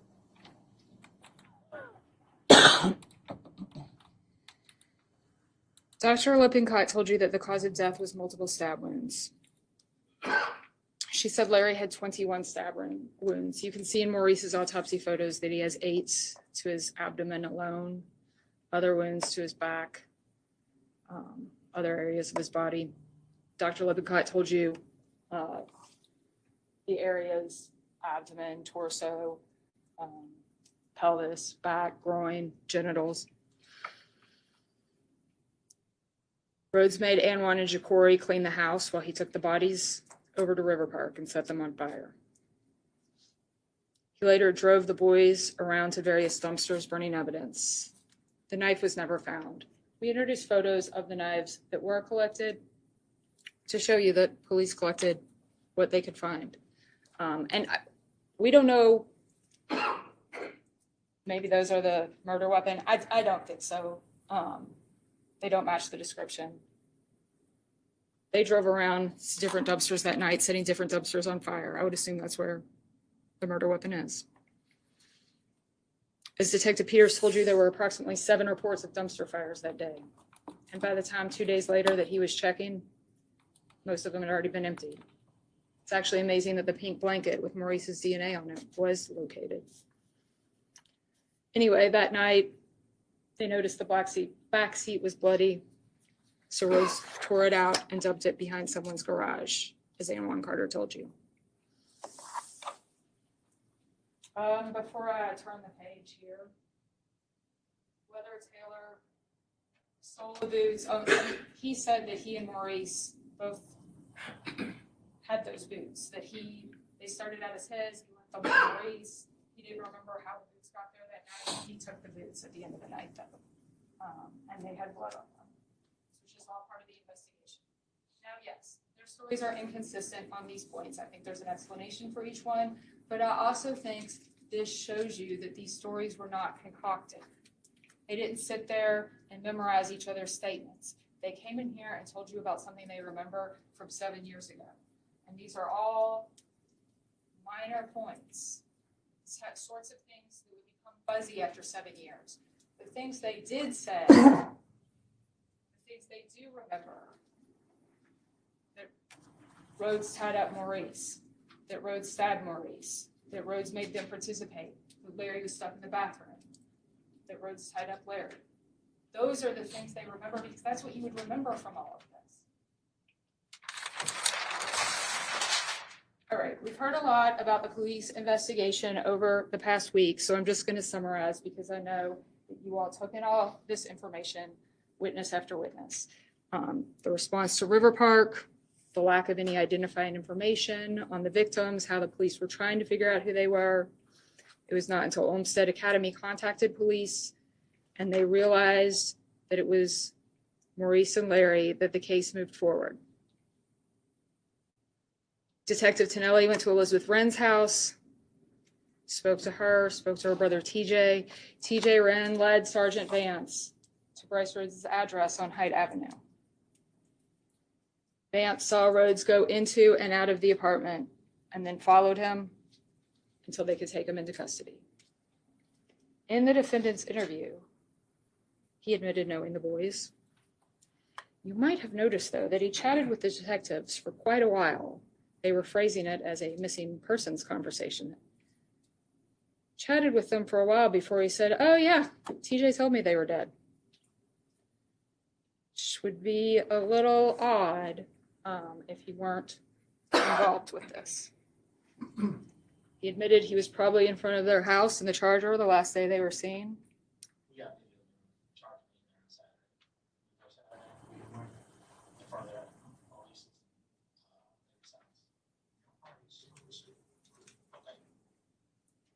And yes, Detective Tonelli said that was on video, and it wasn't on video.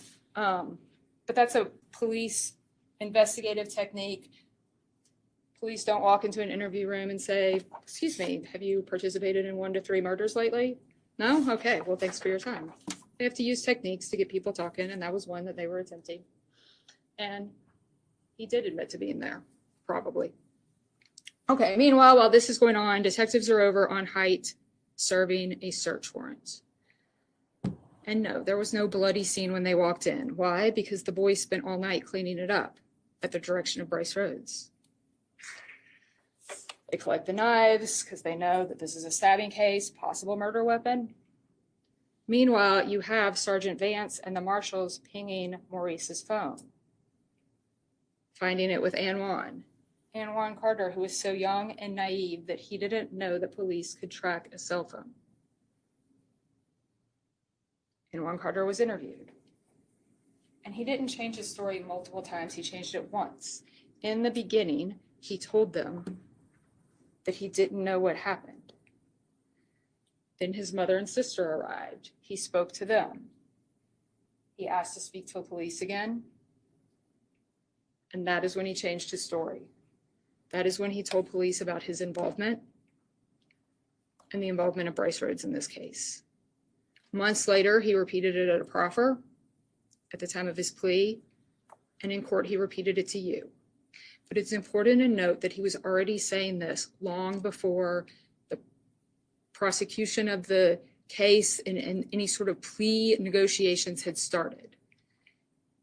He admitted his involvement, and he talked about doing anything he did at the direction of Brice Rhodes. He talked about Brice Rhodes wanting to kill Maurice and Larry and killing Maurice and Larry, wanting to kill Christopher Jones and killing Christopher Jones that night that he was picked up, May 24th.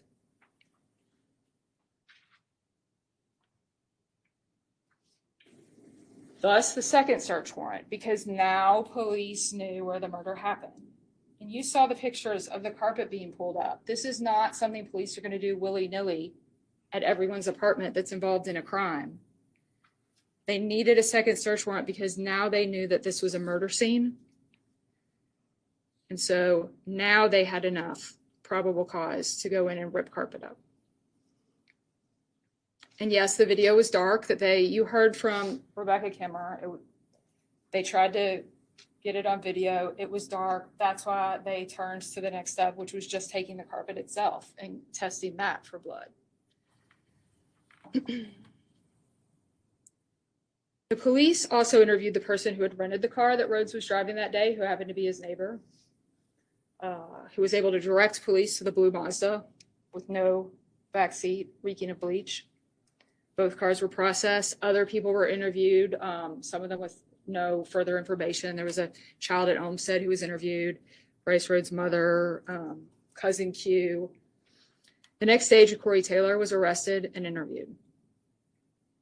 Detective Peters and Metzler were finishing up the dumpster search, and later Sergeant Vance collected the boots. So what do we know from all of this? From the second search warrant, we know that the carpet was covered in blood, as was the carpet's padding.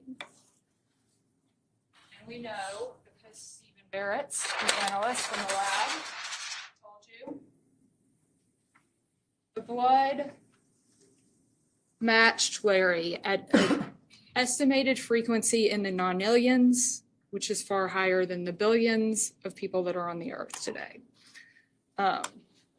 So there's a 1 in nonillion chance that that wasn't Larry's DNA. So they took various cuttings from the carpet. On one of them, exhibit 24-1, it was Larry plus one other person. On the other one, it was Larry. From the carpet padding, same thing, Larry and one other person. The DNA for the other person was too limited to make a determination. But this makes sense, as Larry was the second person to bleed out on the carpet. What else do we know about from the apartment? Thought that was interesting. I'm not saying that everybody that bought White Castle that weekend was involved in this, but I do think that's interesting. All right, we know that these sheets were off some of the beds, pillowcases off the beds, and we know that a lot of bedding was found in that dumpster, burnt and bloody. What do we know from the dumpster search? We know that Detective Metzler were faced with a dumpster full of trash. We know that the reason they were looking in dumpsters at all was because the backseat was missing. They wouldn't have gone out just to search for one pink blanket. But fortunately, that's what they found. there in a second. So they come to this dumpster, it's full of trash. They call in and say, found it, thinking that some of this was going to be the backseat material. And that's what Detective Tonelli was left with. This search you heard took hours. It took well past midnight. He'd been told they found the back seat, and they did not come back to him at the end of this and say, we found a lot of bloody sheets and blankets and towels, but we didn't find the back seat. He just did not get that information. So when he went to testify, he testified in the probable cause hearing that he believed they had found the back seat. He qualified it. He said, further testing, we're awaiting further testing, but we believe we have the back seat, because that's what he believed at that time. And it was not until he started getting all the reports, and really, he's got other cases going on. I mean, we all wish that we were all straight on the back seat from the very first moment. But yes, he's got other cases going on. We were sitting here. The judge said, what's the biggest thing you've got to bring in? He's speaking from memory about reports that he looks at from time to time, but didn't study up on before every court appearance, and he said probably the back seat. If he could find the back seat, he would have brought it to you. He would have tested it, but that back seat was never found. And we know what happened to the back seat, something that police only found out about later at a subsequent interview when Detective Tonelli did say to Anwan, what happened to the back seat? And Anwan told him and tried to show him on his phone, tried to show him where the garage was, but only knew the neighborhood, didn't know the exact location.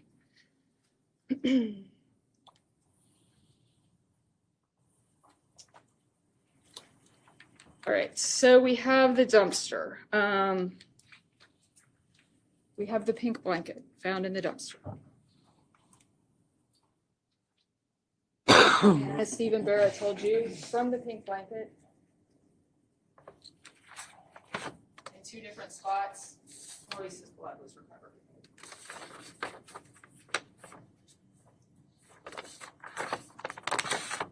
Now, while we are on the subject of the labs, what else do we know? The tire tracks from the scene were compared to the Mazda's tires.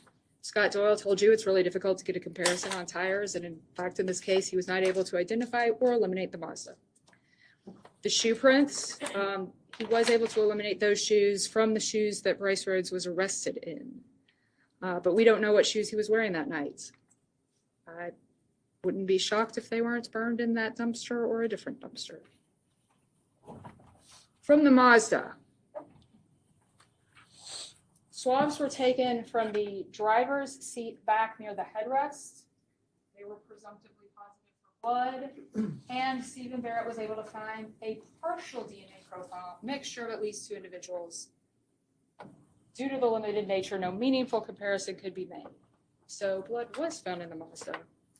It was not found on the parts near the where the back seat would have been, either because that area was bleached. Two different detectives told you the car smelled heavily of bleach, and the analyst told you that bleach can degrade a sample, or because the blood was on the back seat that got ripped off.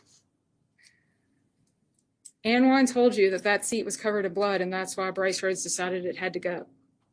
That's where the blood was in the car. And the reason that it is not here in these lab reports for analysts to tell you about it is because Brice Rhodes got rid of it.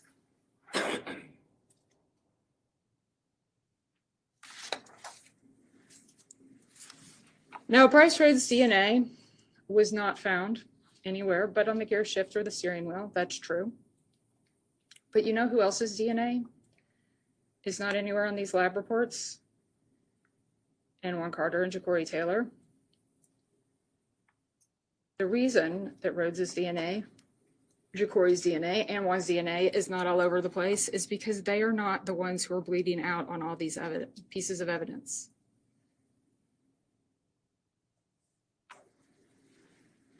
It is Larry and Maurice who are bleeding on the evidence, and it is their DNA who is found. If They want to say that because Rhodes' DNA is not on anything, he wasn't involved in this. The same would hold true for Ja'Cory Taylor and Anwan Carter. Their DNA is not on it either. We know they were involved in it because they told you. So the same logic does not exonerate him from that analysis.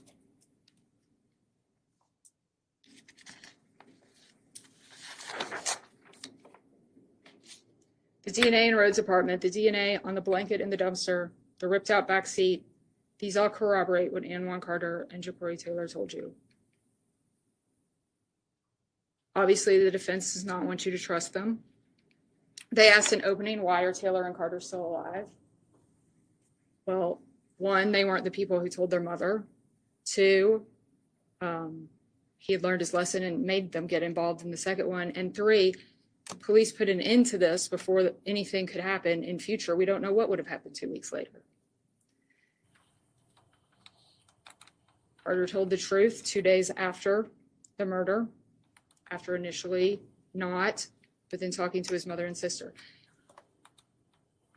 Do you think that his mother and sister came in there and said, I've got an idea. Why don't you tell them that you're involved? Why don't you tell them that you stabbed them too? That's a great idea. No, they went in there and said, tell the truth. If this were not the truth, he would have said, I was just an eyewitness. I just saw it happen. I didn't do anything. The fact that Carter gave them so much information that led to his own conviction for facilitation to murder corroborates his statement.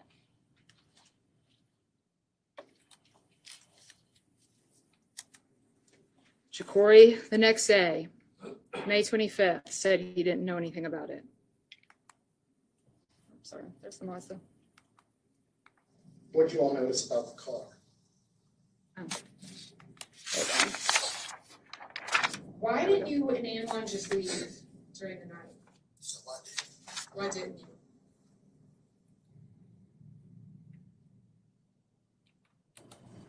While he was gone.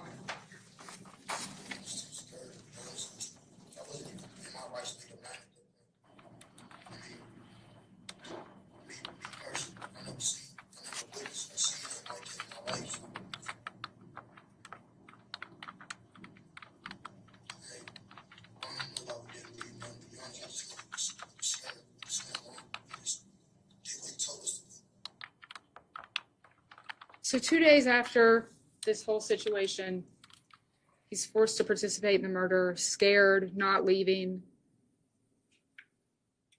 2 days later, he's in an interview room, alone, no father, no mother, no one to talk to, knowing that the last people who told what had happened had ended up stabbed multiple times. So he told police he didn't know what happened. It was not until later, when he had been in custody, ironically safe from this whole situation, until he had an attorney, until he had time to think about this, that he came forward. I'm going to return to the slide that I had skipped. This is back to the back seat. I just wanted to play this for you in case you missed it. Oops. What'd you all notice about the car? The backseat. And so, how was that handled? Cut the backseat up. And who cut the back seat out? What did he do with the back seat after he cut it out? We put it in the back of somebody's garage. So that's why we don't have the back seat. Okay, hold on. I'll get to this in 1 second. But first I wanted to say, if you don't like the plea deals I did with these co-defendants, that's fine. I mean, that's my signature right there. You can write on the back of your jury forms, I think they got too much time. I don't think they got enough time. I don't think you should have amended down. Well, I don't know how you feel about this. So you can call me up later, look up my office's number, call my office. But if you believe what they told you, if you believe that he's guilty beyond a reasonable doubt, then your feelings about this plea deal don't affect your verdict. I had to make a decision on what to do with Ja'Cory Taylor and Anwan Carter. And one of the things that I knew was important was getting you all the evidence that you heard in this courtroom. And these are the sorts of things, sorts of decisions that we have to make in courtrooms all the time. Because the witnesses to crimes are often also the participants in crimes. So if you are mad at what I did, that is fine, let me know. But that doesn't mean that Brice Rhodes is not guilty of murder. And so let us talk about what you would need to find under the instructions. So it's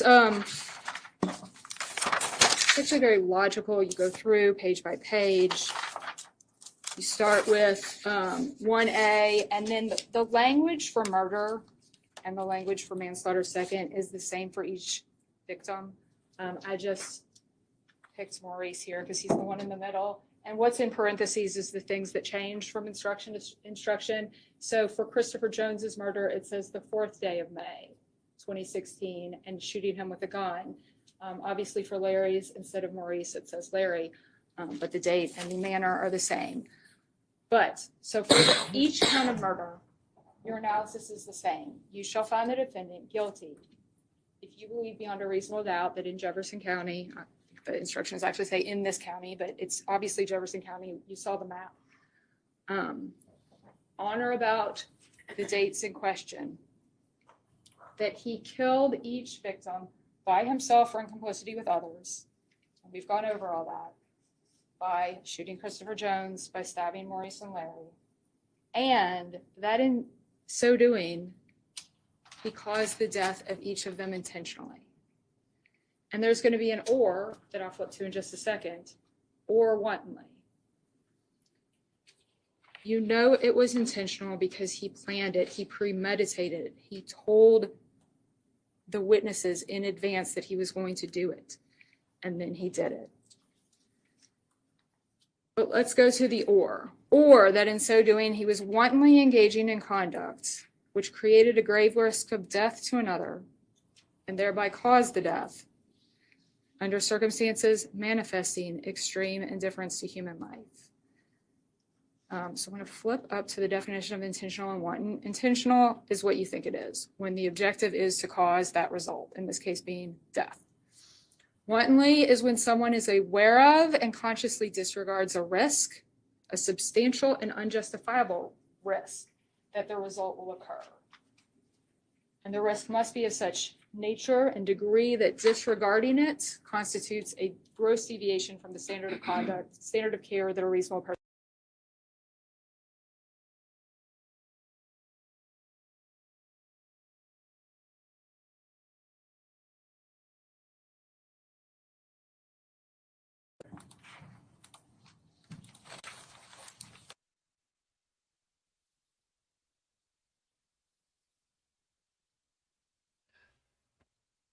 Yeah, I think that they will too. I think that they'll start deliberating tonight, and who knows if it's anything like what happened with the Hannah Payne case.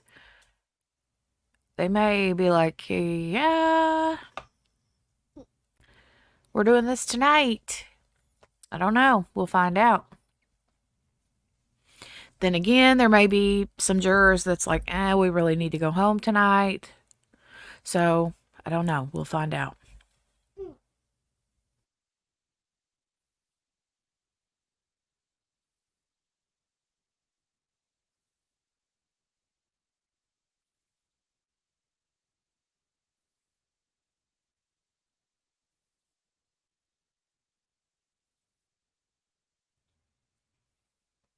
Mickey says, I do. I can't imagine receiving all this info and then having to sleep on it. Yeah, they usually like to get them straight back after the closing because it's fresh in their mind. That he's driving down the road, shooting his gun, not specifically intending to hit and kill Christopher I'm Jones. sorry, can you all approach for just a moment?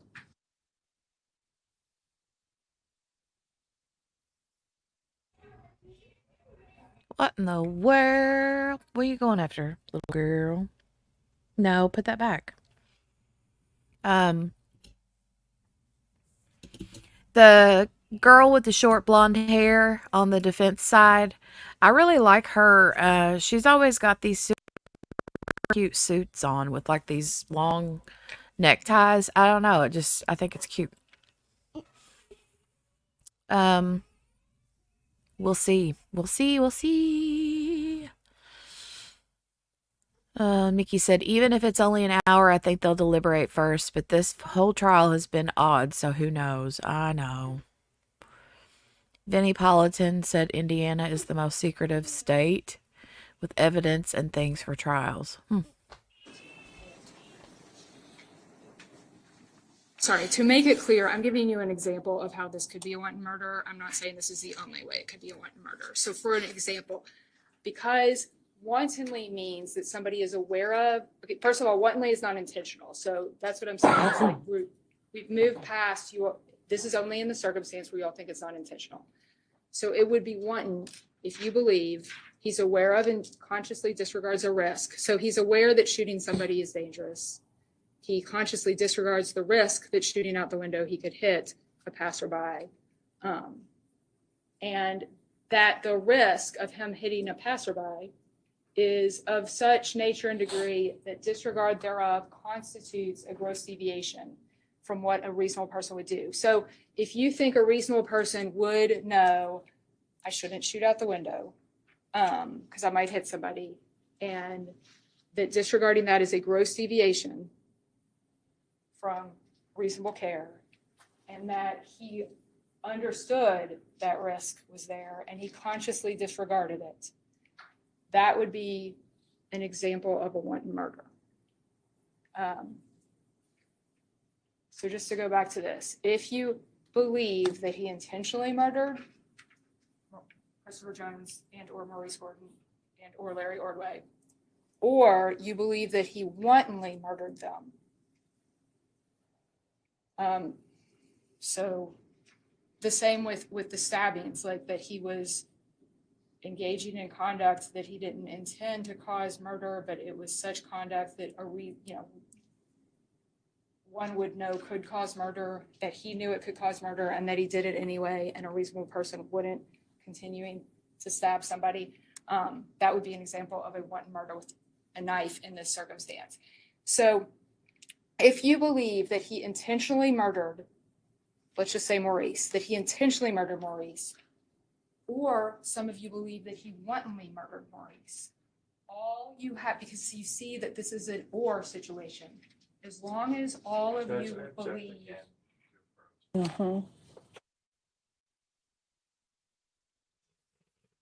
Uh-oh, I wonder what that was for.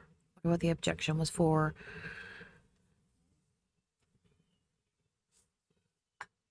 I don't know. Looks like, does he still have that bandage on the back of his head? It looks like it's there, but then also it looks like it's not. I can't tell. I think it is. It is, right? Yeah. And I think we've determined it was a tattoo he's trying to cover up, right? Right. Yes, yes, yes, yes. Mickey says y'all need an interpreter for my comments.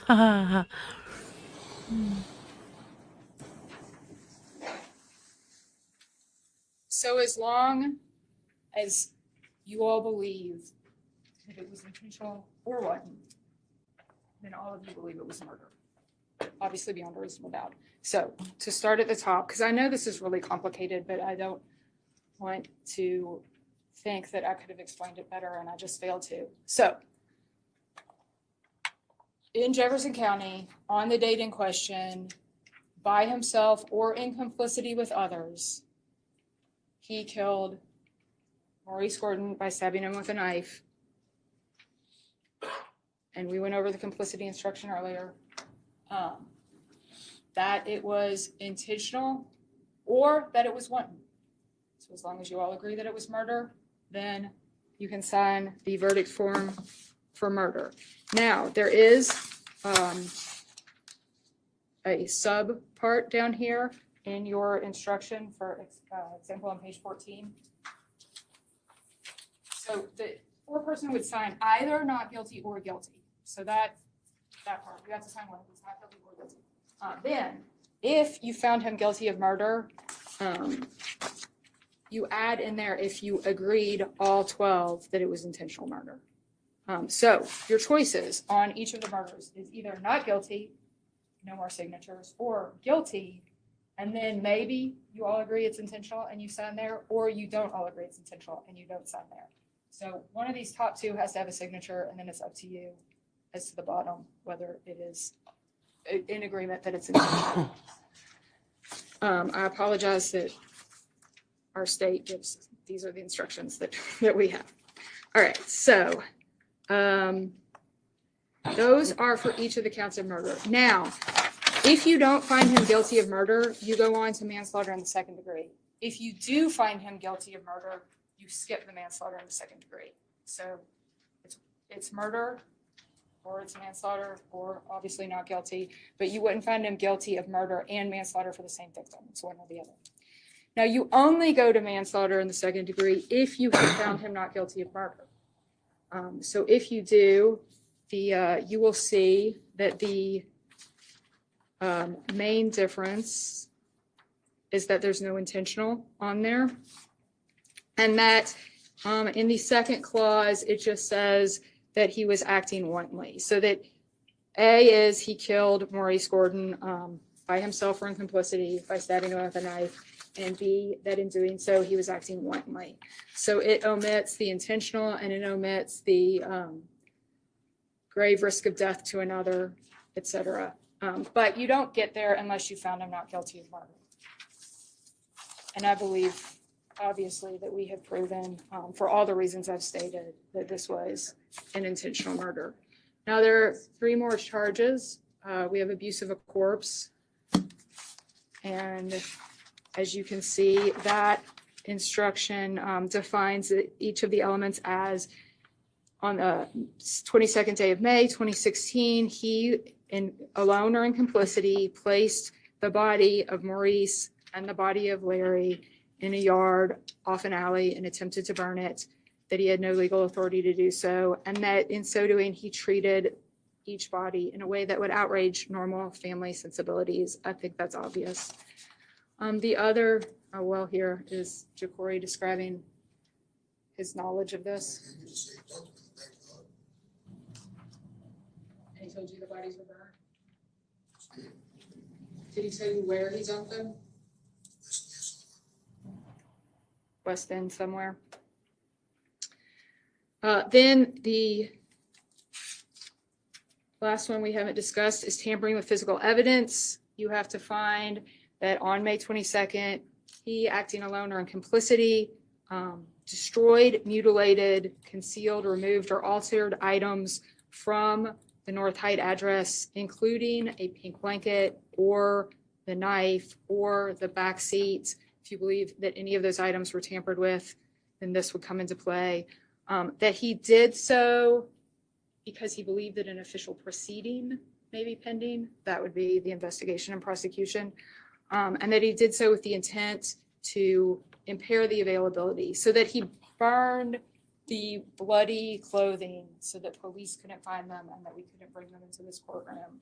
He ripped out the back seat so that police couldn't test it. We couldn't bring it into this courtroom. Who's driving the car? Brice driving Yeah, where do you go to? the car. We went to like different dumpsters. Different dumpsters on fire. Why different dumpsters? Just to spread evidence.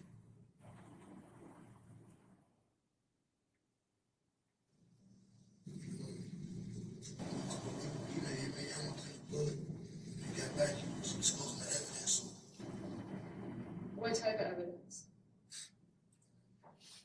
It could have been clothes, it could have been, you said receipts on it, that's some of it evidence. And was it stuff with blood on it? Yes, What did you all do with that stuff? it was took to a dumpster and they burnt the stuff up. And that is how you know he is guilty of tampering with physical evidence. I have one last slide to show you. It wasn't presented, you know, all of us was pretty much blurred, just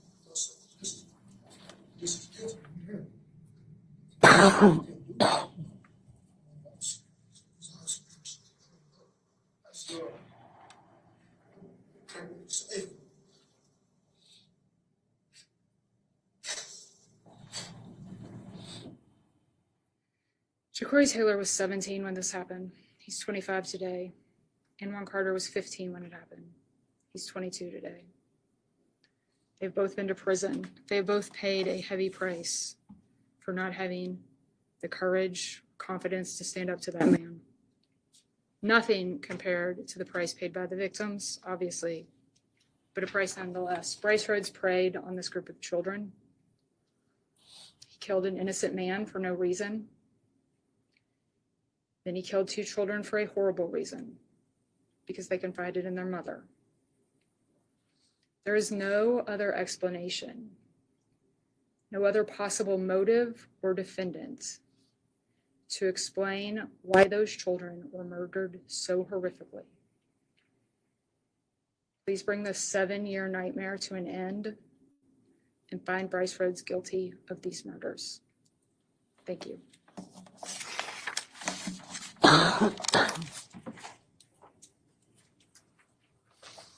Ladies and gentlemen, at this time, we are going to draw who our random jurors will be. Counsel, would you all mind to come up?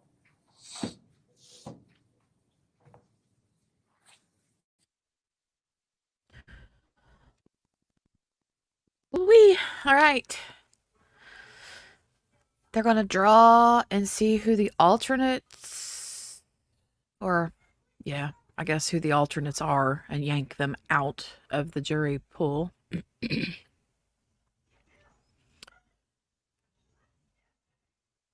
So that's always a hard part. I would be so, I mean, I understand, but I'd be so upset if I'd like spent the entire time, which this isn't a long trial, right? I mean, think of some of the long trials. And you spend the entire time, and then at the very end, the judge doesn't call your name. I would be really sad, I think. Thank you all. All right, I'm going to tell you who the alternate jurors are. I'm sorry. John, would you mind to move that easel?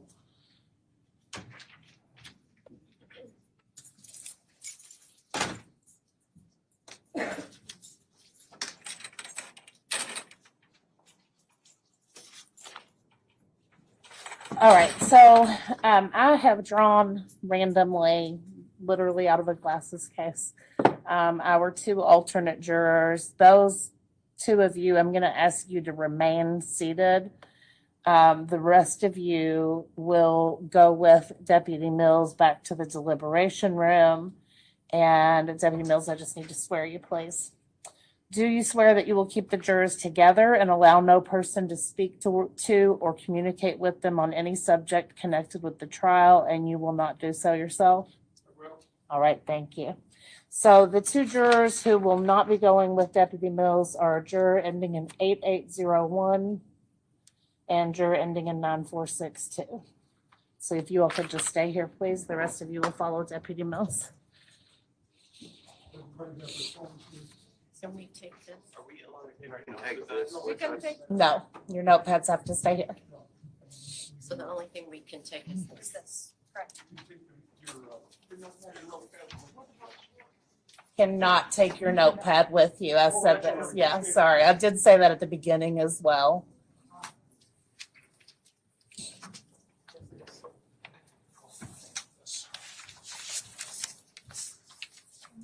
And just remember, you'll have 1 copy that you'll have the 4-person sign.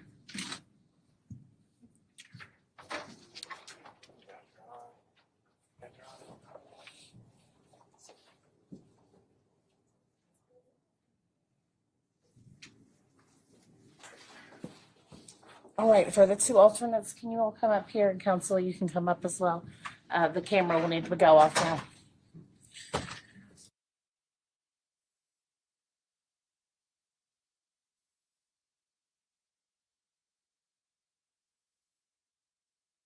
Wee wee. I think we're gonna be on a verdict watch. I do.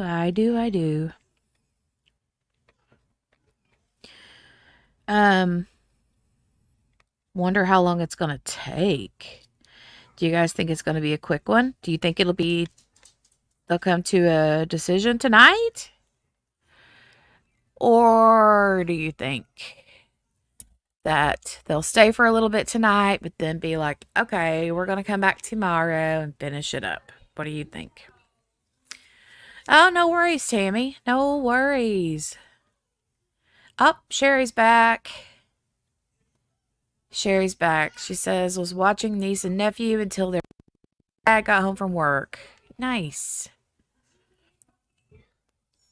Tammy, the jury literally just went back. They picked 2 alternates and she told them to stay. So she's just going to give them their little speech, you know.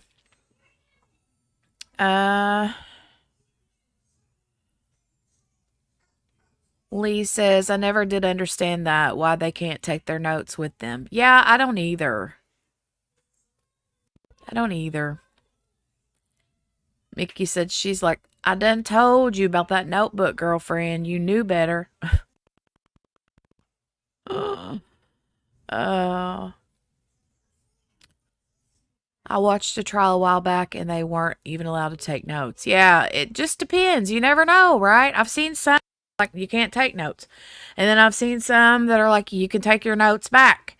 And some's like, no, you can't take your notes back. I'm like I would want to see my notes. That's why I would want to refer back to my notes, right? Yeah, thank you. All right, so we are going to go ahead and let you all go since I have your contact information. But like I said, there's a slight chance, something could go wrong. We could need one of you to come back. So in the meantime, you remain under oath as a juror in this case. And you remain subject to the admonition, which I'm going to read one more time just to be clear. You must decide this case based solely on the evidence presented within the 4 walls of the courtroom. You must not use internet search engines, websites, blog, or any other electronic tools to conduct any research, post information, or help you deliberate. During the course of the deliberations, do not communicate online with anyone connected to the trial, including witnesses, lawyers, other jurors, experts. And if you accidentally encounter any information about the case from any source, immediately bring it to the attention of the court. The other thing that I'm going to do is because I think what I'm probably going to do is just call you all when we have a verdict, since I've got your information, and then you'll know. I will call you and say, hey, we have a verdict. You're officially relieved from duty. And then if you want to know what it was, I can share that with you as well. Okay. All right. So you all are free to go. And the next time you hear from me will hopefully be me telling you that we have a verdict and will not need you. Okay. All right. Thank you. Thank you.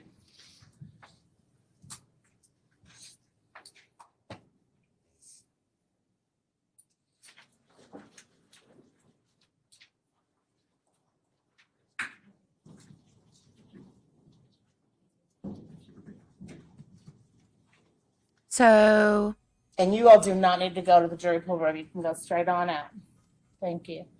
Do we have anybody that might be able to just kind of watch them walk to their car? What do you need? I'm wondering if we have somebody that can just kind of observe them walk to their car. Sure, which ones? The people who just left. Okay, I'll have to catch up with them. Okay, well then let's go. I mean, you all also have walkie-talkies. Maybe you could call down to the first floor or something. she's like, okay, do it. Do it now. Or so help me, so help me. So is she going to bring them back out and tell them, All right, Mr. Griffith and come up. I have your all's phone numbers. I do not have Probably not. your co-counsel's phone numbers. I have Mr. Cunningham's. But typically what I'll do is send a group text to all of the attorneys when there's either a verdict or a question. Traditionally, what Rhodes, does he stay in the courtroom? Does he go back? No, we'll let him go back, we'll let him stay up here for a while. Who knows? We might get a verdict pretty soon. But it doesn't really matter to me, honestly. I don't think he ever really had food. Do you ever really get Okay. if there's any chance I mean, the jail's not going to deliver food on demand, Mr. Griffiths. I don't know if you've met our jail. But you all are welcome to get him food. Great.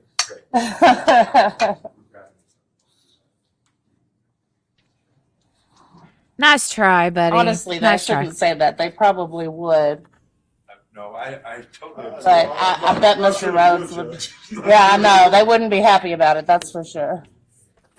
Mr. Rhodes is like, don't give me the jailhouse food. Like, somebody run over to McDonald's, like, or give me a Big Mac or a Whopper or Ty, first 433. some White Castles. Okay. It's okay. I got Some it. yummy. I'm just going to go ahead and put you all in here. So, I didn't know if I knew they were sent them on to deliberate, but I didn't know if she had like a chat with them, like something like, if you guys decide to go past like 8 o'clock, if you have any questions, you'll have to come back in here. Sometimes they'll do that with them. I didn't hear if she said that. If she did, I may have missed it because kiddos in and out,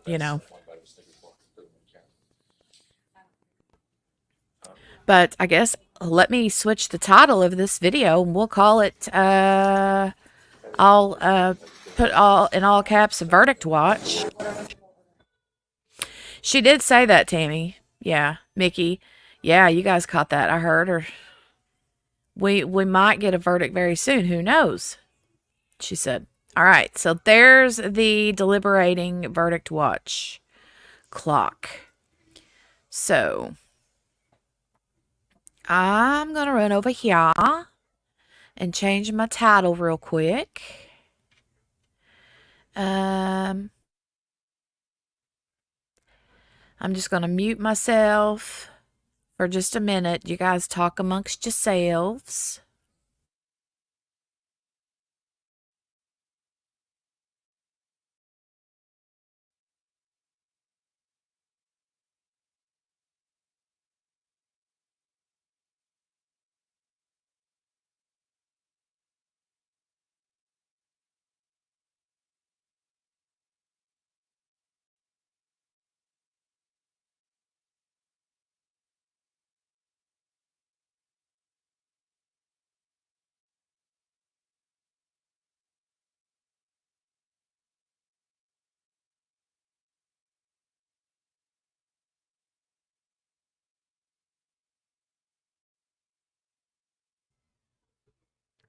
Okay. So I got the title changed. Because I had changed it to closing arguments, and now I just changed it to Verdict Watch. So let me change the banner that says, where's the one? I thought I had one that said Verdict Watch. Let me make a new one. Verdict Watch, Verdict Watch.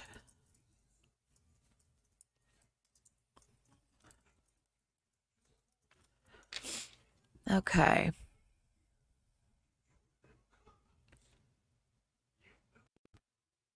So if I put that up there and I'll move myself. Hold on, let me edit.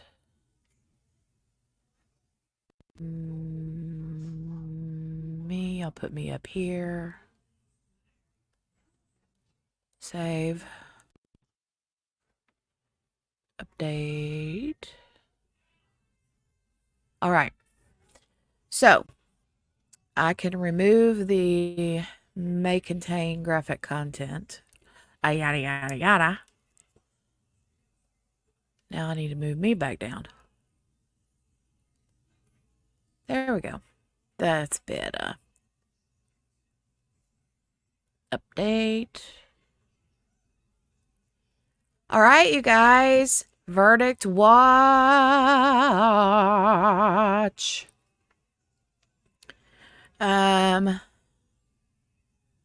Let's do a poll. Let's do a poll real quick. Let me click here to watch this on YouTube.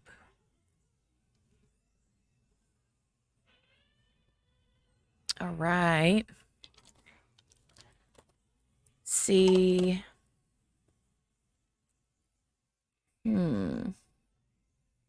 I'm going to make a poll. Let you guys vote. Oh, hold on. I hear myself. Don't want to hear myself.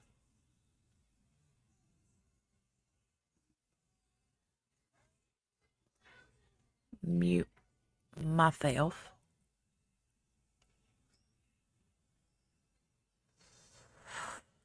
All right. This page has got to load.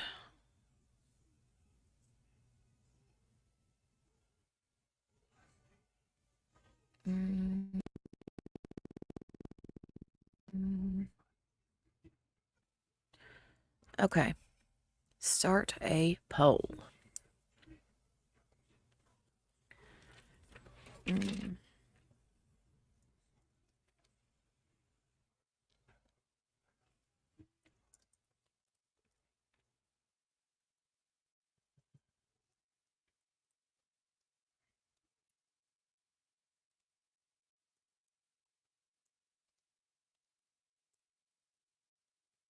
Learn how to spell, Jenny.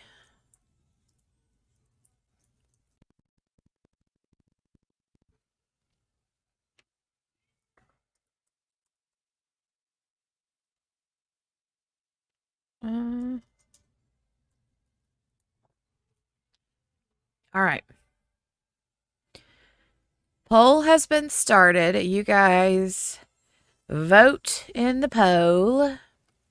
And we'll let that run until the trial or until the verdict is reached.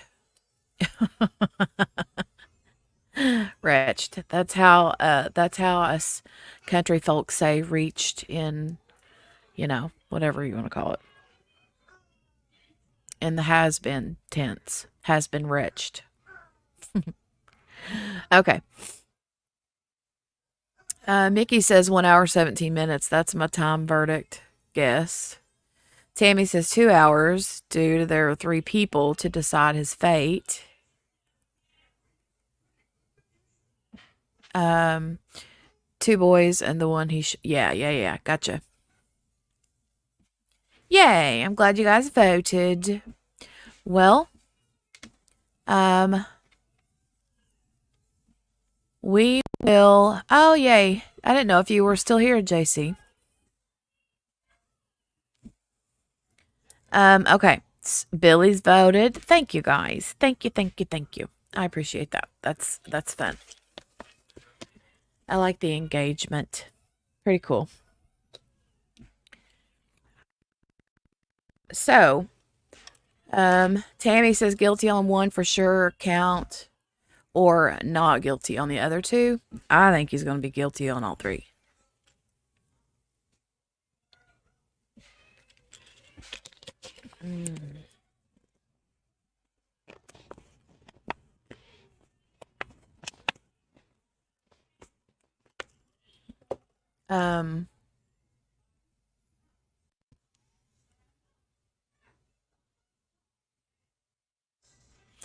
Okay, so I'm gonna go. I have my phone with me, you guys. I'll be back in a few minutes so we can chat some more. I'm gonna run. I need to go to the potty. Yeah, I'm gonna say guilty on all charges. I don't remember exactly what all charges he had now, to be honest. Like, I heard them, but they went, phew. I mean, because I'm sure there were other charges in addition to the,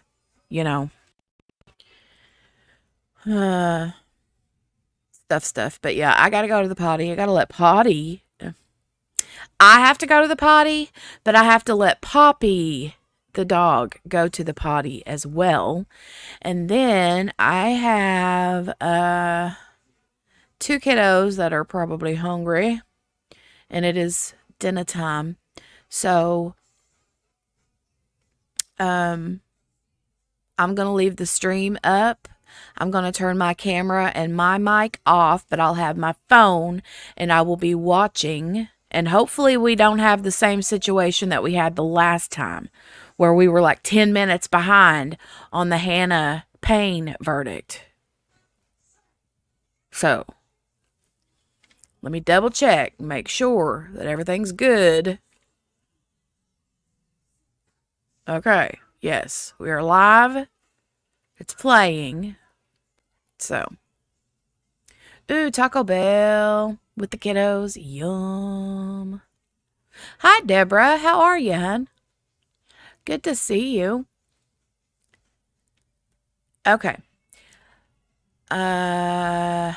Just refresh now and then. Right. I'm going to have my phone. Hey, Natalie, you're just now making breakfast. Ah, look at you. It is. Hold on, Natalie.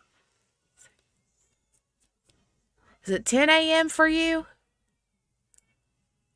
10 a.m.? I gotta be close. If I'm not right on the money. Okay, so I'm gonna run and I will keep an eye on the stream on my phone. And I'll keep an eye on you guys on my phone. So 10 a.m. Yay! I was right on the money. That's what happens when you have a bestie that lives in Australia. We're on school holidays, so sleeping in. Yay. Nice. Yay. Eli has just a couple more days this week. And then you don't go back till after the first of the year. So excited. All right, I'll be back in a few.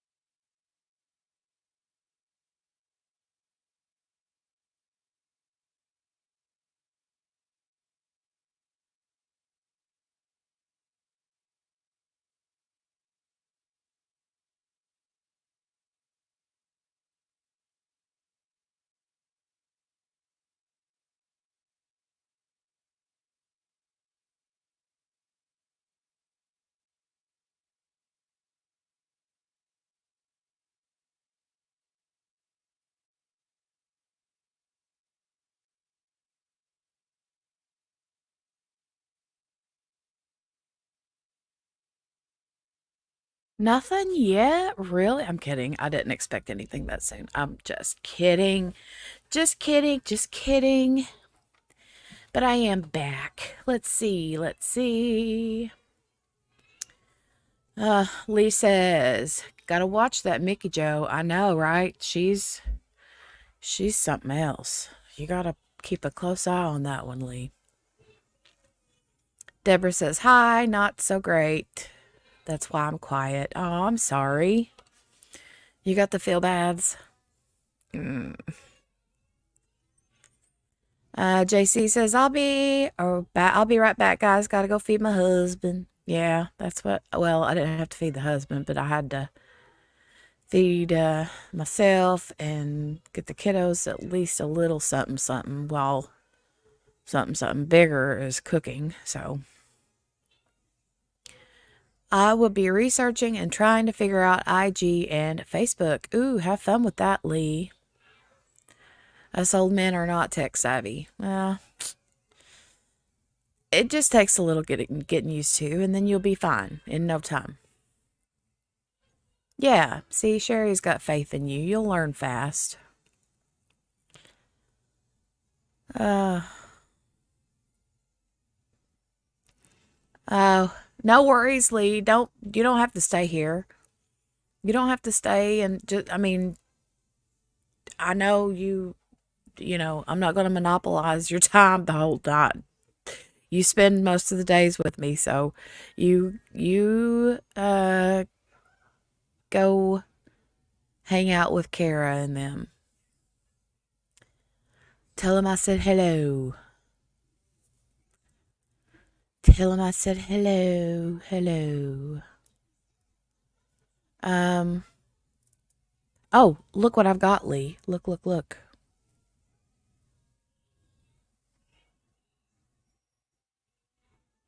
Yum, yum.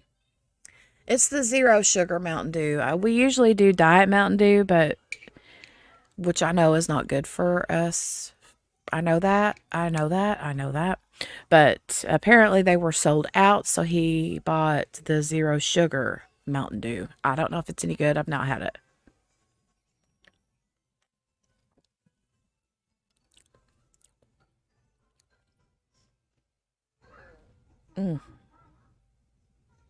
Nah, it's okay. I prefer not to drink out of the can, though. I would rather drink it out of my tumbler with a bunch of ice. But I was like, oh, what the heck? You only live once, right? YOLO.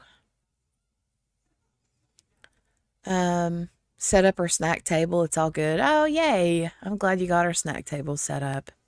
You don't expect a verdict return for a while anyway.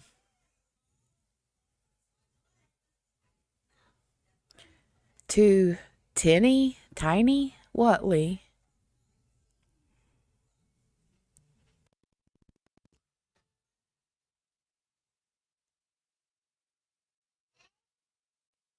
What's too tinny or tiny?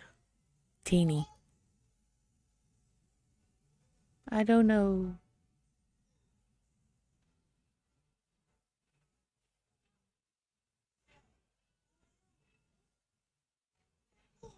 Oh, tinny. I get what you mean. Drinking from the can. Yeah. Yeah, I gotcha. I like drinking, I like drinking out of my little tumbler. That's what I prefer. However, if I have to choose between a can or bottled, like if I'm going to, I don't know, say you're on a road trip, right? And you go into the convenience store or the gas station, and my first pick would be a Polar Pop. I don't know what you guys call them everywhere. They're different names. Like around here, we call them Polar Pops, which is a fountain drink, right? That would be my first pick. However, if they don't have Polar Pops there, and I have to buy something out of the refrigerator, I would buy a canned pop sooner than I would a bottled pop, like a 16 or 20 ounce bottle. Only because they're always colder in the cans than they are in the plastic bottles. Just saying. Tinny as in the taste of the tin. Yeah, I gotcha. Welcome back, Tammy. Welcome back.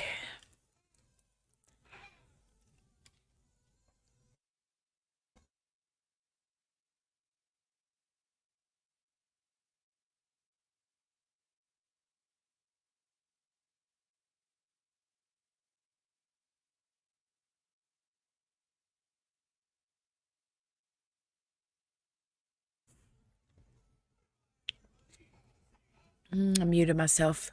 Turned myself off for a minute. I got the croupy croups.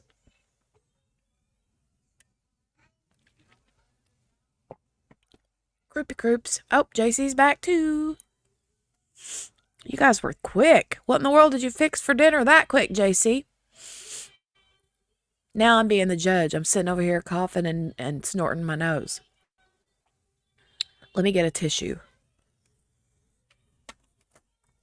I have an issue. Let me get a tissue.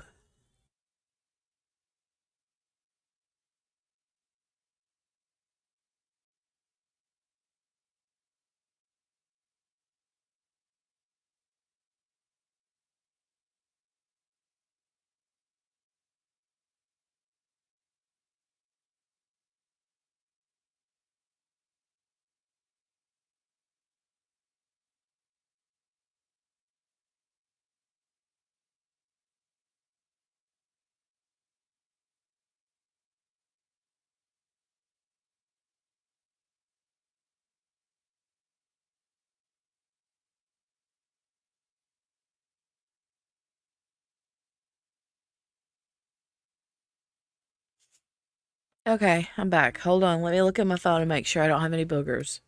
You think I'm kidding, don't you? I mean it. I ain't playing. You never know, right? You think you're good and then not so much. Okay, I'm good. So, JC mentioned the Chandler is it Halldson or Halderson? Chandler I thought it was maybe it is Halldson. Anyway, I watched that. That's been a while. Is Chandler Halderson the one that killed his parents? Natalie says I always look at my phone to check my teeth and nose. Right? See, I do the same thing. I do the same thing. Ooh, baked barbecue chicken, cabbage and cornbread. I start cooking early. I have to cook every day, never leftover. Well, there you go. So what do you do with all the extra food?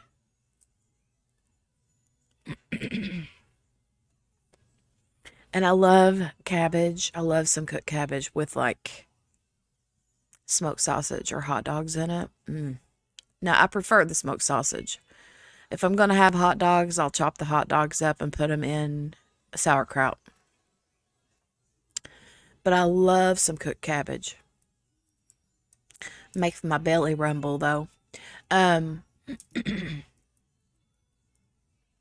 Halderson case, JC. Chandler Halderson. Is he the one that killed his parents?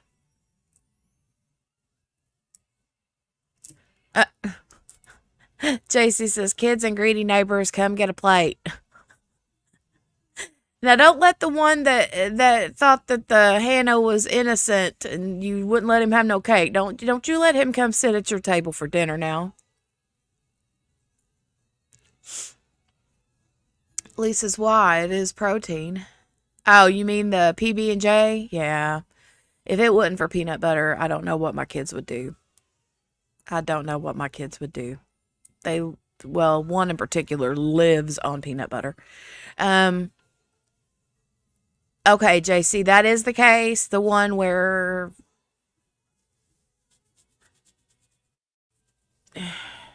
he puts them in the fireplace.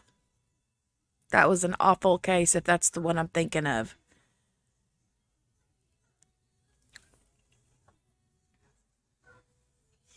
If that's the one I'm thinking of.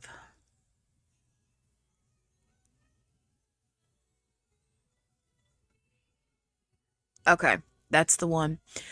So yeah, that was a super crazy case. Super crazy. And his girlfriend, yeah, his girlfriend was like not believing it at first. She's like, there's no way. There's no way, no way, no way. And then all of a sudden, yeah. All because he didn't want to work. Yeah, and he didn't want to work, and I think he had like failed college or wasn't going to college or said he was or something. I don't know. Lee said I would waste away to nothing without my peanut butter. Lee, we keep peanut butter, like the big tub of it, out on the counter. I don't even put it in the cabinet because that's how often we're into it multiple times a day. So, yeah, lied about school. Okay. Yep. And he had a brother. His brother testifies. Well, I better not say anything because I don't know where you're at in it, but yeah. But yeah, we go through a lot of peanut butter in our house. So, but I think it would be cool. What do you guys think? Like, okay, so if this case will be over with, right? Other than if they don't come back with a verdict tonight, we'll be back on verdict watch, like probably first thing in the morning. So I need to see what other cases or are there any other current trials going on at the very moment? Or any that are starting tomorrow? I don't remember. I can't, off the top of my head, I can't remember. But what do you guys think about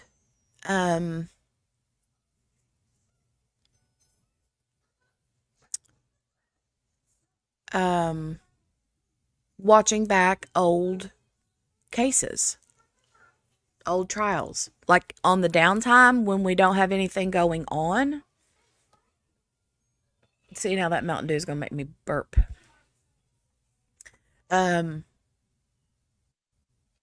But yeah, in the downtime when there's nothing really going on,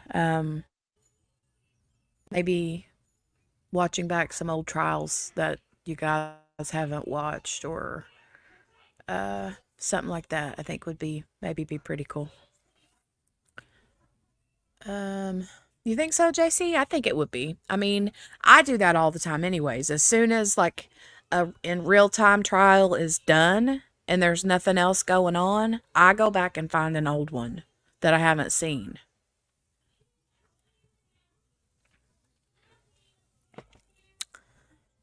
That's what I like to do. Um, yes. Yes.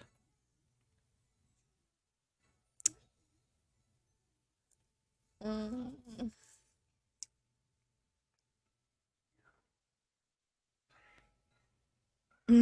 We're twins, yeah.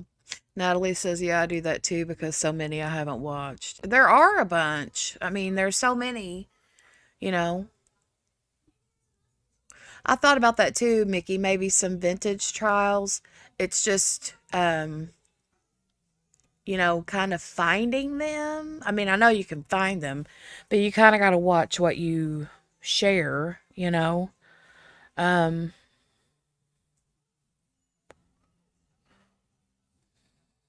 so yeah, we'll have to pay attention, look and see, come up with a plan. I think would be pretty cool.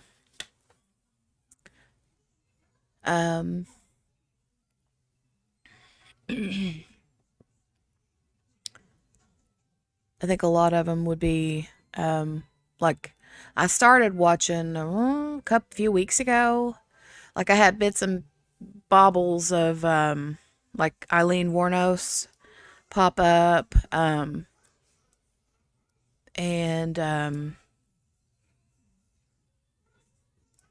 yeah, I don't even remember what all. There was so many old ones that started coming up in my like YouTube feed, and I would scroll through and pick and choose little bits and parts. So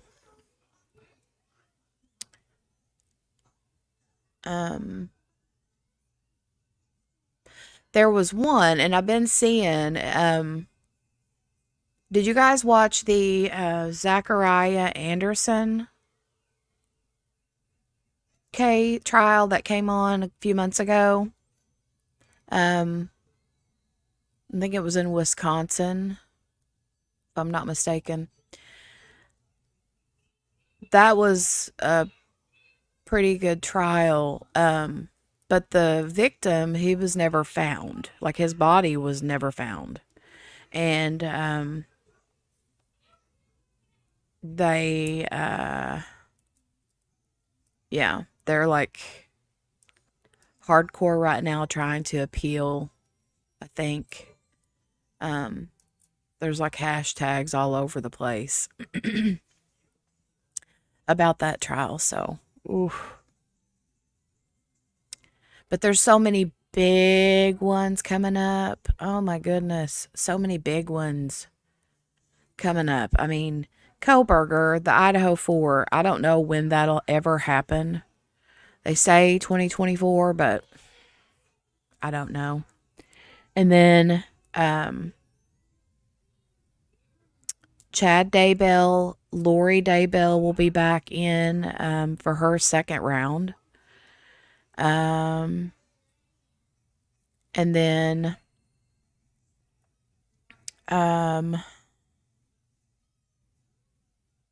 Lisa Snyder case, which I do need to get on the ball with that one because I've been wanting to like start recapping that with you guys so that you could like wrap your mind around that one. It's not going to be an easy one though because the victims are her two kids and they're young, Connor and Brinley. So that one is one that I'm like, I really wanted to kind of wrap my head around doing, like covering and commentating on the trials because that one is coming up soon next year. I think like in March or April, as long as it stays on task and not like, or on target and not get delayed. And I really wanted to like have my feet wet, so to speak, and kind of know what I'm doing so that whenever that one comes around, I will be prepared for it, prepared to stream that one. So Mickey says ooh, oh, wait a minute. I see the camera moving, you guys. What does that mean?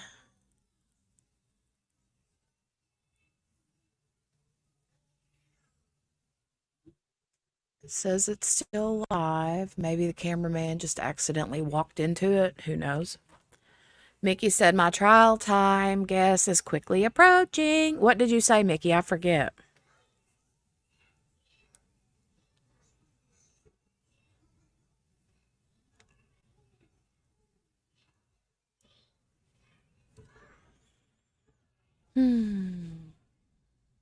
What was your trial time guess, Mickey?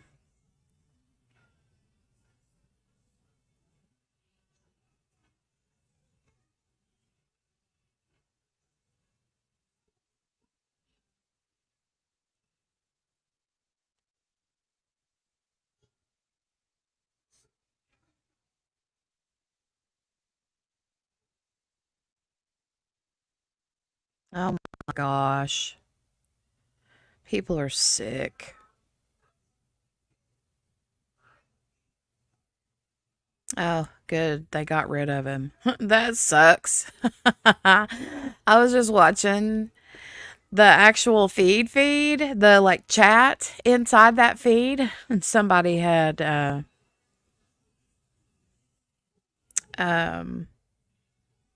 super chatted saying to free Rambo, blah blah blah, and then the moderators over there like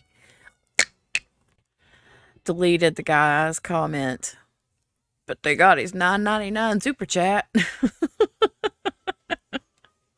That was pretty funny. Play stupid games, win stupid prizes. 1 hour, 17 minutes. Okay, Mickey. Okay.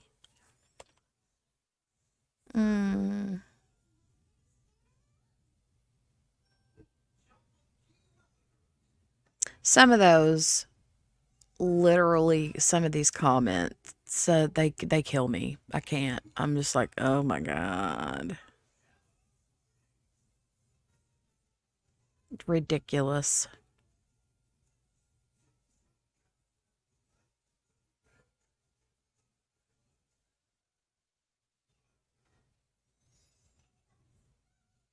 Yeah. Sorry, I was watching the chat. Not my chat, but the other chat. JC says BRB.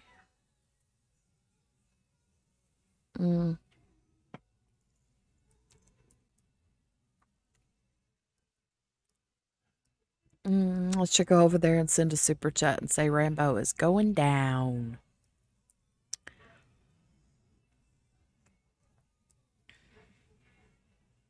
Did they ever say why they call him that? Why is that his nickname? I don't get it. I don't understand. Okay, I gotta quit watching their chat.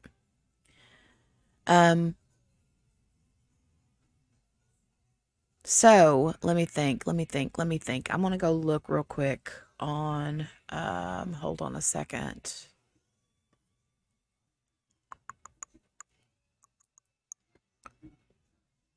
Let me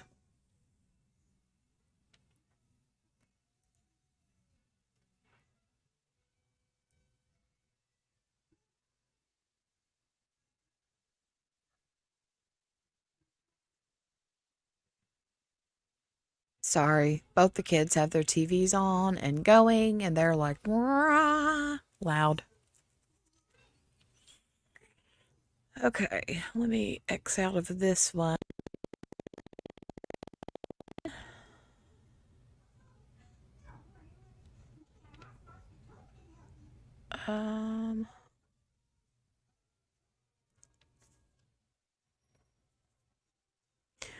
All right, so it looked like the poll said 73% of you said that the verdict will come down tonight. The rest of you said tomorrow. Tomorrow. I love ya tomorrow. We're only a day away.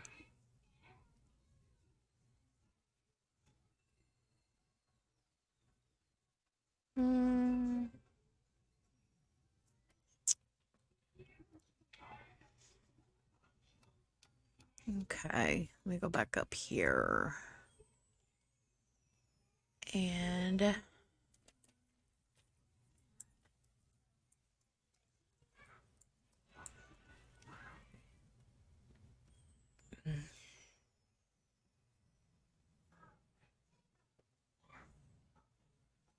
no, that's not the right one. Not what I wanted.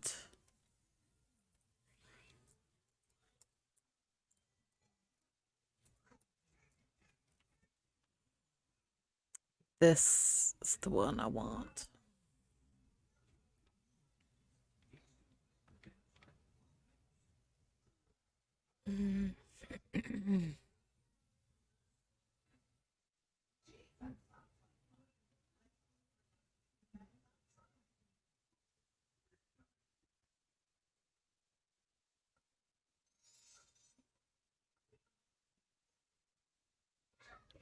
Ew, good Lord.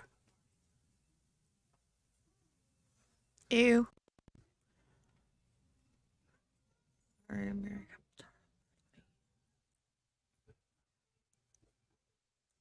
Oh.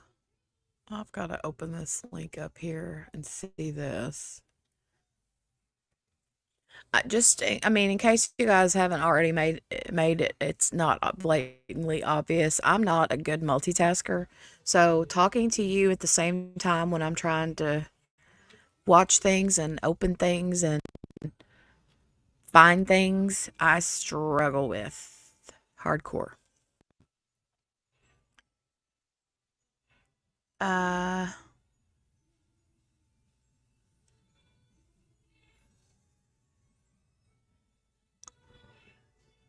okay, so this happened a long time ago. I just saw this case pop up. I've never heard of this before.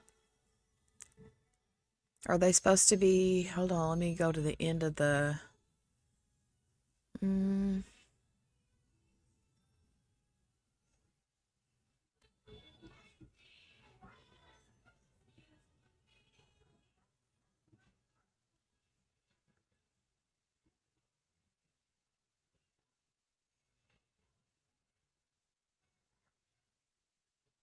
I don't see on this case that I'm looking at.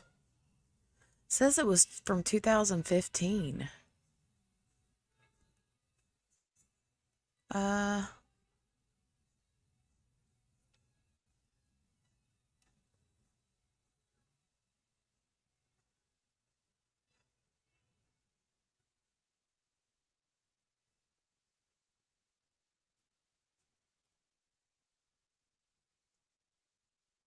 says a married South Carolina couple has been charged in the stabbing and shooting deaths of 4 members of their family.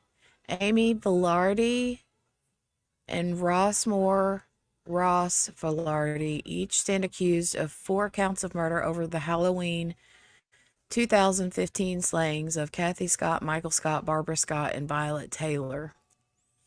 The victims, each stabbed and shot, were Amy Velarde's mother, father-in-law, grandmother-in-law, and maternal grandmother. Good Lord. Lord have mercy. They were arrested on Friday after being named persons of interest in the case by Anderson County Sheriff's Office in March.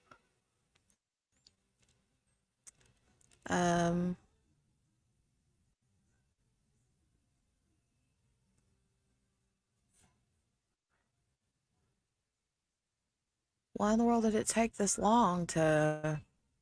What in the world?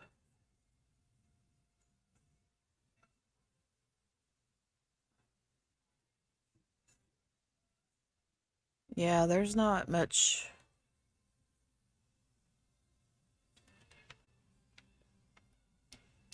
Why in the world did it take them that long to... I have no idea. I just come across that, sorry, on Weird on this from Law and Crime Network.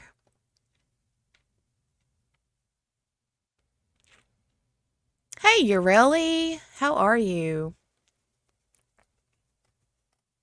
Sorry. Oh, it's his rap name? Well, but I knew that, but I mean, I did know that, but I don't, like, why? I don't get it.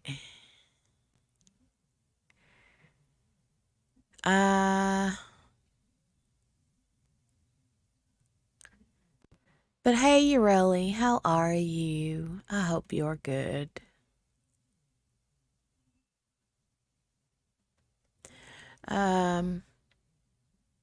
Mickey said, I just watched a documentary about the Pike County, Ohio murders. That was crazy. That was crazy. That was awful. Awful. Yeah, that was really bad. That was like one crazy family, man. Crazy family.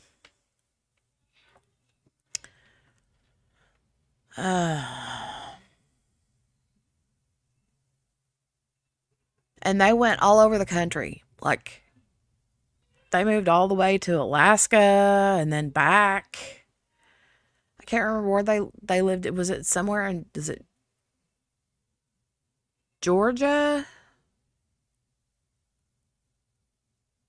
I don't remember. It was a very southern state. I feel like it was Georgia or somewhere like that where they lived. Yes, very entitled. Yes, 100%.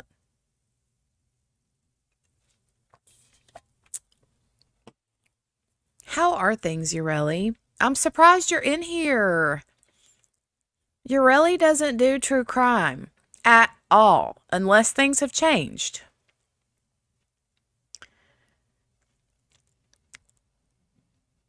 Sherry said, Lee, did you hear from your doctor? Ooh, wait. What did he say? Insulin time, says Lee. Yeah, what's the deal with that? Did you hear from your doctor? Have you gotten any new blood work done? What's the dealio?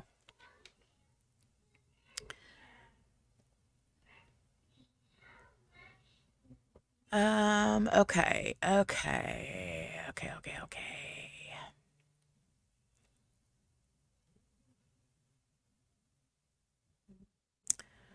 Um,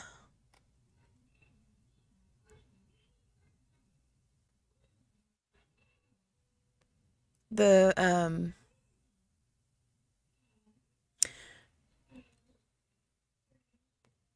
yeah, here's where they're talking about the law, the Idaho murders, house set to be demolished in 2 weeks.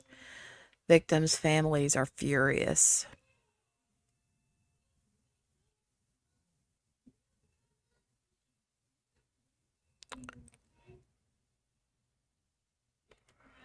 There are so many crazy stories out there at the moment. Crazy.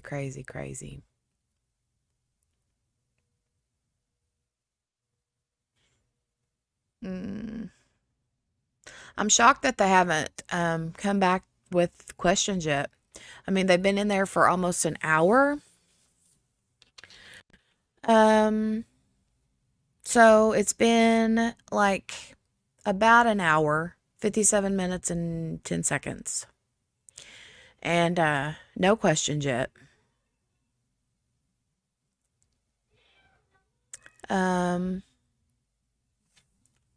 Urelli says, things have changed. I'm more into the justice system process and all that. So you are then?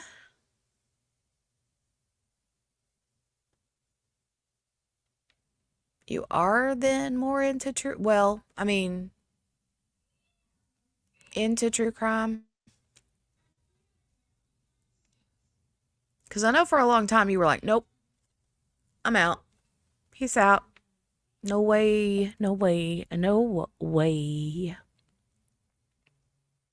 Lee says, no, Sherry, I have not. I have a blood draw in February and we'll find out if the changes in diet and meds help.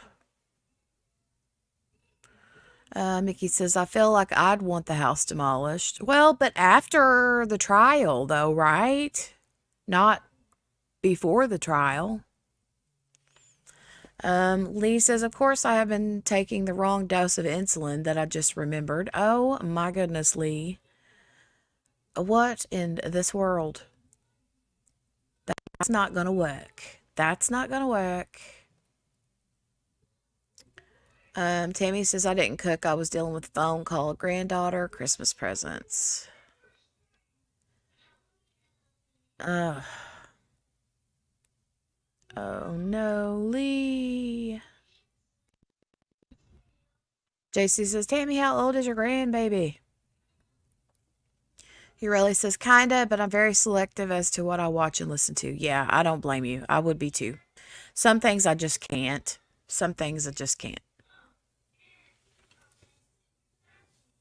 And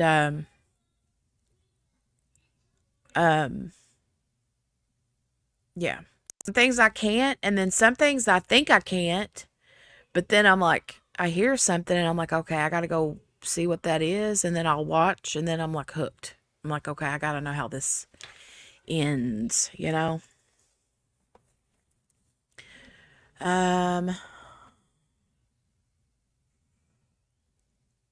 Urelli said, I think they should wait until after the trial to demolish the house too. Yeah, I mean, if they want to get rid of it, I understand. But I feel like it's too soon. There's too much that they could potentially, I don't know. I just feel like if they tear it down, then that's when somebody's going to be like, oh, well, if we could see the house, if we could da-da-da. Because there were so many voices, and like there were 3 different floors. You had somebody on floor 2 saying they heard somebody upstairs saying something, somebody downstairs saying something, and I don't know. I mean, there are times like even like in the Murdaugh trial, they went to the farm, to they went there to Moselle or wherever that was at, and got to view the scene, and they said that it was very helpful in them reaching a verdict. So I'm kind of thinking the same thing, although I have heard that maybe the jury is or they had a change of venue or something, and they're having it be like 8 hours away or something. I don't know if that's true or not, though. Because they're gonna have to. I don't know how they're gonna find a jury that hasn't already heard everything about this case that close. So,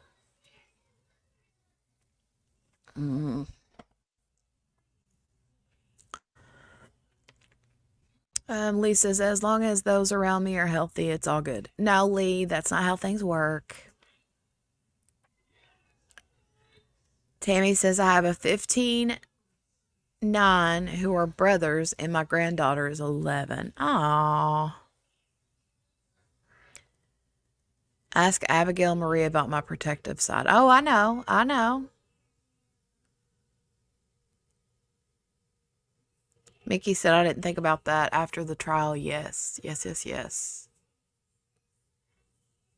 Yeah, JC said, see, Lee, we need you healthy. Peanut butter is good for hiccups, said Tammy. Ah, that's funny.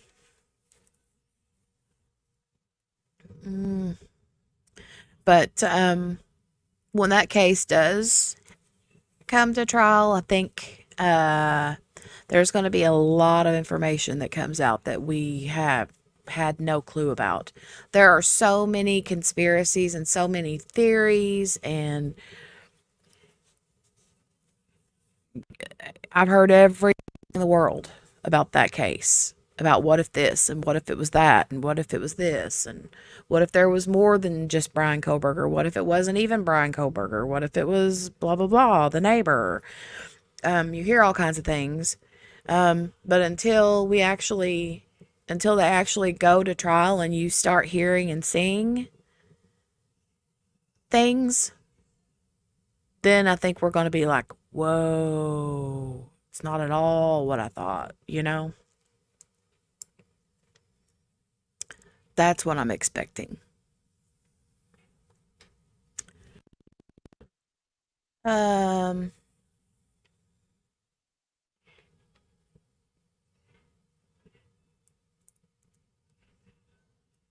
PB is good for hiccups. Who's got the hiccups? Did somebody in here they had hiccups? I'm getting the yawns.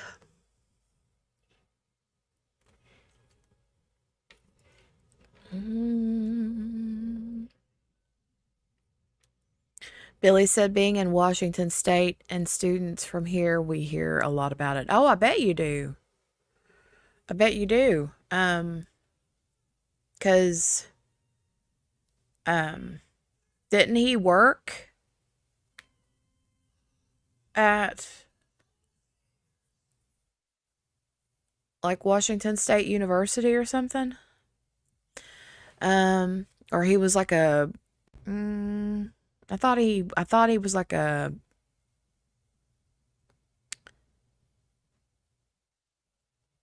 Is it an intern? I don't think it's an intern, is it? I can't remember. But he did some kind of teaching there, I think. Oh, like and subscribe to those that came in new. Thank you, Lee. Can't think of any case going on since it's the holidays. Yeah, I know. Um, can't wait for Donna at Adelson. I didn't get into any of the Adelson trial. I really didn't get into that one. I don't know a whole lot about it, just other than the very, very slim basics. Hi, baby.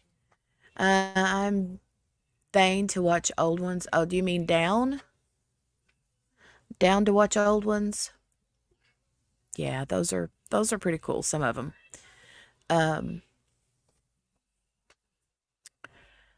We'll have to look into it and see. I think it could be fun. I think it could be fun. You guys, I'm yawning again. Oh.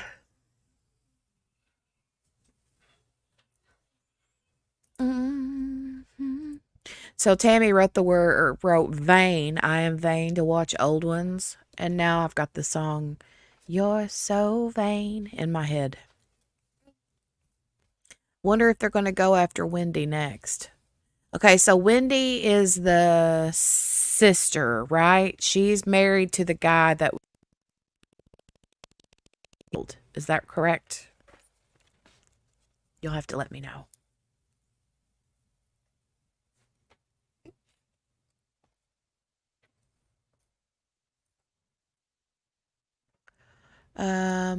Oh, good night. Have a good night. Thanks for coming and dropping in. Message me, Ureli. Message me and say, hey, girl.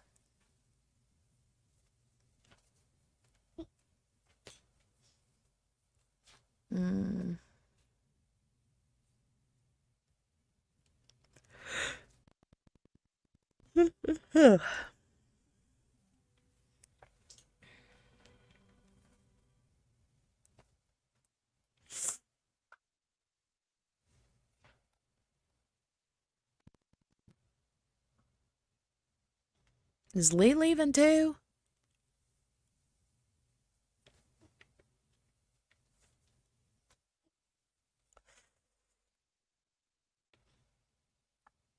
Wendy Adelson. Or, yeah.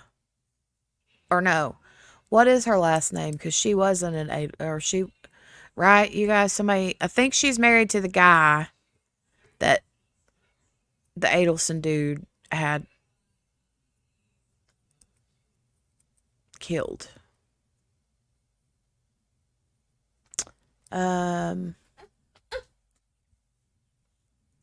Lisa's Wendy's, yum, good food. Yeah. I do like a good fry and frosty every once in a while, you know. They have really good pretzel sandwiches that are like chicken. Yeah. Ooh. There you go. I can't get it to go on the second one, babe. It won't fit. Yeah, it won't fit. No. I'm sorry. Yeah, I said you're really. I said good night to your Relly.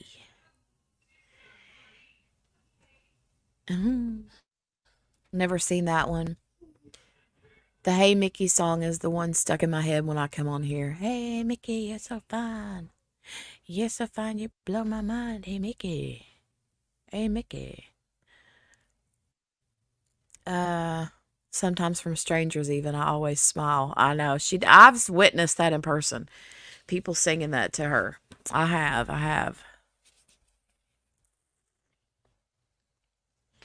I don't know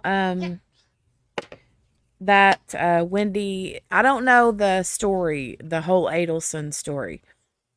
So somebody's going to have to tell me who Wendy is. Did it just refresh itself? Let's go look. It's live on my phone. Let me leave it and go back in just in case. Dismiss the poll. Okay, it's live. It's still, let me look.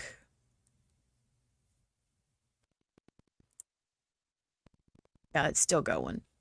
14, 40, yeah.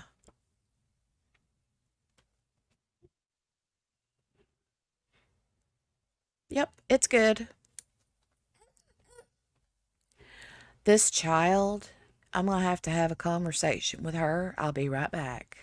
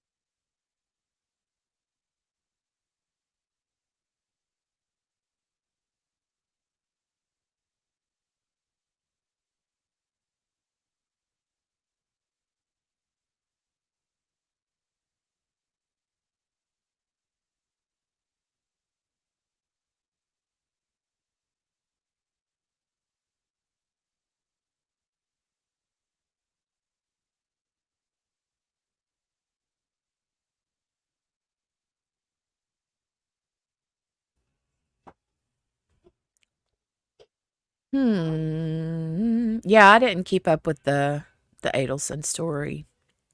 But I thought she was the sister, yeah.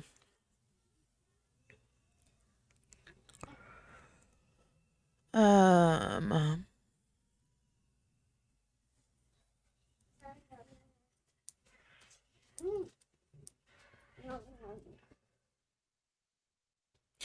Guessing who's a big fat bully? The Adelson guy? Look what Jolie came up with. We have an ice cream. It's all toy. It's toys, but she has a little ice cream waffle cone inside of a square purple block with a fork. And this is her version of some kind of food. Nom, nom, nom, nom, nom, nom, nom. That is so yummy. It's the best tasting thing ever. That is so good. Yum.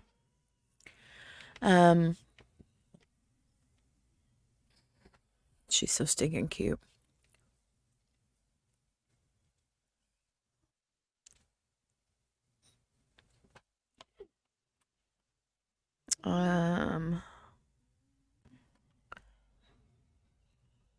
No, Tammy, I've not gotten the latest blood draw done yet. Did you say February, Lee, is when you go back?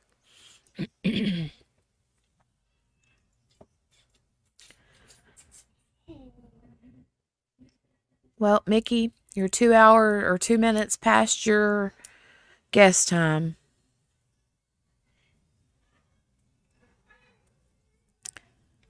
2 minutes past your guest time.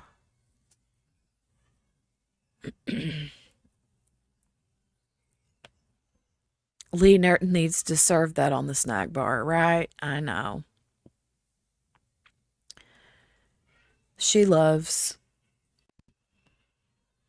playing like she's cooking food. She's so cute.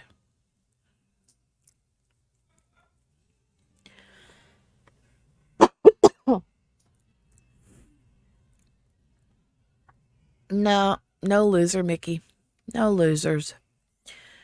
Tammy says, oh, well, Lee, I guess you need to take care of that. We love you and want you around. That's true.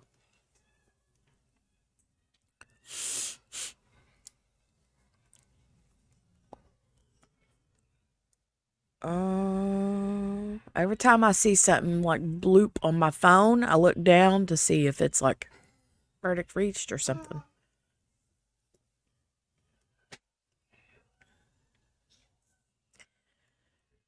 Did we already discuss what everybody had for supper tonight?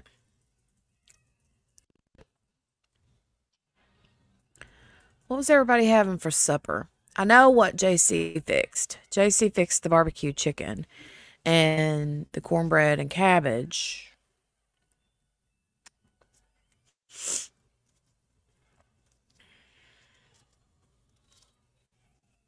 But what else was had for dinner or supper? Oh, yeah, Sherry, I forgot you had Taco Bell. What do you get from Taco Bell? I always go and have, okay, Lee, go tell everybody hi.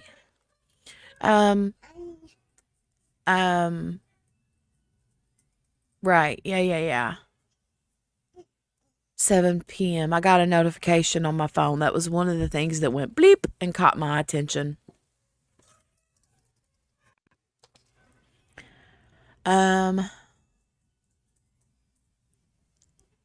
Still here, just no sound. Oh. So you are good at multitasking. Crack me up.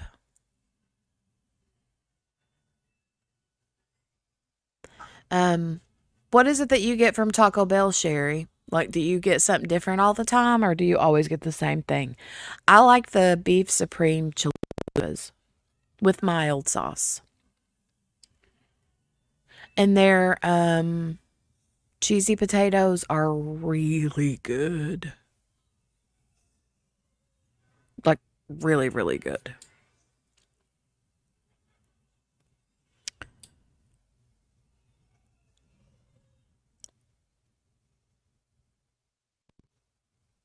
Oh, the Mexican pizza. Didn't they get rid of that for a really long time and then just come back with it?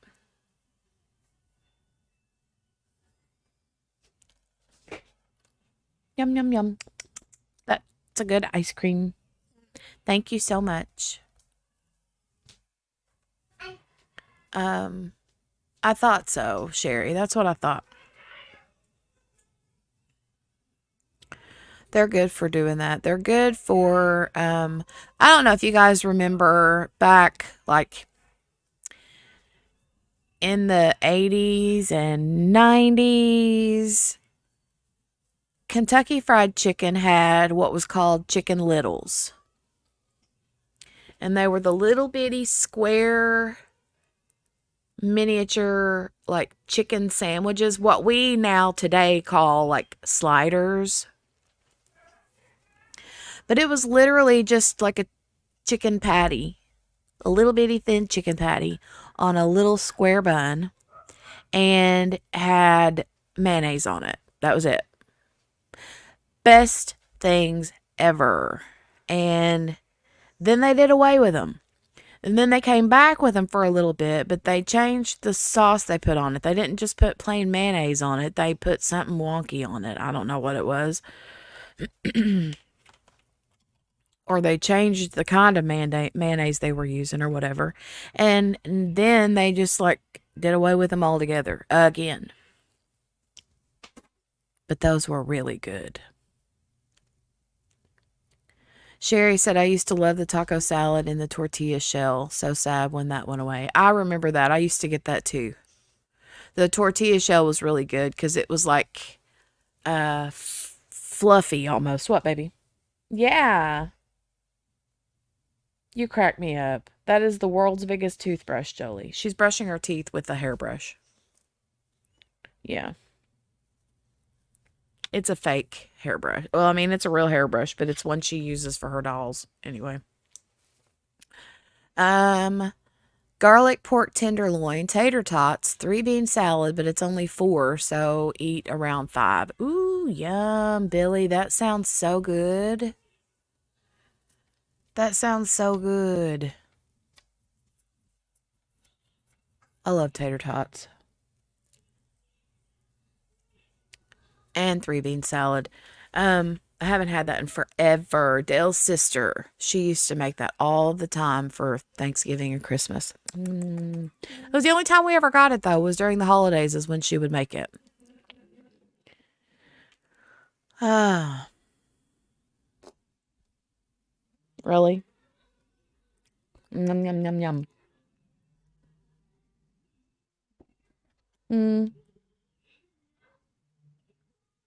You got hair in your mouth? No. What? Over on this side? Let mommy see. Well, I can't see anything, honey.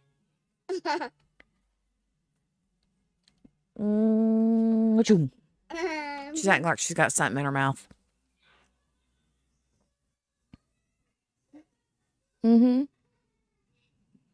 She might actually have something in her mouth. I can't tell. Oh yeah, her pretzel salad. That was really good too, Mickey. Yeah. I love that. Yeah.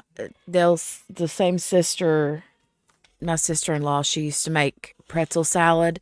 And I've heard people call it other things, or some people would call it the same thing, but they would put different things in it, like cherries or something. But she would always just mix up like crushed pineapple with cream cheese and I'm assuming Cool Whip. And then she would take pretzels and crush the pretzels up and put them in a pan and cover it with butter and bake it in the oven until the pretzels got nice and crunchy. And then she would like mix it all together. And it was really, really good. Really, really good.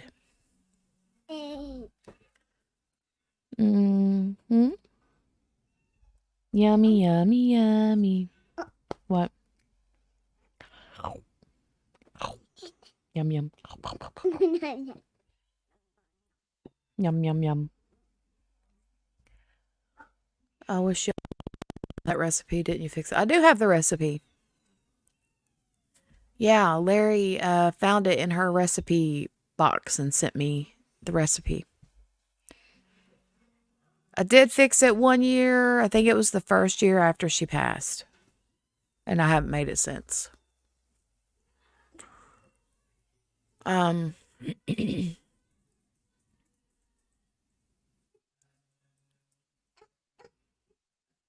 What, baby?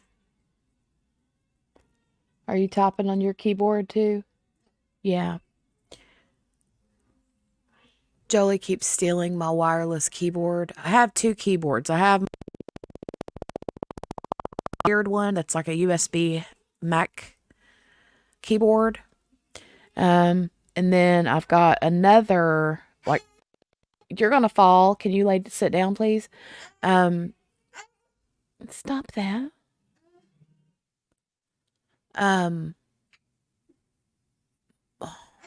Lost my train of thought. Oh, my wireless keyboard. It was just an off-brand, and she takes that one and like wants to like pretend like she's typing on it. She loves playing with it. Hold on a minute.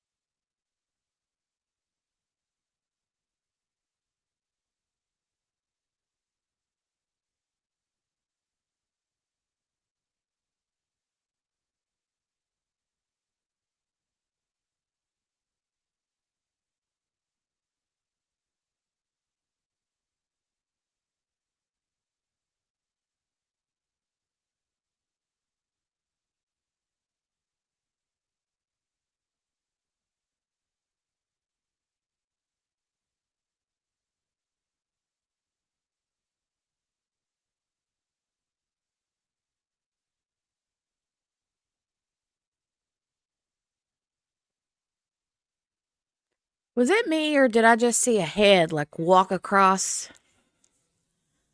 the courtroom right under the camera view? That's what it looked like to me.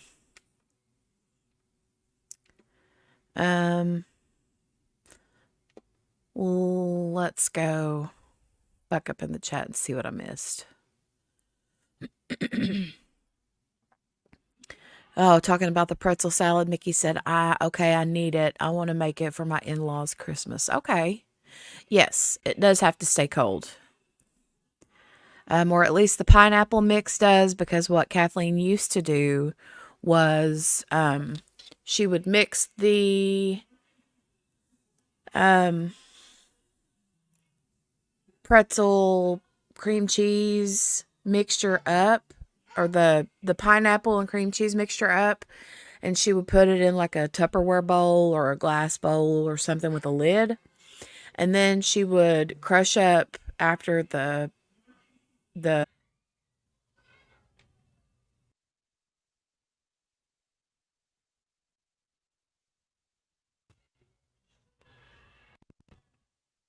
Am I still frozen or am I good now?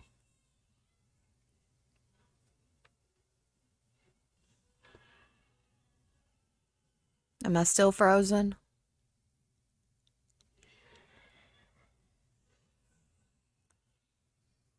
Let me know if I'm still frozen, baby.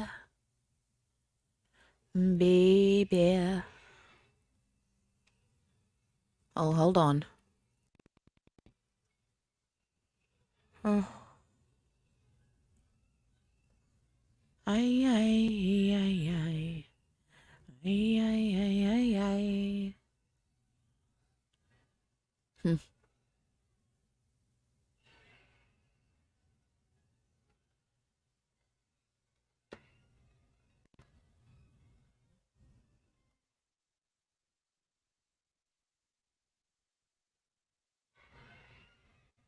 Okay, how about now? Can you hear me now?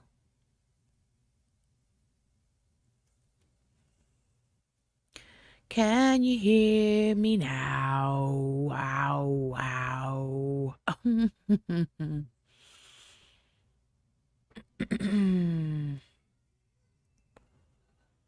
Ay, ay, ay.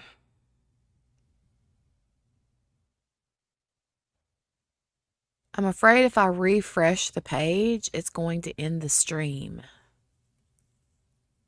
If I refresh my StreamYard, I mean.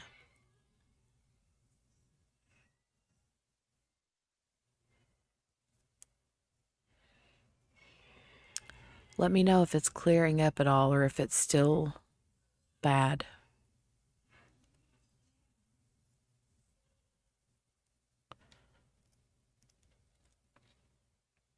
I'm checking my connection and stuff. It's saying my connection is good, but obviously something's wrong, right?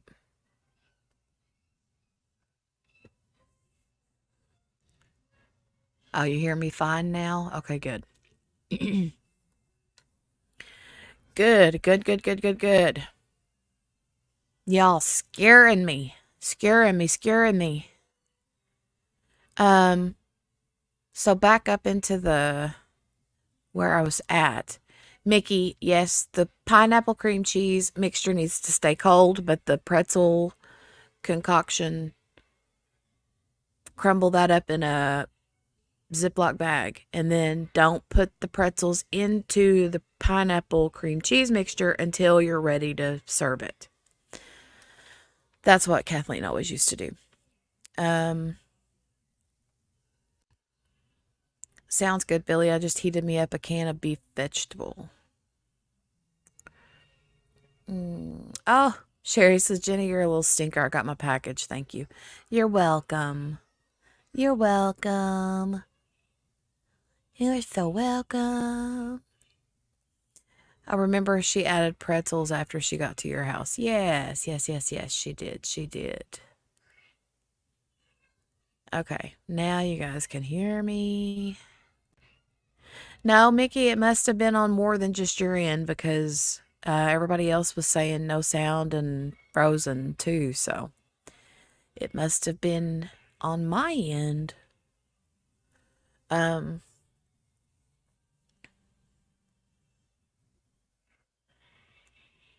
so it looks like an hour and 37 minutes, pretty much.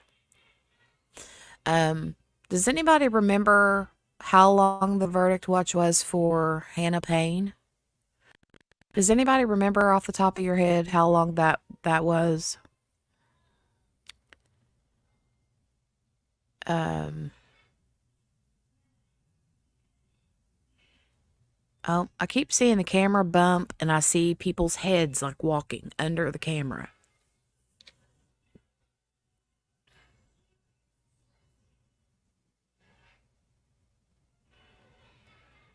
Mm-hmm. Mickey said after I refreshed, sound was back, so I don't know. Okay. Okay. Well, I'm afraid to like refresh my StreamYard because I'm afraid it would end the stream. I don't know if it would or not. Oh, wow. The Hannah Payne one only lasted 1 hour and 29 minutes. Why do I feel like it lasted longer than that? JC said an hour and 49 minutes. Crazy. Well, we knew it was short, but I couldn't remember exactly how long it was. I couldn't remember. Do we remember? Da da da da da da da. JC said, "Oh, okay, Mickey. I knew it was something with a 9 in it."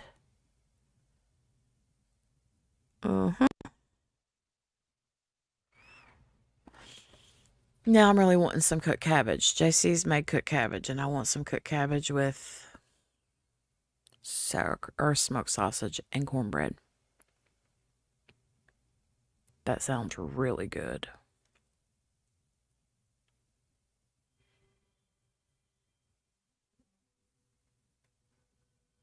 Mm-hmm.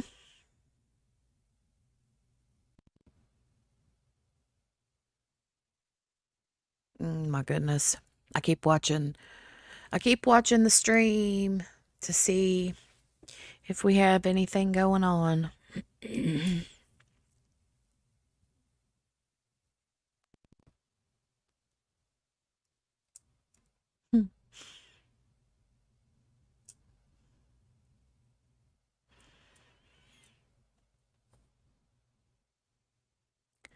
Cabbage,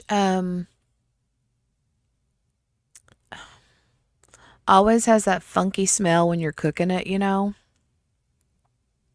And green beans is the same way, too. Like when you make fresh green beans, like out of a garden or just fresh raw green beans, and you put them into a pot and start cooking them, they smell like dirty feet. I don't know how else to explain it, but they stink like dirty feet. However, by the time they're done cooking, they're mwah. Right. I love a good pot of green beans. Yes. So Mickey and her husband have this argument every single year about green beans, about cooking green beans. So Mickey tells him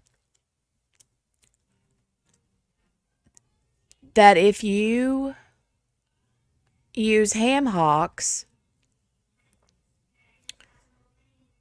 you don't have to or need to add bacon.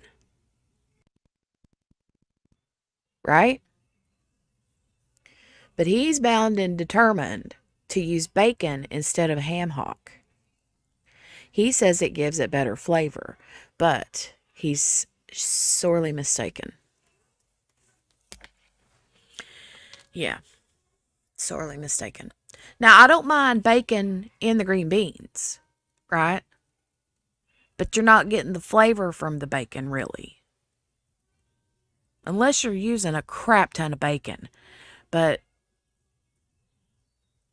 nah, I don't know. Billy's that's better than broccoli smell. Maybe. I don't know. Green beans has got a funky smell to me. I don't like the way they smell when they're cooking. Now, when they're soft, yeah, but like fresh cut up raw green beans straight in the pot, start getting that water starts getting hot, that smell that comes out, I don't like that smell. Not at all. Mickey said he'll throw a stick of butter in it too if I don't watch him. uh, well, I mean, you know, Dale's family always said, can you really ever use too much butter? Like, there's no such thing as too much butter, right? But, ay, ay, ay.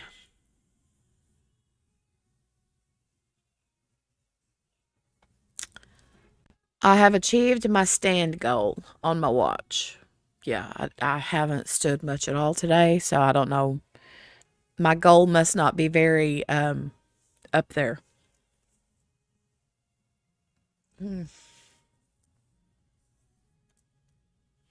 I don't mind the smell of fresh cut up green beans just when you break them. They smell really good. I don't mind that smell. It's the smell of when they start getting hot in that water, boiling on the stove, when they're still raw. They smell like dirty feet. But once they start cooking and once those beans start cooking through and getting soft, then they start smelling better. Yeah. Tammy said, my time is running out. I said 2 hours. I just saw a comment. They ordered pizza about 30 minutes ago. I did see a lot of like pizza chatter comments. Mickey said if they ordered food, they'll be done tonight.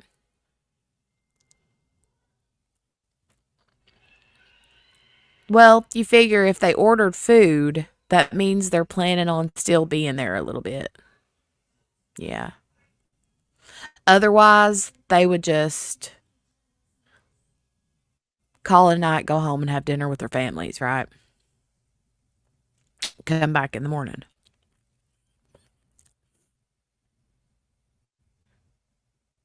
Oh, man.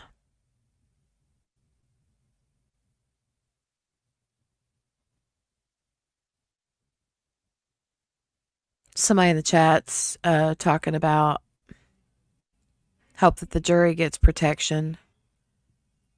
Defendant is scary. Oh.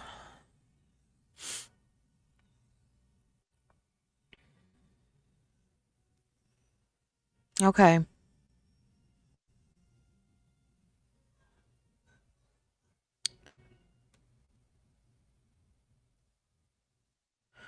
All right, you guys, I'm going to go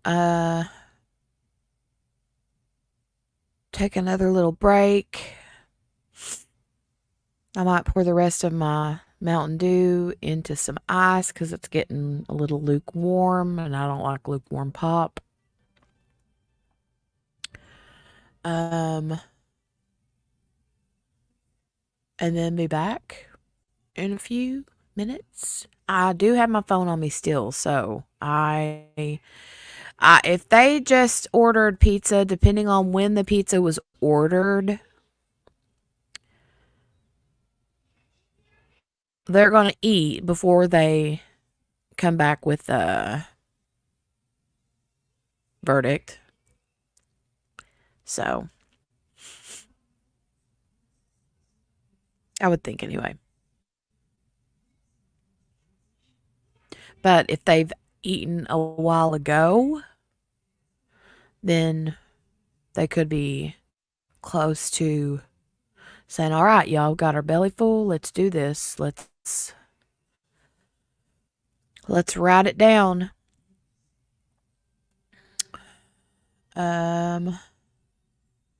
Tammy says, I'm going to go cook me some food and eat. All right, honey. Mickey said maybe they reached a verdict and want to eat first. Yeah, that's kind of what I'm thinking. But I do have, I see my nose is starting to run again. I'm going to have to go blow my nose again. Blow my nose. So I'm going to go, I have my phone.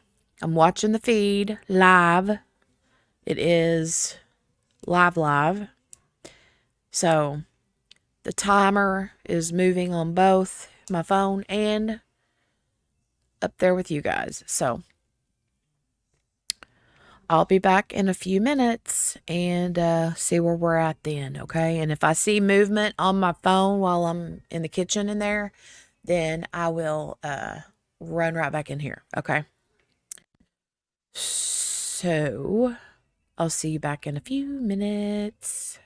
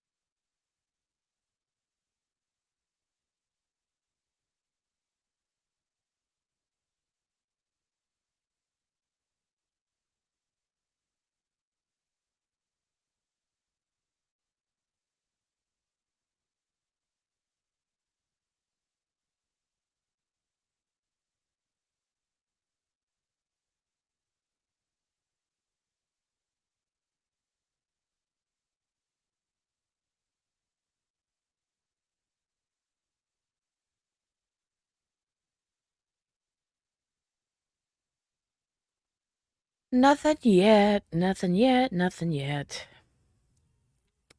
Still watching and waiting.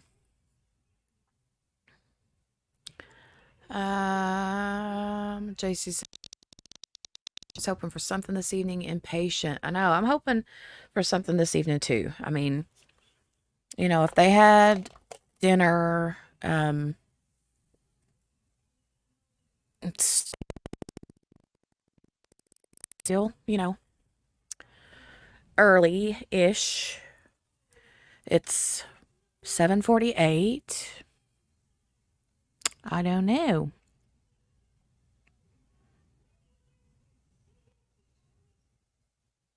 Just watching and waiting, watching and waiting, watching and waiting with you guys.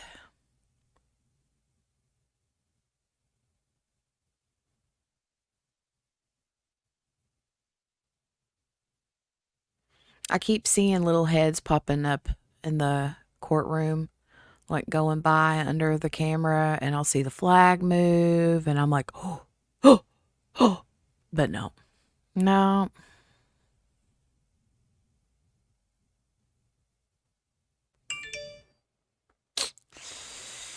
Not. I do still feel like they're going to have a verdict tonight. I really do.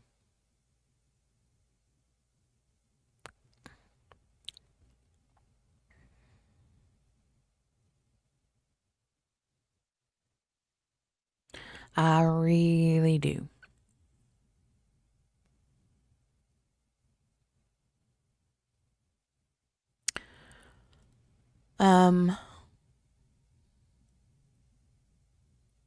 Just a random question, just to pass the time, I guess, a little bit. What was the first case or the first trial you ever remember, like, being invested in?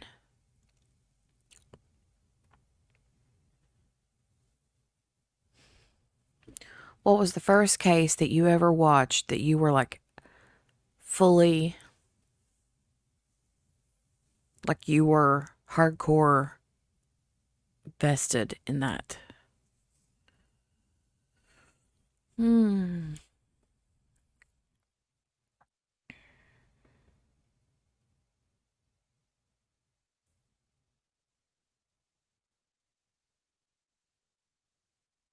Gail is watching the diamond painting. Sherry's diamond painting too.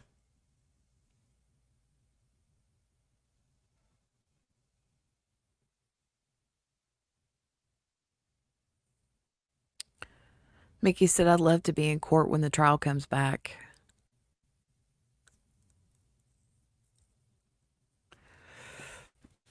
Mm.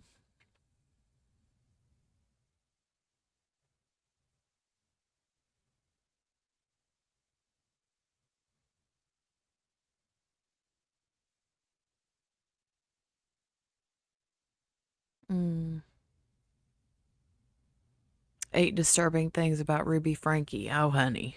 There's more than 8. That's for sure.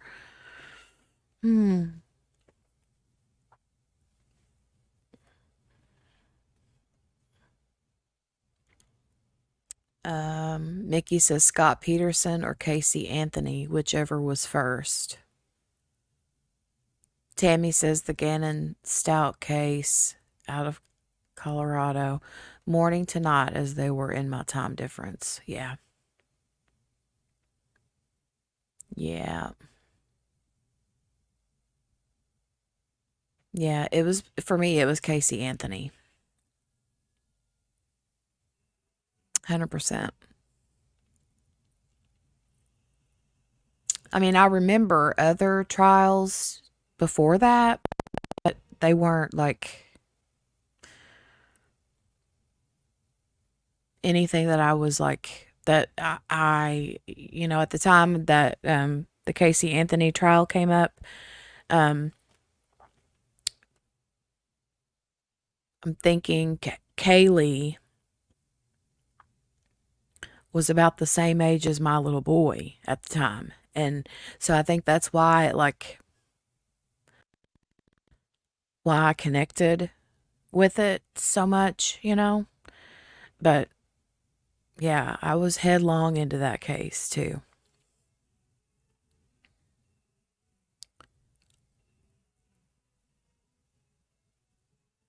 Yeah, everybody says the same about Casey Anthony.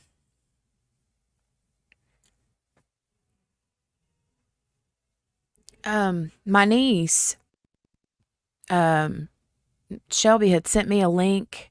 I can't remember where she said it was going to be at, but apparently they're having the grandparents, Casey's parents, are supposed to be taking a polygraph test to like prove or disprove or whatever their knowledge of what happened to Kaylee. I don't know. I don't know.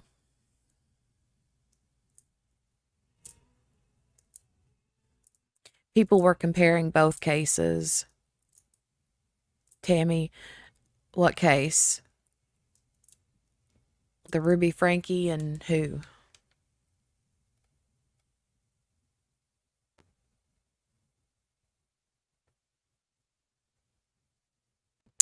Billy says those and Johnny Depp. Yeah, the Johnny Depp, that one was, you know, that one was an interesting watch. Um, that one was definitely an interesting watch. Yeah, yeah, yeah, yeah. Lee says, okay, I can hear again. LOL. Oh, Tammy says Stalk and Casey. Okay, gotcha.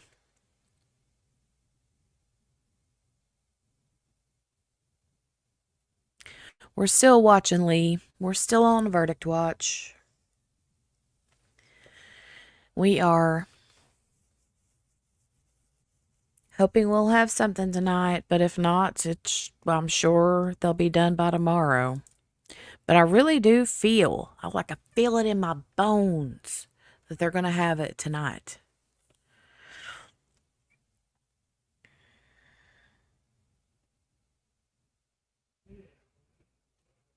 Um,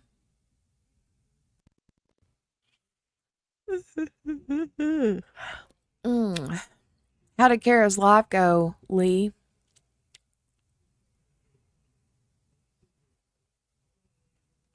Are they doing anything in particular over there? Any cool guests?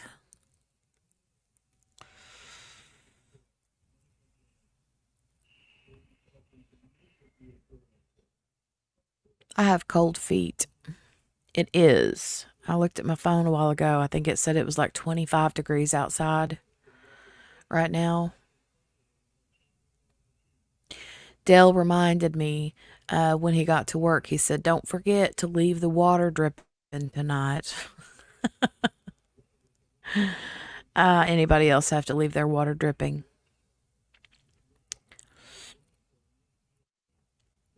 JC said Jonathan Majors got found guilty. Who's Jonathan Majors? That sounds familiar.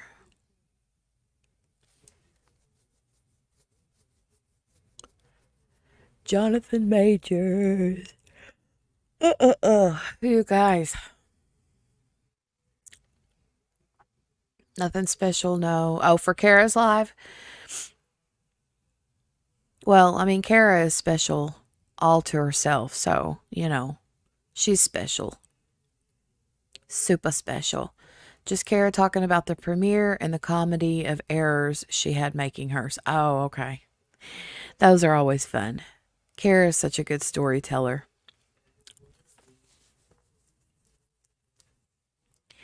She's a good storyteller, that's for sure.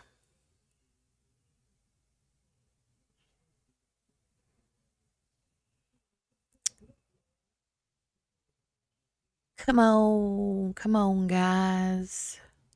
I hope that they're like working and don't think that my impatience is like my way of telling that like I really want to it to be a fair jury, right? I want it to be a fair and true verdict. But like I'm using my impatience, I don't want it to come off as I don't know what word I'm looking for, but um I hope that they're close anyway and that they're on the same page, the same path. Um I don't really see anything in the I don't really see anything that would cause them to butt heads about anything. Like I don't see. I mean, the only thing I can think of is the back seat, but honest to goodness, like I don't even think that I would if I were a juror, I don't think that the back seat would make a difference in anything for me. Like I don't there's way much more evidence than the back seat for my own opinion. I mean, the back seat, I believe there was a back seat too, Tammy. Um,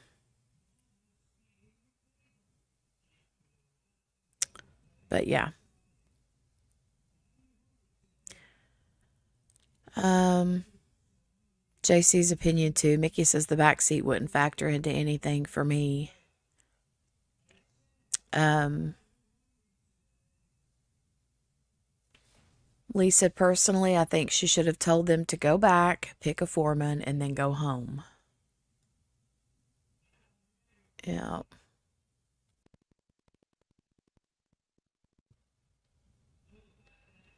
I've heard them say before, Lee, that they don't like to send them home right after closing arguments or jury instructions because they want them to go back in the deliberation room with all of that, like the words that were just spoken fresh in their mind. And I get that. But, and I mean, old school, they would have went on back and deliberated until they, came to a decision. But, also back in the day, they sequestered the juries, right? Didn't they always sequester the juries? Like, the jurors never got to go home, right? Until they came to a decision. Like, where did that switch?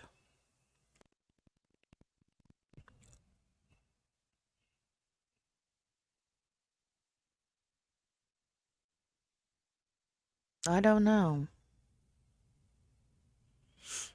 Maybe she thought it would be an hour, said Tammy. They did especially high profile cases. Yeah.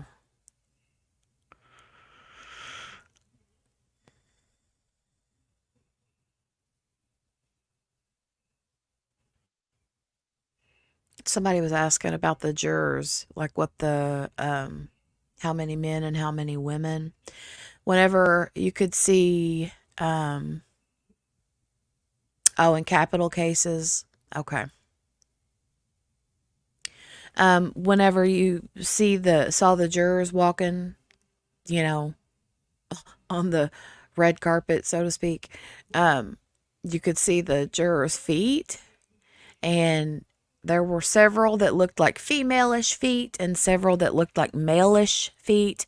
So I feel like it was pretty split evenly as far as men and women.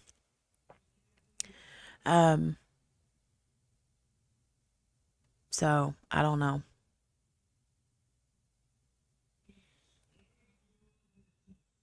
Mm.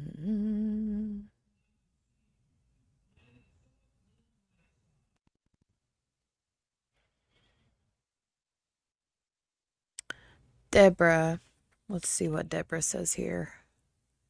I looked up the difference between wanton murder and manslaughter. There is no way he could get off with anything other than intentional murder for Larry and Maurice, in my view. Yeah. Well, and that's probably what it comes down to, is because, on those verdict forms, they have, if you believe this, check this. If you believe it's this, check this. I mean, and so they have to really take their time and be thorough with, especially all the different counts. But yeah.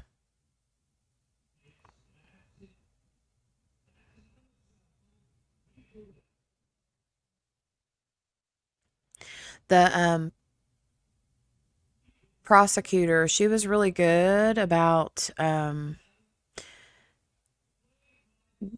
giving the definitions for the different, like the murder and manslaughter, and she was really good about that. But I mean, sometimes you think it's plain as day, right? Until you're actually given the definition and what different things mean. And then you're like, oh, okay. Well, I mean, if it's worded this way, then blah, blah, blah. So it's not ever really just cut and dry for the most part. Tammy said, I bet Brice is pacing. Oh, well, he's either pacing or he's eating or he's sleeping. So they said that they could keep him, that he could stay there in the courtroom if he wanted to. Because the judge said, who knows, they might have a verdict in an hour or whatever, or pretty soon or something. And they were talking about getting him some food. So I wonder what he got. I wonder what he got to eat.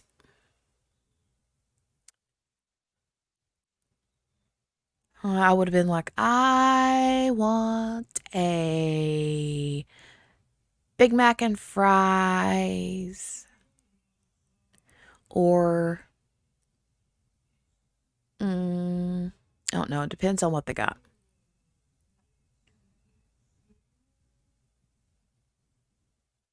He might have been like, won't you go up there to that steakhouse on the corner and get me a steak and a baked potato? With some butter and sour cream. He don't. I know, JC. He's a little hefty. Fluffing his beard. I know. Lee said he's so cocky, he's probably not even concerned. I believe that too. I believe that. However, he did seem a little bit nervous there at the end, but also while his lawyer was just going on and on, the want, it seemed like his eyes were getting really heavy and he was blinking kind of fast, and yeah. Oh, because of his attitude, not because he's fat. I gotcha. I understand. I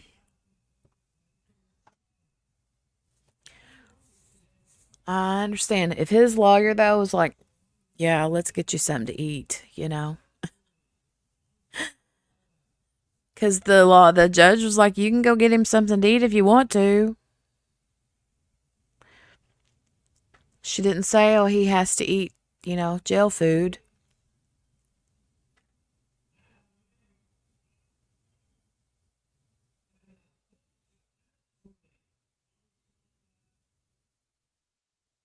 The clock is still ticking, 2 hours and 27 minutes.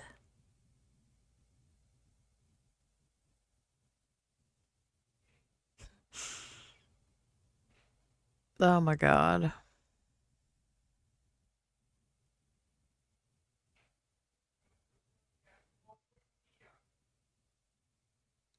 Oh, hold on a minute.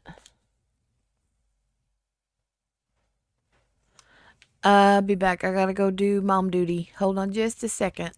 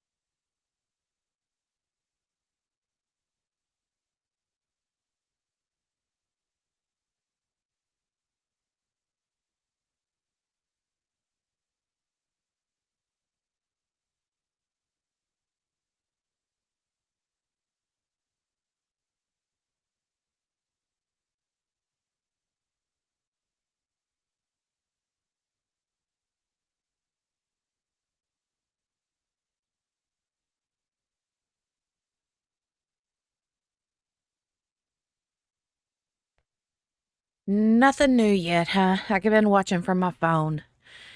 I came in here to get back on the computer, and when I sat down, literally, it was like I could not see through my glasses. So I had to hunt through the house to find one of those little, you know, microfibery eyeglass cleaning cloths. I'm bad about using my shirts, like my t-shirt or sweatshirt, and when I used my sweatshirt, it just made it worse. So, yeah. Probably because my sweatshirt is like a real, like, fleecy material. It just smears it around, you know. But yeah, I keep looking at my phone. Somebody said, I think the moderator over there said something about they were probably going to be doing a working through dinner. So, maybe they hadn't actually ate when we thought they ate. I'm not sure. So, I've got my phone sitting right there in front of me so I can see things as they happen. Lee says, nope, not a thing. Not a thing. I can't believe you guys are still hanging out with me. We've been live for 8 hours and 2 minutes and 30 seconds. Yeah, long day. Long day. Thought it was going to be a short day, considering the jury didn't have to be there till 12:30, but then we sat till 3 o'clock with nada. But thanks for hanging out with me. It means a lot.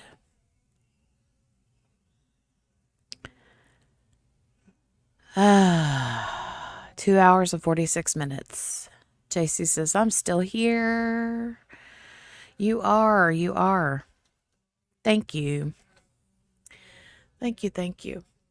That's the cool thing about the lives, you know, especially when they run long like this, is that it's easy to be able to just come and go, you know. And it makes it nice that I can, like, turn my camera off and my mic off when I have to get up and do something for one of the kids or both of the kids, you know. So, next week, well, this week, Friday, will be husband's last day on second shift. I'm so excited. So, then we have to prepare for what first shift is going to look like, which is going to take a while because after Friday, he's off work until after the first of the year. So, I don't know what we're going to do. We'll have to figure that out whenever we start doing, I mean, I'm still going to do the live streams during the day and like I have been doing. It's just he's going to be home in the evening, in the afternoon and evening versus the mornings, right? Oh, Lee says, yeah, even when I was at the other one, I still had this one running. You are great. You're awesome. JC says, you don't a P.O. box where you can receive gifts? No, I don't. Nah.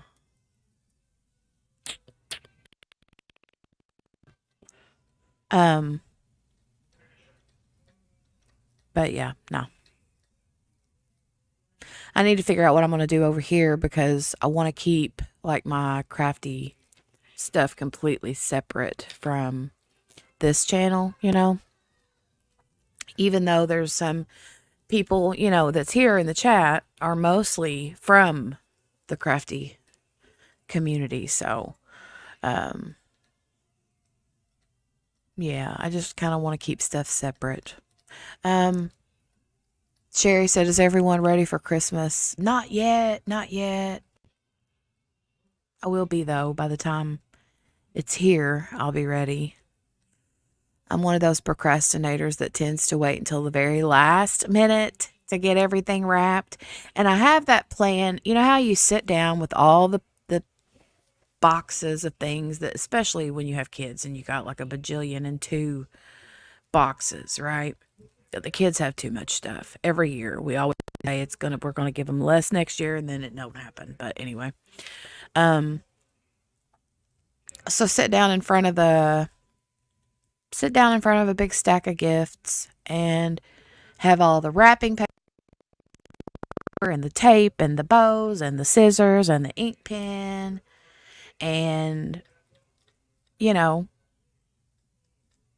start out with everything looking so pretty. I'm very like meticulous and particular and all the things. And then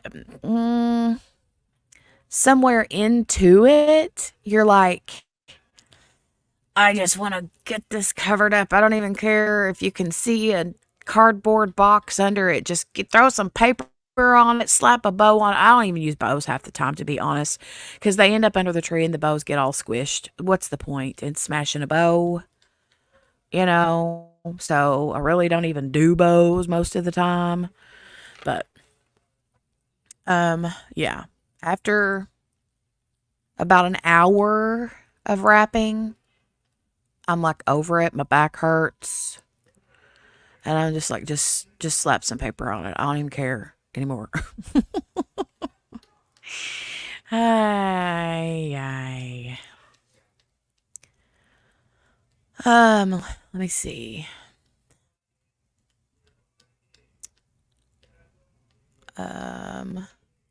Lee says, well, it'll give him time to reset his sleep schedule, having that much time off. Yeah, it will. It will. It'll be nice for him to have a nice break, you know. They have a break this time of the year every year. Like they do this like twice a year. They do it once in the winter at Christmas time, and then they do it once in the summer.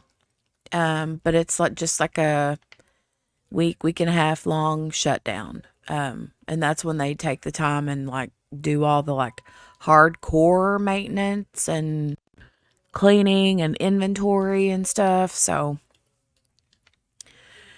I'm excited for him to have a little bit of time off and then slowly, you know, get into that first shift swing of things.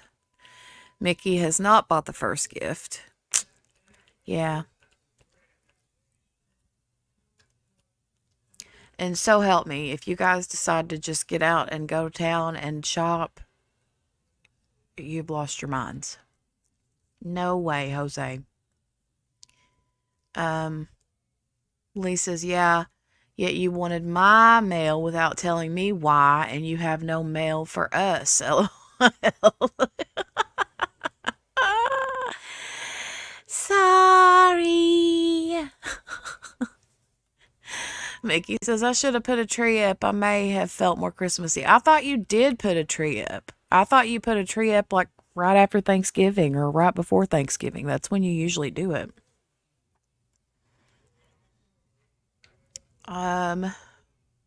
Sherry says, Jenny, you need to do an Amazon wish list. Oh, I've never thought about that.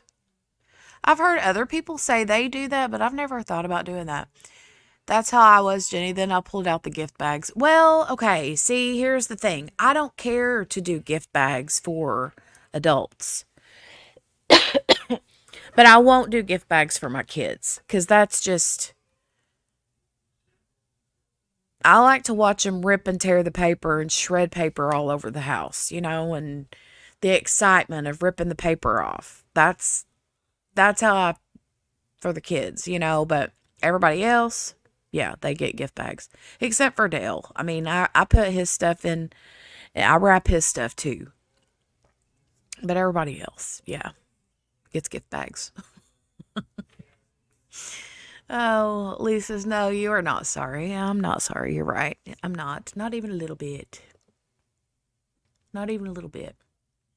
Mickey said, yep, nope. I canceled Christmas this year in this specific house. Oh, no. Why? Why did you cancel Christmas? You don't get to cancel Christmas. That's not your job. You're not our favorite aunt. Our favorite aunt, Mickey and we have had an aunt that passed away several years back. But one year she literally canceled Christmas. She canceled it. She's like, yeah, no, we're not having Christmas this year. Nope, nope, nope. Oh, you mean no tree? Okay. No Christmas tree. Well, yeah, that's pitiful. You at least need a little ceramic Christmas tree, at least a little Charlie Brown tree or something, right? Just get one of them little bitty ones and put it up on the fireplace mantle. You know?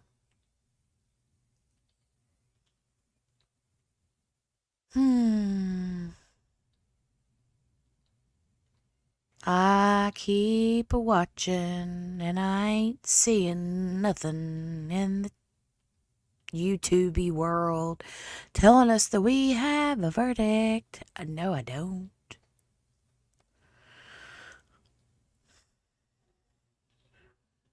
Mm-mm-mm.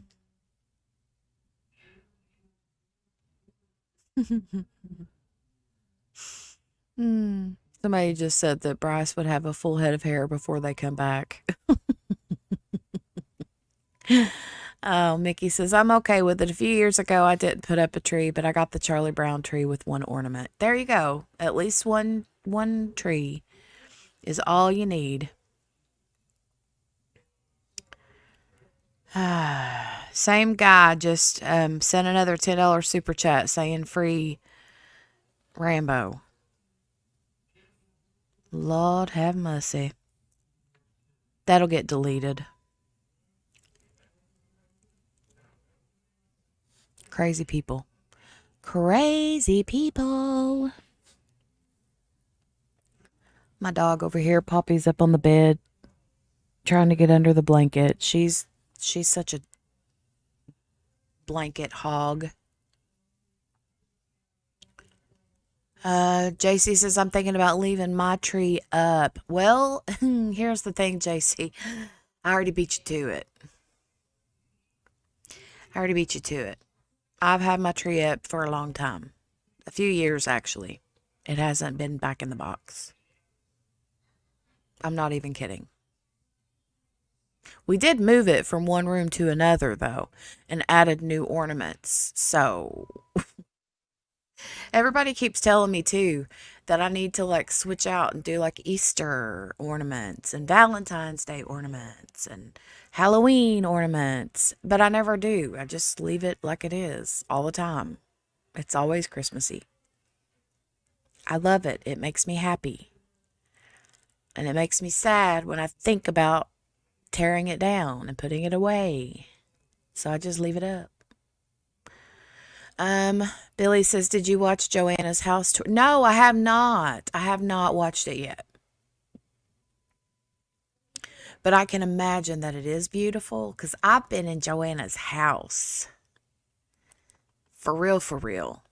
In person. And her house is beautiful already. So I can imagine what it looks like for Christmas. Because she goes all out for Christmas. All out. Yeah. And she has like a very like fancy bougie taste, you know? So yeah, I can imagine it's beautiful. I can't wait to watch it though. Oh, I bet it is. I bet it's awesome and gorgeous and beautiful.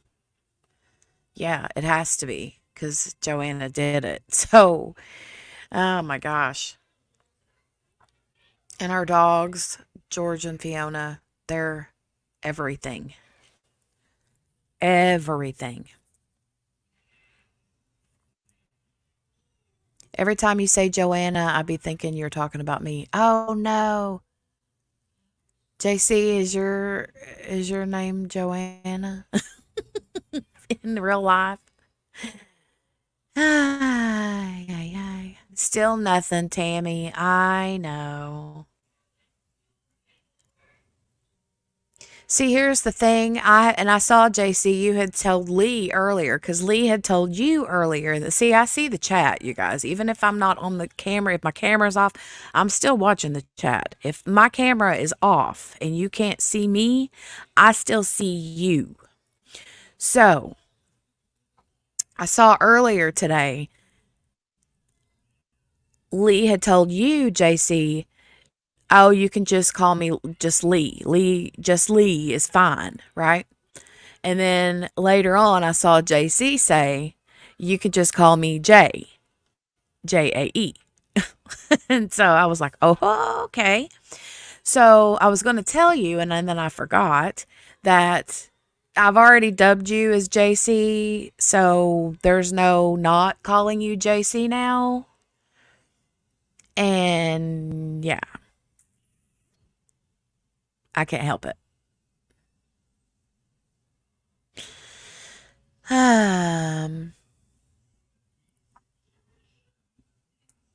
It's a short video. Oh, is it a short one? Yeah, I have to go watch it.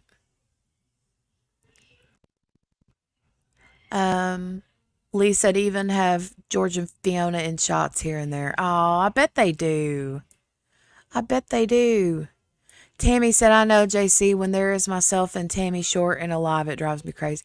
Oh, because people are always calling you. You guys get messed up by name. Hey, Mary Lou. Hey, baby. Oh, and Mary Lou, I have not opened it yet, but I have a big box over there in here in the bedroom. I have a box. I have a box from you, friend. And I have not opened it yet. I have not opened it yet. I want to open it, but I also want to like pull my phone out so I can record me opening it too. So if you want me to, if you don't want me to, that's fine. Completely up to you. I won't if you don't want me to, or I will if you want me to, or if you don't care. But I haven't opened it. I have not opened it. Smile.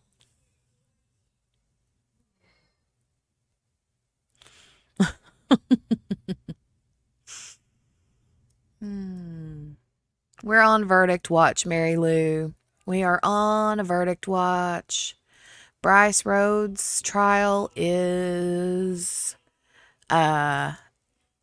over. We're just waiting on a verdict. Possible that we'll have one tonight. If I want to. Okay, good deal. Yay. Then I will record it. And I will record that this week. It took me months to get it out. Oh my goodness, Mary Lou. I'm going to say that I'm assuming it's going to have bubbles in it because you had asked me about bubbles. And if it don't, that's fine too. But if it does, that's fine too. You know, because Jolie loves that kind of stuff. But I know you had asked me about it. So 2 months. Oh, it took you 2 months to get it out. I gotcha. 2 months.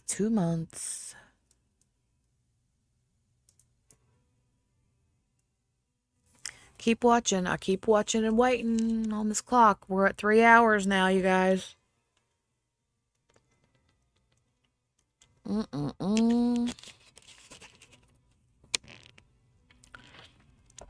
Keep waiting and watching. Watching and waiting.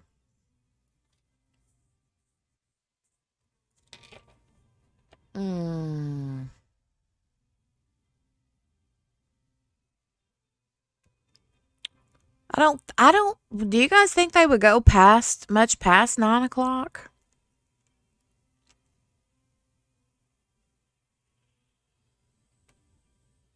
I honestly cannot imagine them taking this long, um, considering Hannah's. I would think that Hannah's case, well, I mean, there are more people involved in this case. I understand that, but it seems like the decisions to be made in the Hannah Payne case would have been more difficult and would have taken more time. You know, I don't know.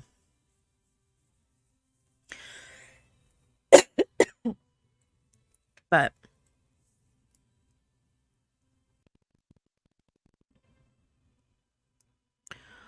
I don't know.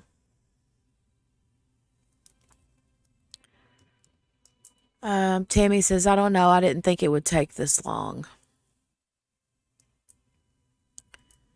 Lee says, I would doubt it. Mickey said, not unless they think they'll be done tonight. Sometimes they'll tell the judge if they're getting close. JC said, have they even asked to see anything? Not to my knowledge. If they have, they haven't done it in front of the camera. And they don't usually do that. So, I don't know. Sherry said, I didn't think it would take this long. Yeah. Tammy said, nah, I believe Hannah's case was decided when the jury walked in. May have been. I don't know.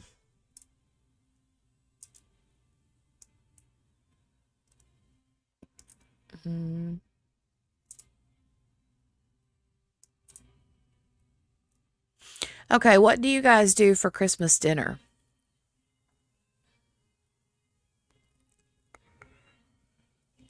Mary Lou said, most of the boxes, summer stuff my store reduced. Oh, cool. Yay. That'll be fun. That'll be fun. I forget where it is that you work at, Mary Lou. It's a grocery store, right? But I forget which one. And you don't have to say in the chat if you don't want to. I don't blame you if you don't want to.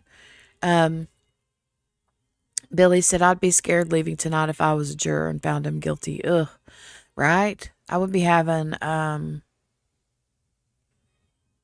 police officer walk me out to my car.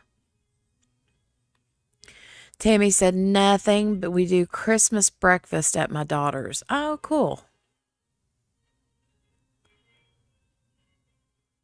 Oh. So we used to, years ago, well, I say years like it's been a bajillion years, but it was just a few years ago when our family used to do like Christmas dinner all up just like we did Thanksgiving, right? Turkey, ham, all the fixins. But then somewhere along the line, we got a little bit lazy and just decided to do like a big pot of chili or like, I think one year we even did like a deli meat sandwich thing. But this year, unless things have changed, I guess I need to checking in and seeing, Mickey's son-in-law is going to be making a smoked pork something. And he'll be doing like pulled barbecue pork. It's so good. And then Dale will still be making a big pot of chili too, just in case. So I told him, I'm like, you don't have to if he's going to make that pulled pork. And he's like, well, no, I'll still make the too. I was like, okay, whatever you want to do. Oh, Mary Lou said giant eagle. Okay. I thought it was something like that. I just couldn't remember. JC says, I just cook and everybody comes to eat. Yum. Sherry said, ham, turkey, broccoli, casserole, Brussels sprouts, sweet potato roll, mac and cheese, potatoes, corn, green beans, rolls. Honey, it sounds just like what we have. Minus the Brussels sprouts. But I love Brussels sprouts. I would have Brussels sprouts, but we just never do. But for Thanksgiving, we have the ham, the turkey, the broccoli casserole, sweet potato casserole, the macaroni and cheese, the mashed potatoes. We don't have corn. I think one of my nieces makes like corn pudding. Green beans and rolls. Yep. Tammy said that's how we did for years. JC's thinking about doing seafood. Ooh, look at you. Look at you. Mary Lou said, my son is making me go to their house. I really want to stay by myself this year. Aw, Mary Lou.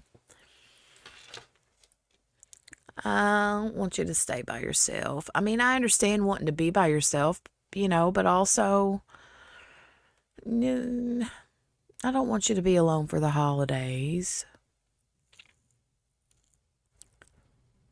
You've had a hard couple of months. Do they live close, Mary Lou? Pork shoulder.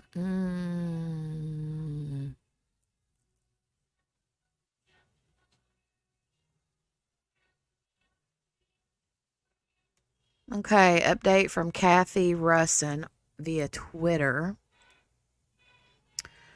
3 hours into deliberations and not a peep from the jury. All right. They got their heads down and their eyes on the prize.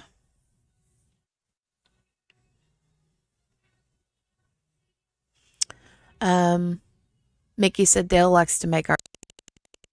He does. He likes to make the chili. JC says, I don't want you to be by yourself either, Mary Lou. There. Sherry said same. Mary Lou, we don't want you to be alone. I mean, I understand. Sometimes being alone is a good medicine for you. I get that. I also, being with family for the holidays is good medicine too.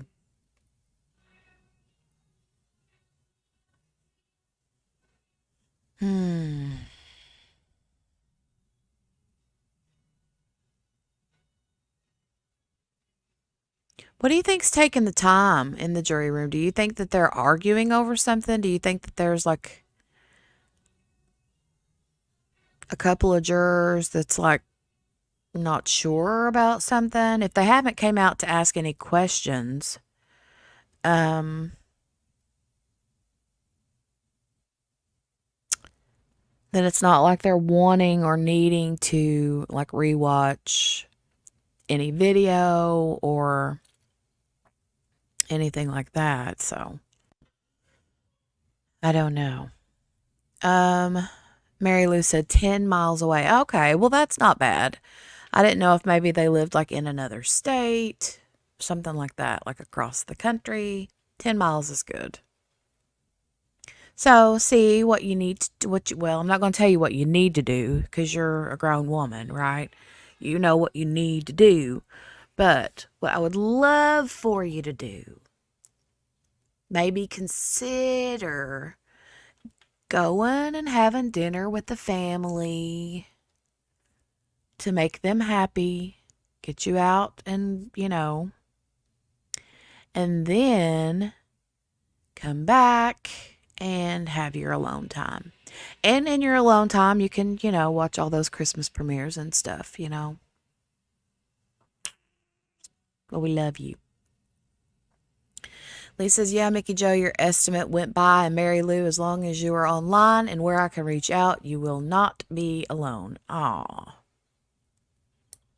You're awesome.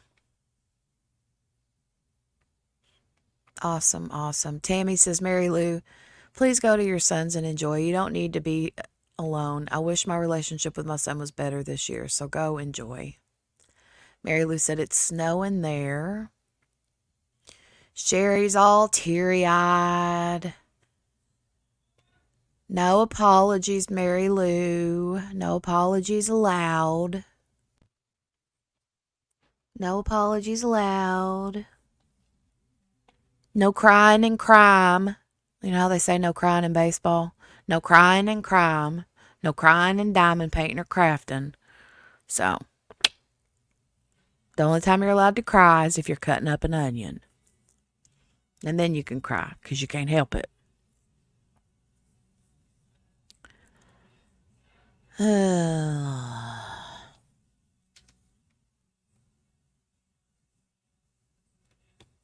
Um. Hmm.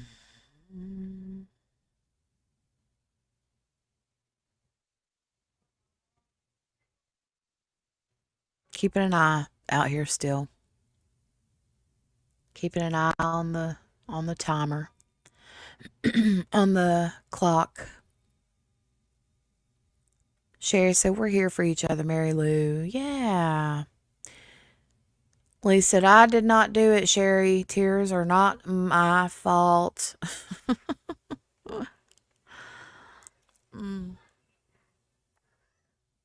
You guys crack me up. Oh, Gail says, hang on while I go get an onion. Gail's popped in. She's like, I'm crying too. Let me go get my onion. Mary Lou followed the state road truck coming home tonight. Yeah, well, we've gotten some snow today. It got cold and windy, and we got some snow, but nothing that didn't amount to nothing. It didn't, like, it melted, went away. It didn't, nothing. It was pretty to look at, though. It snowed pretty good, but as soon as it hit the ground, it was gone. There wasn't enough of it to get it to stick, sadly. I'd love to have a white Christmas, but I don't know.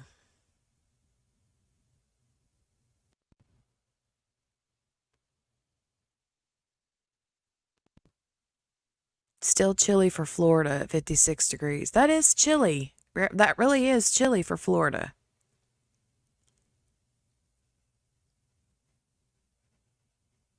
JC said we always get stupid stuff like ice. We do too. We do too. I would way rather have snow than ice. Just saying. The ice is what's dangerous.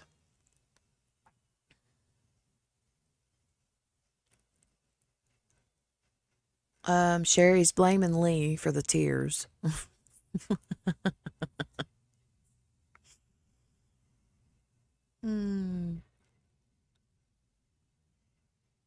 Oh, Lee beat you to it. He beat you to the denial. What is that saying about the river of denial or something like that? Wasn't that a country song? Tammy says, I don't mind the snow as long as I can stay home. That's kind of how I am too. I love to look at it. It's pretty to look at. And I don't mind, like,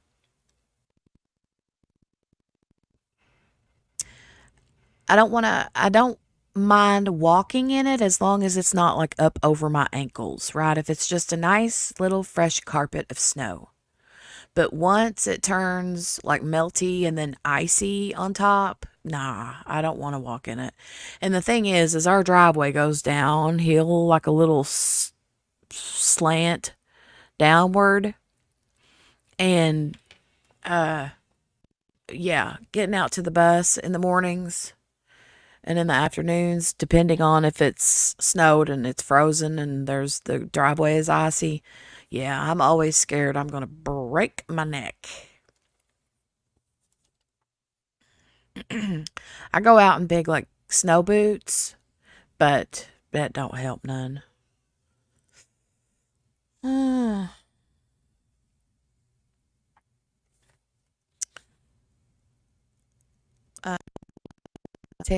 Nope, I read that one, Tammy's. Lisa's with the denial, that is. Oh. Fluff your covers. Yep. Fluff those covers.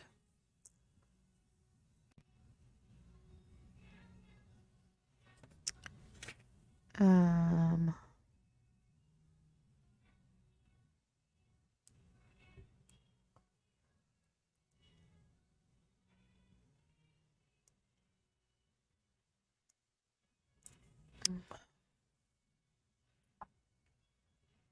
What's on the agenda for tomorrow? That's a good question, Sherry. It's kind of like, you know,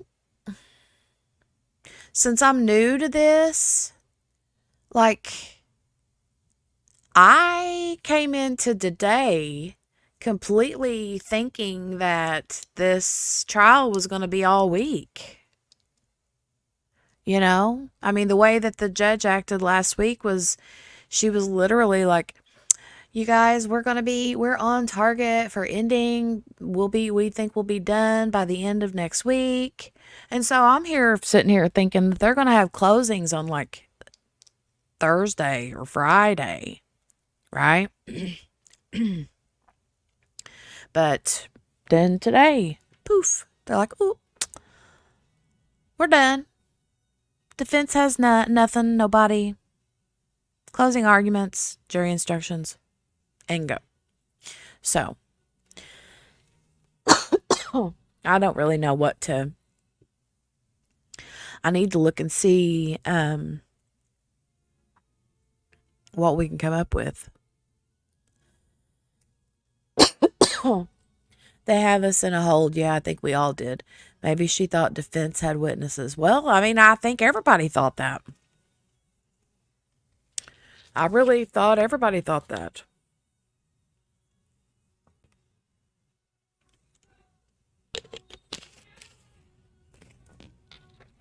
Probably would have been if defense had put up something right.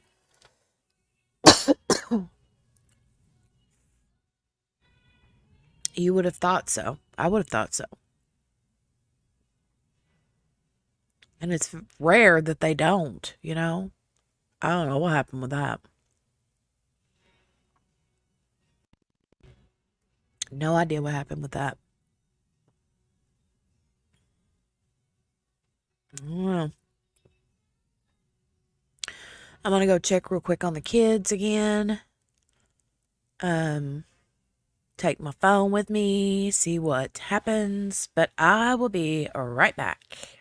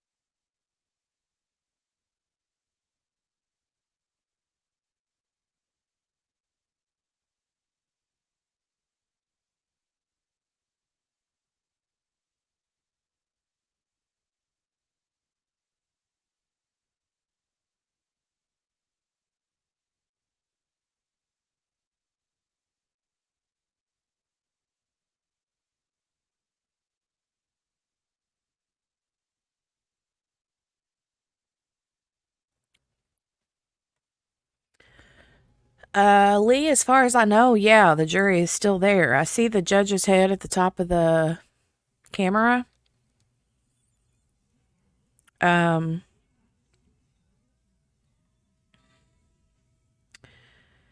She's like hovering right there, so we'll see.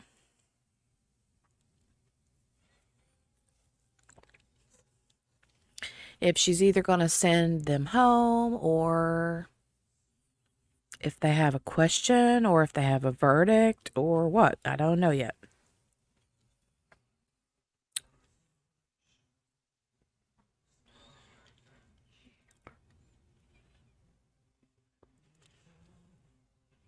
But yeah, she's just kind of hovering. Let me make that a small...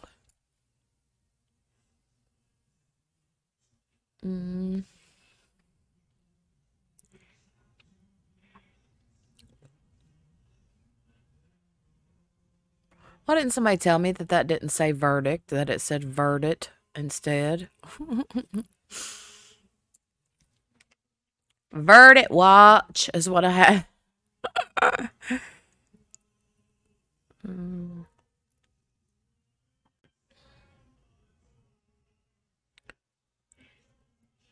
Okay, there we go.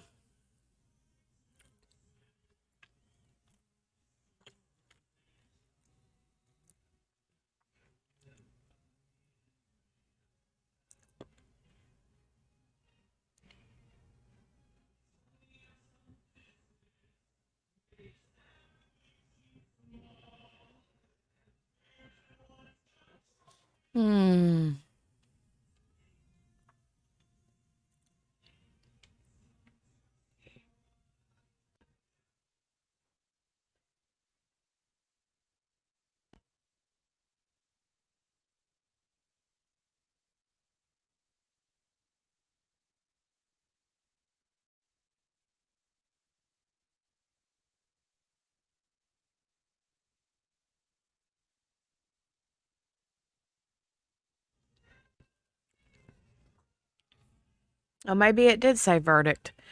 And I just clicked and accidentally got rid of the C when I was changing things around. I don't know.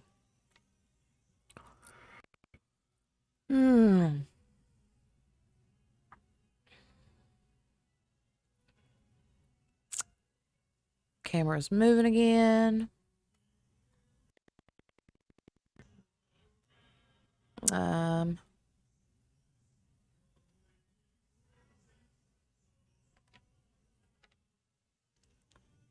Well, moving again.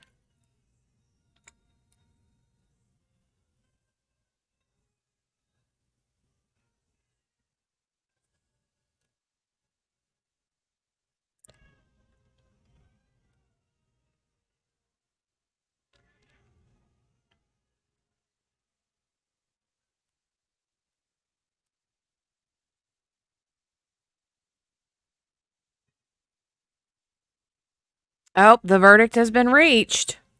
Verdict is reached. Sorry. Yeah, verdict reached. And the clock has stopped. You guys, we got a verdict tonight. Yes. Okay. We'll go over here.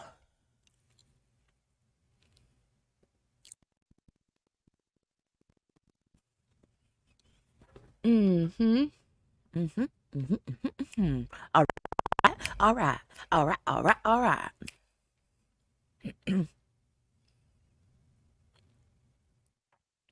Hey, Brenda. Hey, Brenda. How are you?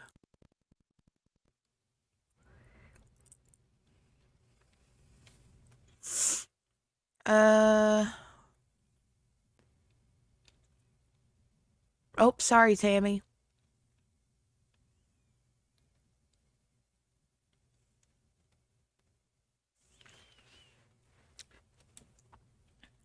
Yes, verdict has been reached.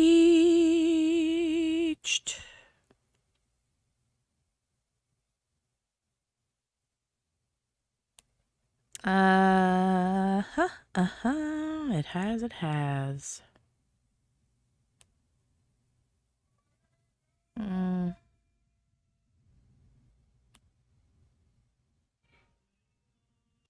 Just over 3.5 hours. Busy day. Looks like I tuned in just in time. You did, Brenda. Really? Yeah, we've been live almost 9 hours. 9 whole hours.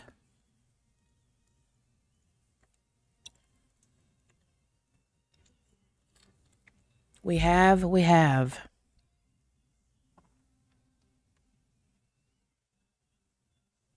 We have. We have. We have.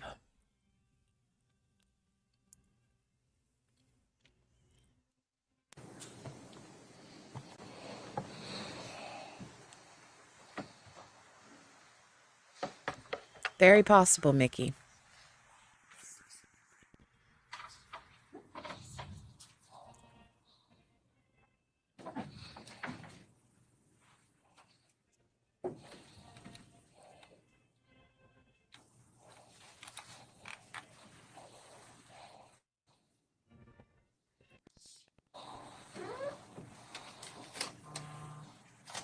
They're on the elevator.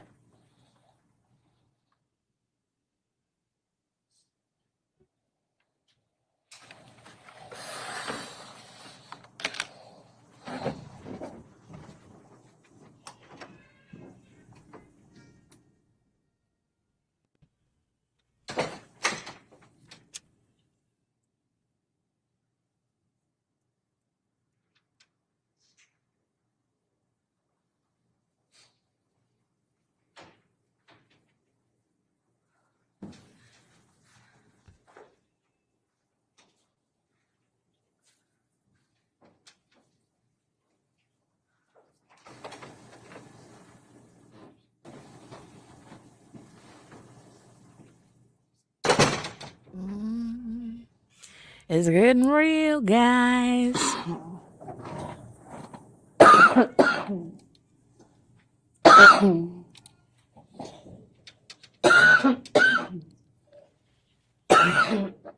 Goodness, the judge is sickly. Okay. Does anybody want me to poll the jury?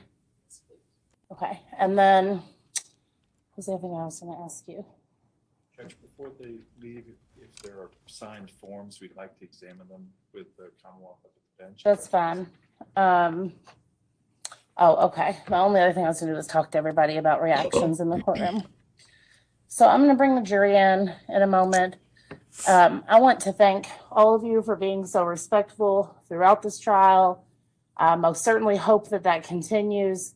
If there is a guilty verdict, we will be back another day. Please do not behave in a way that makes me say you cannot come back another day. That goes for everybody. But like I said, everybody has been really respectful. I appreciate it. And that should continue as the verdict is read. Okay, would you mind to, I told them I would ask somebody to signal them. I'll signal you, Your Honor. Thanks.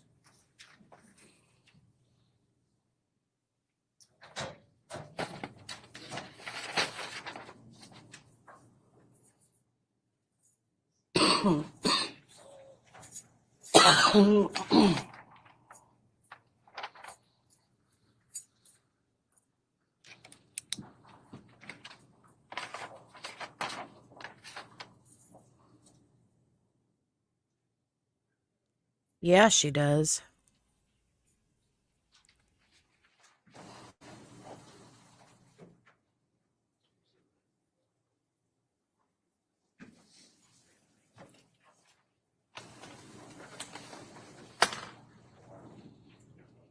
All rise for the jury.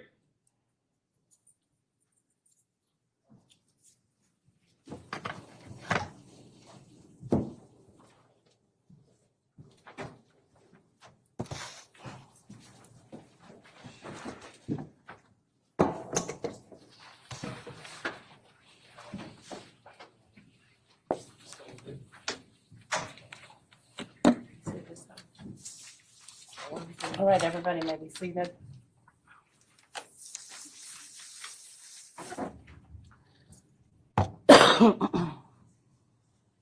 Who was the foreperson? Thank you. Has the jury been able to reach a verdict in this case? All right, if you could please hand the form to Deputy Mills.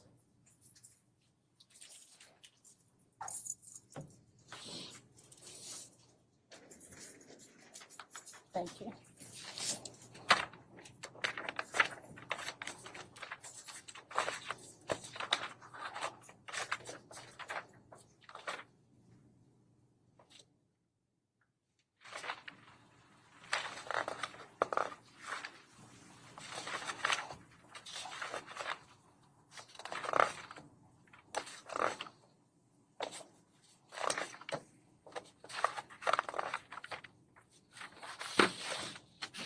All right, the court will now read the verdict.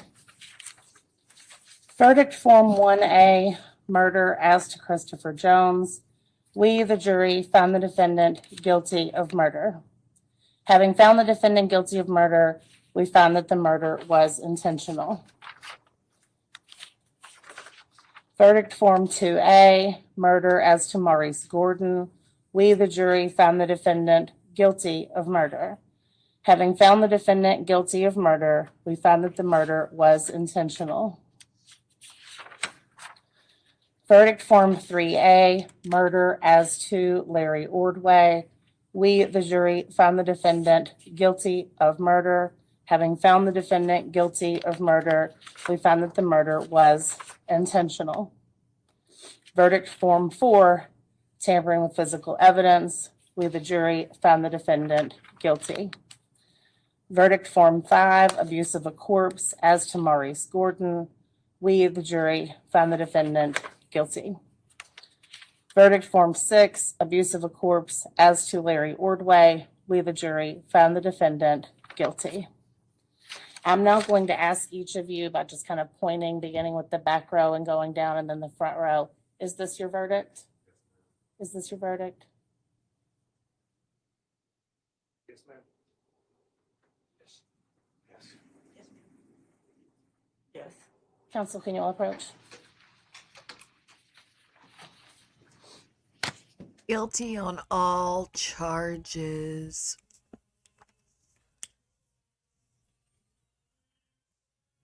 Mm-mm-mm.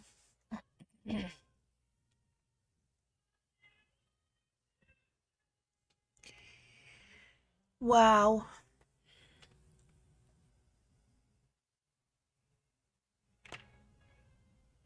Looks like he's behaving himself so far. That's a good thing.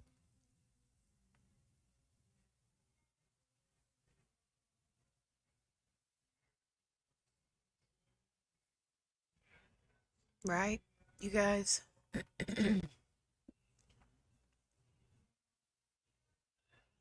I know, right, Lee? It's kind of what I'm thinking too.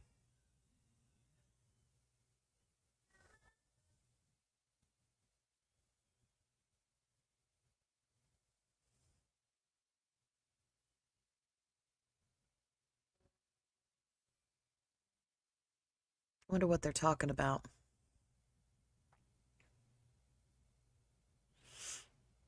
Probably Lee. They did say that he was going to have shock cuffs on. So, I mean, but I still don't know if he's angry enough. He may, forget that he got him on. But I don't know. All right, so I just kind of want to give you a sort of an idea of what will happen from here. First of all, thank you for your consideration of these matters. In Kentucky, jurors also handle sentencing. And so what we will do next is called the penalty phase of the trial, but we're certainly not going to do that tonight. We have some witnesses who cannot be here until Wednesday, but we also don't want to slow this down too much. As you can tell, we're on track to finish before Christmas, which is good, before the holidays kick in. So what I'm going to have you do is come back tomorrow at 1 p.m., see if we can knock out some of the evidence that we need to get entered. And then Wednesday, I expect will be the day that we conclude, okay? Now, I don't think you will be here too late Wednesday, but there is a chance you could be here after 5. Tomorrow, you'll probably be done by 3:30 or 4. All right, so be back outside the courtroom at 1 p.m. tomorrow. And in the meantime, the admonition remains in effect. You cannot do any research. You cannot post about this case. You cannot discuss it with anyone, including each other, when you're not in the deliberation room. So tomorrow morning, I will again ask if there's anything anybody needs to report, okay? Tomorrow afternoon at 1, thank you. Tomorrow afternoon at 1 p.m. And I believe we'll have somebody walk you all out as well. All rise for the jury.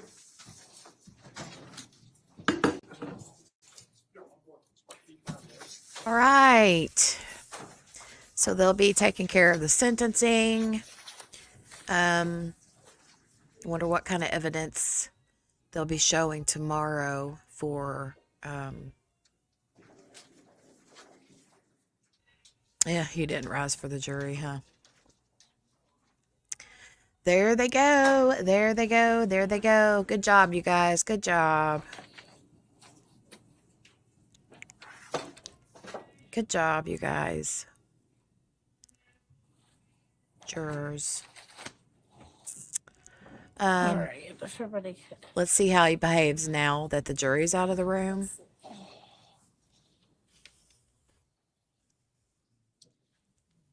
And then I'm going to have everyone else stay in the courtroom for about 5 minutes. Yeah, he didn't stand up. He's still sitting down.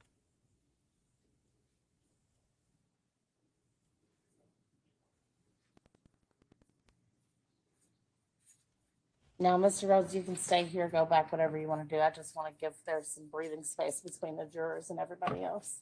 We'll see you tomorrow. Thank you all.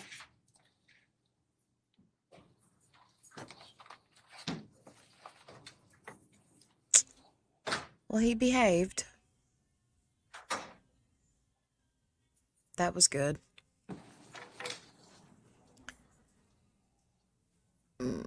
So I think what she's doing is just giving the jurors enough time to get out to their cars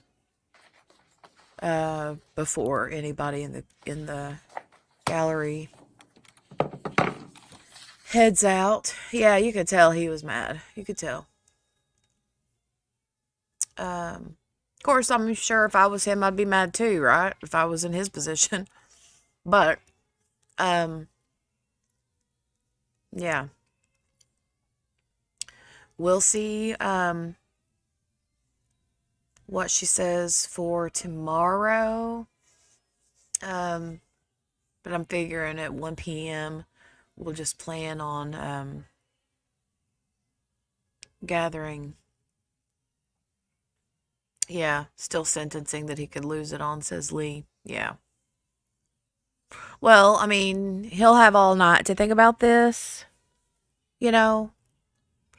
And if he really thought that he was going to get out of this, then, you know,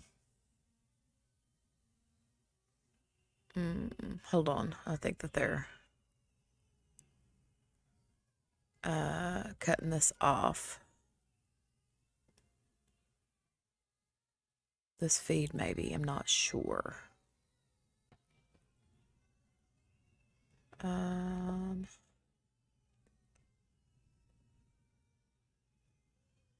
at that face on him. He does not look happy in that picture either. But, I'm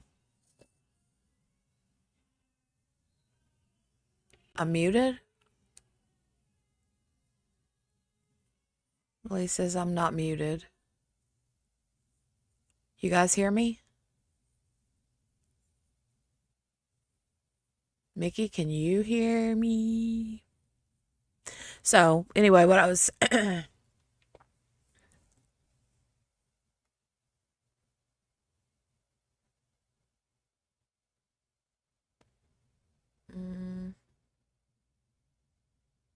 Okay, you guys hear me. Okay. Okay, so, Mickey, I guess refresh. I don't know. But the, 1 o'clock tomorrow, we'll plan on being back. If there's any like breaking, whatever, whatever, then I might come on a little bit earlier, but we'll plan on 1 o'clock. 12:30-ish, 1 o'clock will be the plan. So, yeah. I'd say if they do come back to the stream, it's just going to be whatever their plan for tomorrow is, if they have one. So, we'll see. But we can go ahead and close it out for tonight. It is 25 minutes till 10. So, yeah, I think it's time we call it a night. You guys are the real MVPs for hanging out with me all day like this. You guys are crazy awesome. But I hope you're done with your appointment, and I hope it's a good appointment and that it's, everything goes good and smoothly. But thanks everybody for coming and being here, and yay, we got an excellent verdict. Guilty on all counts, right? All right. Good night, Lee. Thank you for being here and setting up all the yummy foods and being an awesome moderator. And same to you, JC. I appreciate it. Mickey Joe, all of you guys are awesome sauce, and I love you guys. So we will see you tomorrow. All right. You guys have a fabulous night. Bye, everybody. Bye.